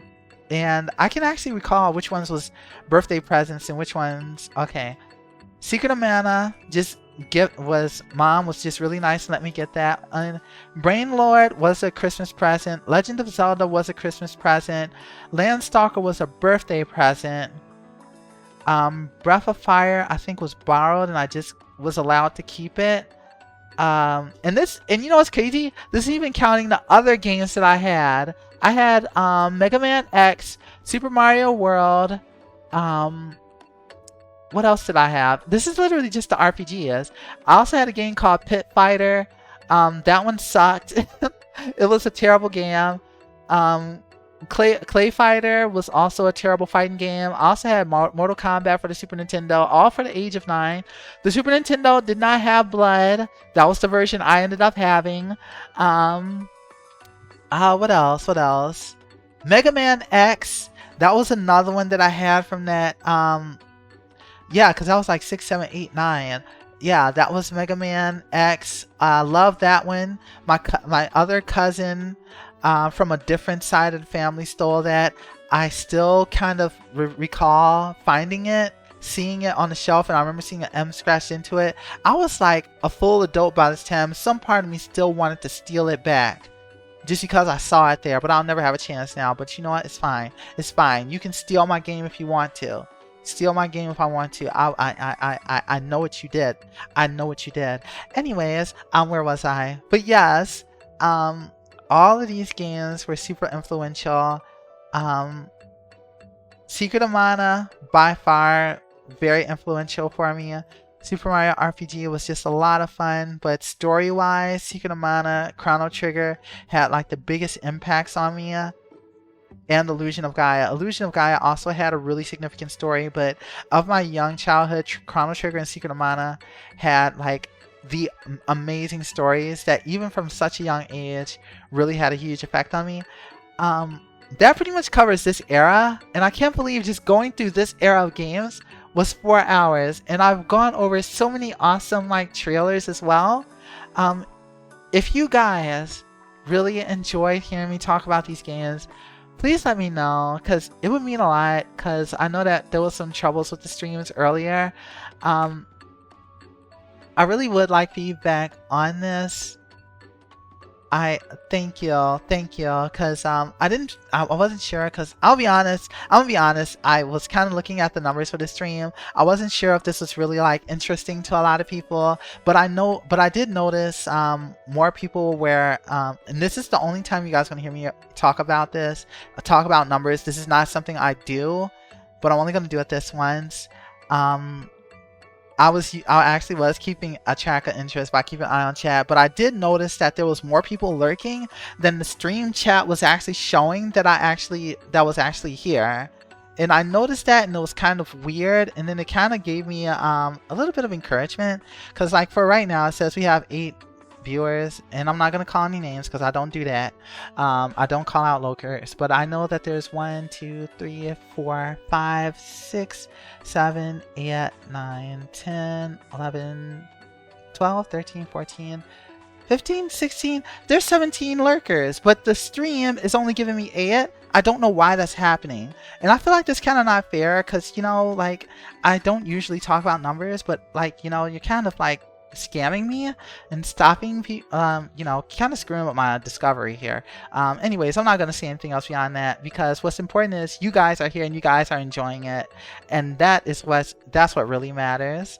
But yes, I really do enjoy this. So this is just chapter 1, so we're past the games with swords era, and the next arc is going to be like me being like a whole RPG fan era. Yeah, they need to fix that, because that is so unfair to people who are just really trying to grow and really trying to find more audience, because I really do want to meet more people that enjoy the games that I do. And so that's always been a goal of mine as a streamer. I want to find more RPG fans like you guys. You guys enjoy RPGs, and it makes me so happy to share this with you all. Thank you, Xerox. Thank you so much for letting me know. And you too, Arcadia. I appreciate you guys so much. Coleslaw, Shirazio, I appreciate you guys so much. Like, you guys being able to relate to me with these, with my taste in games, it means so much to me, that I can talk with you guys, and you guys can show me games, and that you guys enjoy the games that I'm playing too. Because honestly, as a kid, growing up, I really didn't have a lot of friends that liked the type of games that I liked. They really didn't understand, you know? Like, I had friends that I would try to play multiplayer with in Secret of Mana, and like, they play it a little bit, but then they want to play, like, you know, more NBA Jam, because NBA Jam is awesome, and I totally understand. But being able to sit and talk about the worlds and the stories, that was something I did not get to do back then, because not a lot of people were like super into it. As I got older, I was able to talk about Final Fantasy with like my aunts and stuff, but as a kid, all the other games I really didn't get a chance to hype over. So it's really fun to stream and do that, and I'm glad to share that with you guys too. So this has been the Path of a JRPG Fangirl, and this was the Games with Swords arc. Now after this, it's gonna be like the teenage years, and that's where I'm gonna be playing like more like actual more where I actually know what RPGs are. And from here, it's going to be like the PlayStation era, Final Fantasy. There's going to be a lot of more Square games and a lot of other action RPGs. Just me being in the know of what I'm playing. And from there, there's quite a few games. I think the PlayStation era and N64 era might be will be both reasonably long and reasonably short because there's a lot of games there to cover as well. And I look forward to sharing those games with you guys as well, of my PlayStation 2 era. And that'll be something that I plan for in the future. This has been so much fun. Again, thank you guys so much. I want to do some shout outs again because this is something I want to do. For those of you guys who did raid, I hope you guys don't mind that I don't do like the post tweet, but I do like doing one more shout out right now. Yes, I might have to do another chart for a different arc, and it's going to be the PlayStation arc, the Vagrant Story arc. I have heard of Vagrant Story, but I have you won't get the Vagrant Story arc, but you will get the Final Fantasy Tactics arc, so you can look forward to that. You can definitely look forward to that.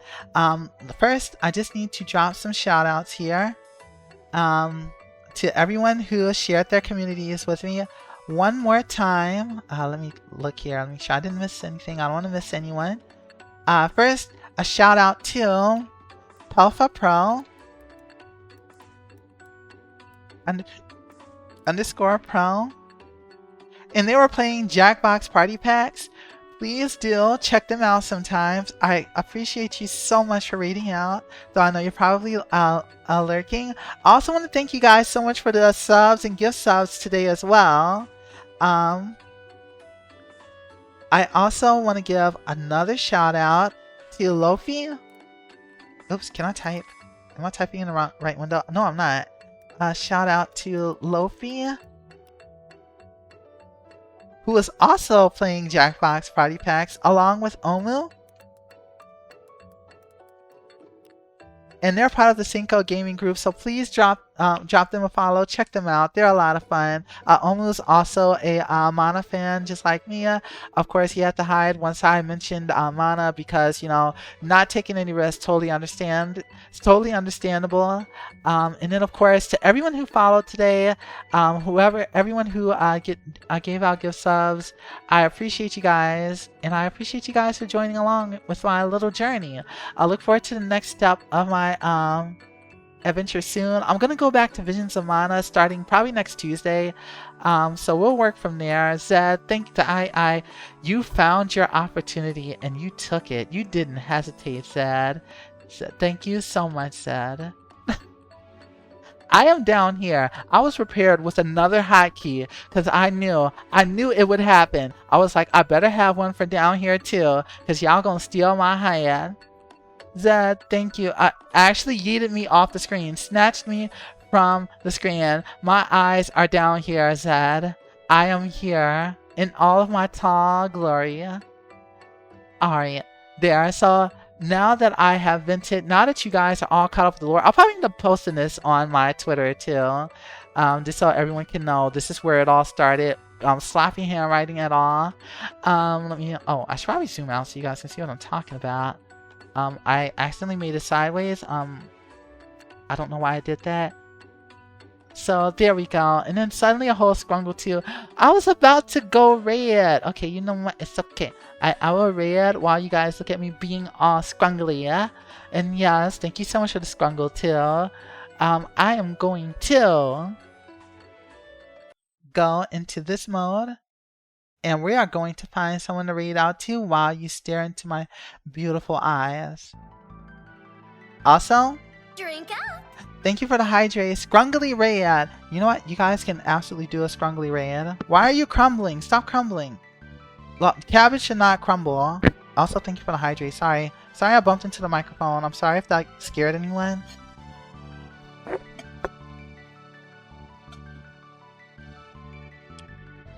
That's how I look when I'm drinking. I just wanted you to see that up close and personal. So scoffed. In this moment, I am truly the most scoffed. But yes, I appreciate you guys so much. Thank you guys so much for hanging out with me as I talked about my RPGs and games. That's a good point. If your cabbage crumbles, probably don't eat it. Yeah, we probably shouldn't eat a crumbly cabbage. That is scary. That is a concern. I don't want you guys to be concerned. I want you guys to be okay and well. I want you guys to be healthy. I want coleslaw to be healthy. Okay, let me go ahead and start looking for who we can raid out to. I'm gonna go ahead and save this. Yeah, let me save JRPG. Okay, sorry, sorry, something popped up on my screen. I was like, oh my god, I hope they can't see it.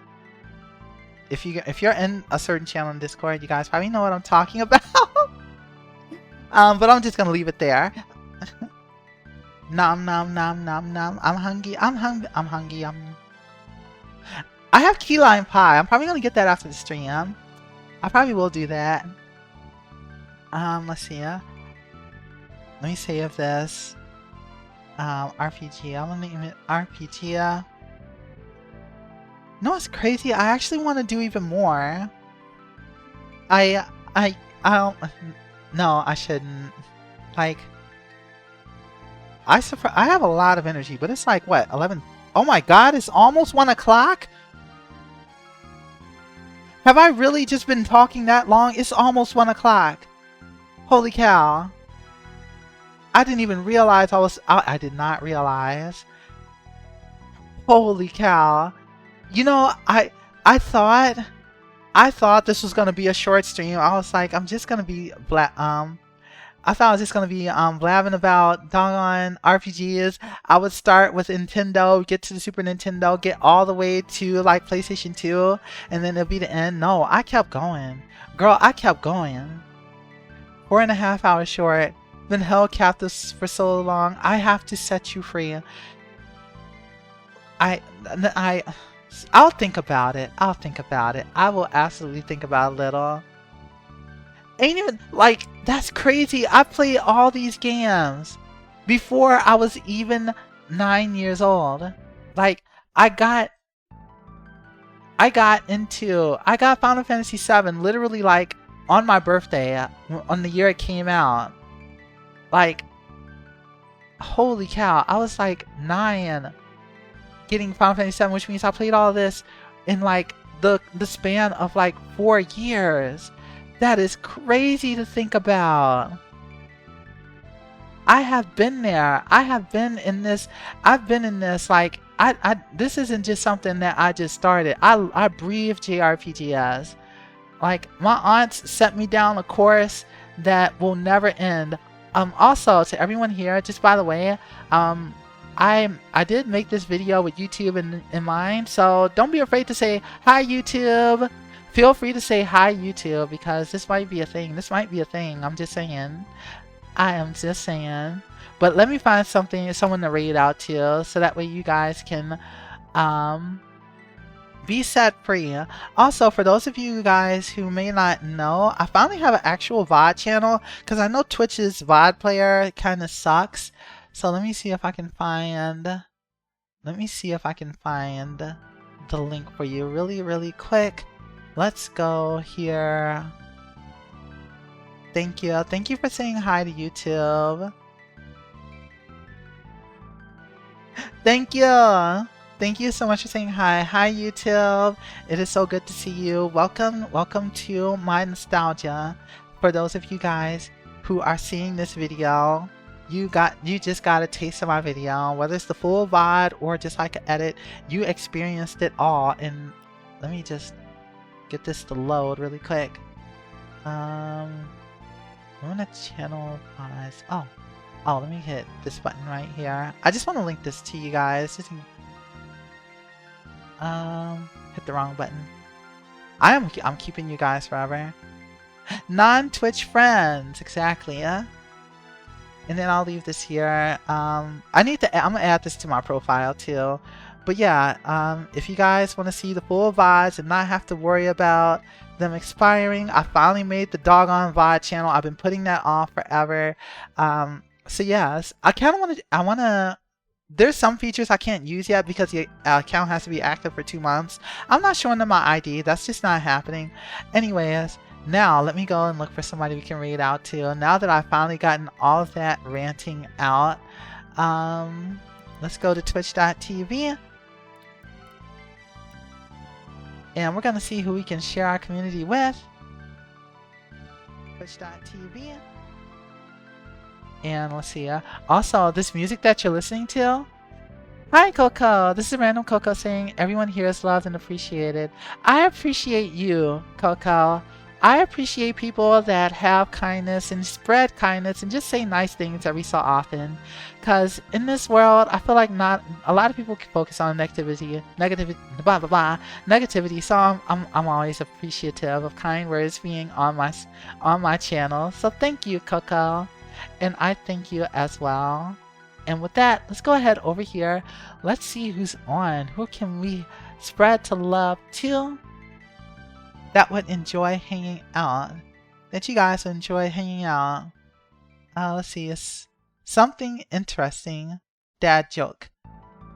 No negative Nancias. Don't always need a negative Nancy. Sometimes we just gotta chill and have a good time. You know what? Let's see. You guys want to see oh my god, not the Adafria. You know what? I'm gonna treat you guys to some Animal Crossing. Let's see if Cheshire is open for... Huh? What the heck?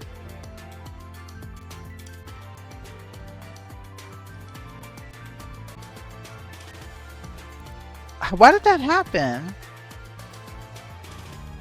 Hang on, I'm gonna untime out you. I don't know why that happened. I'm sorry, Coco. You see this? I like Hang this on, the give it most. 1 second. I like this. You see this? Are you looking? I like this a lot. Do you see this? I like this. I like this a lot.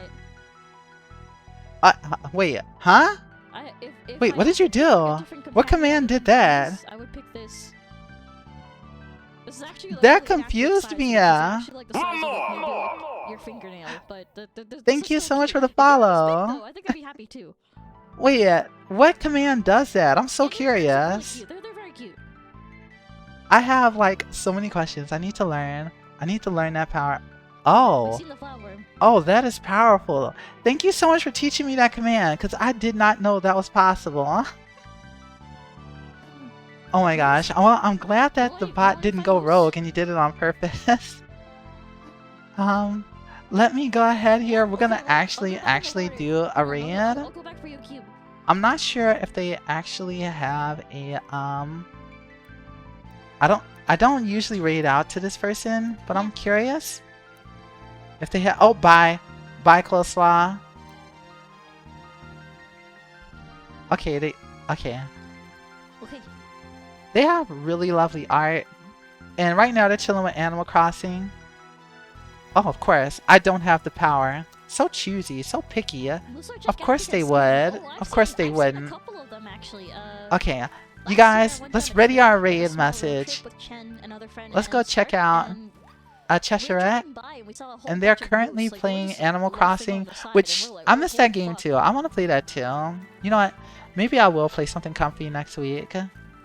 Anyone with the 7 TTV extension can still see the deleted messages. I have it on my other browser. I don't have it on this browser. I need to get it for the browser that I use here for streaming. I think an angry moose would be very scary. Alright, so I've got my raid message. I have it at the ready. Let's get ready for... Wait. Did I unshrink? Oh, okay. If you guys can please take good care of Cheshire for me. And you guys have a great night. Thank you guys so much for hanging out with me. And I'll definitely update you guys for the next course of this RPG Legend Adventure. It works mostly? Ah, okay. I'll keep an eye out then. Alright, here we go. Let's go. 3, 2, 1.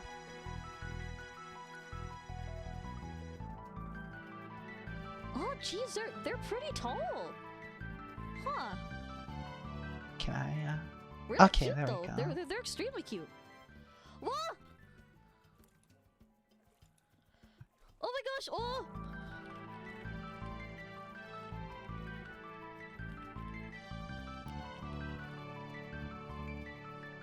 Hello! She is so cute. Hi!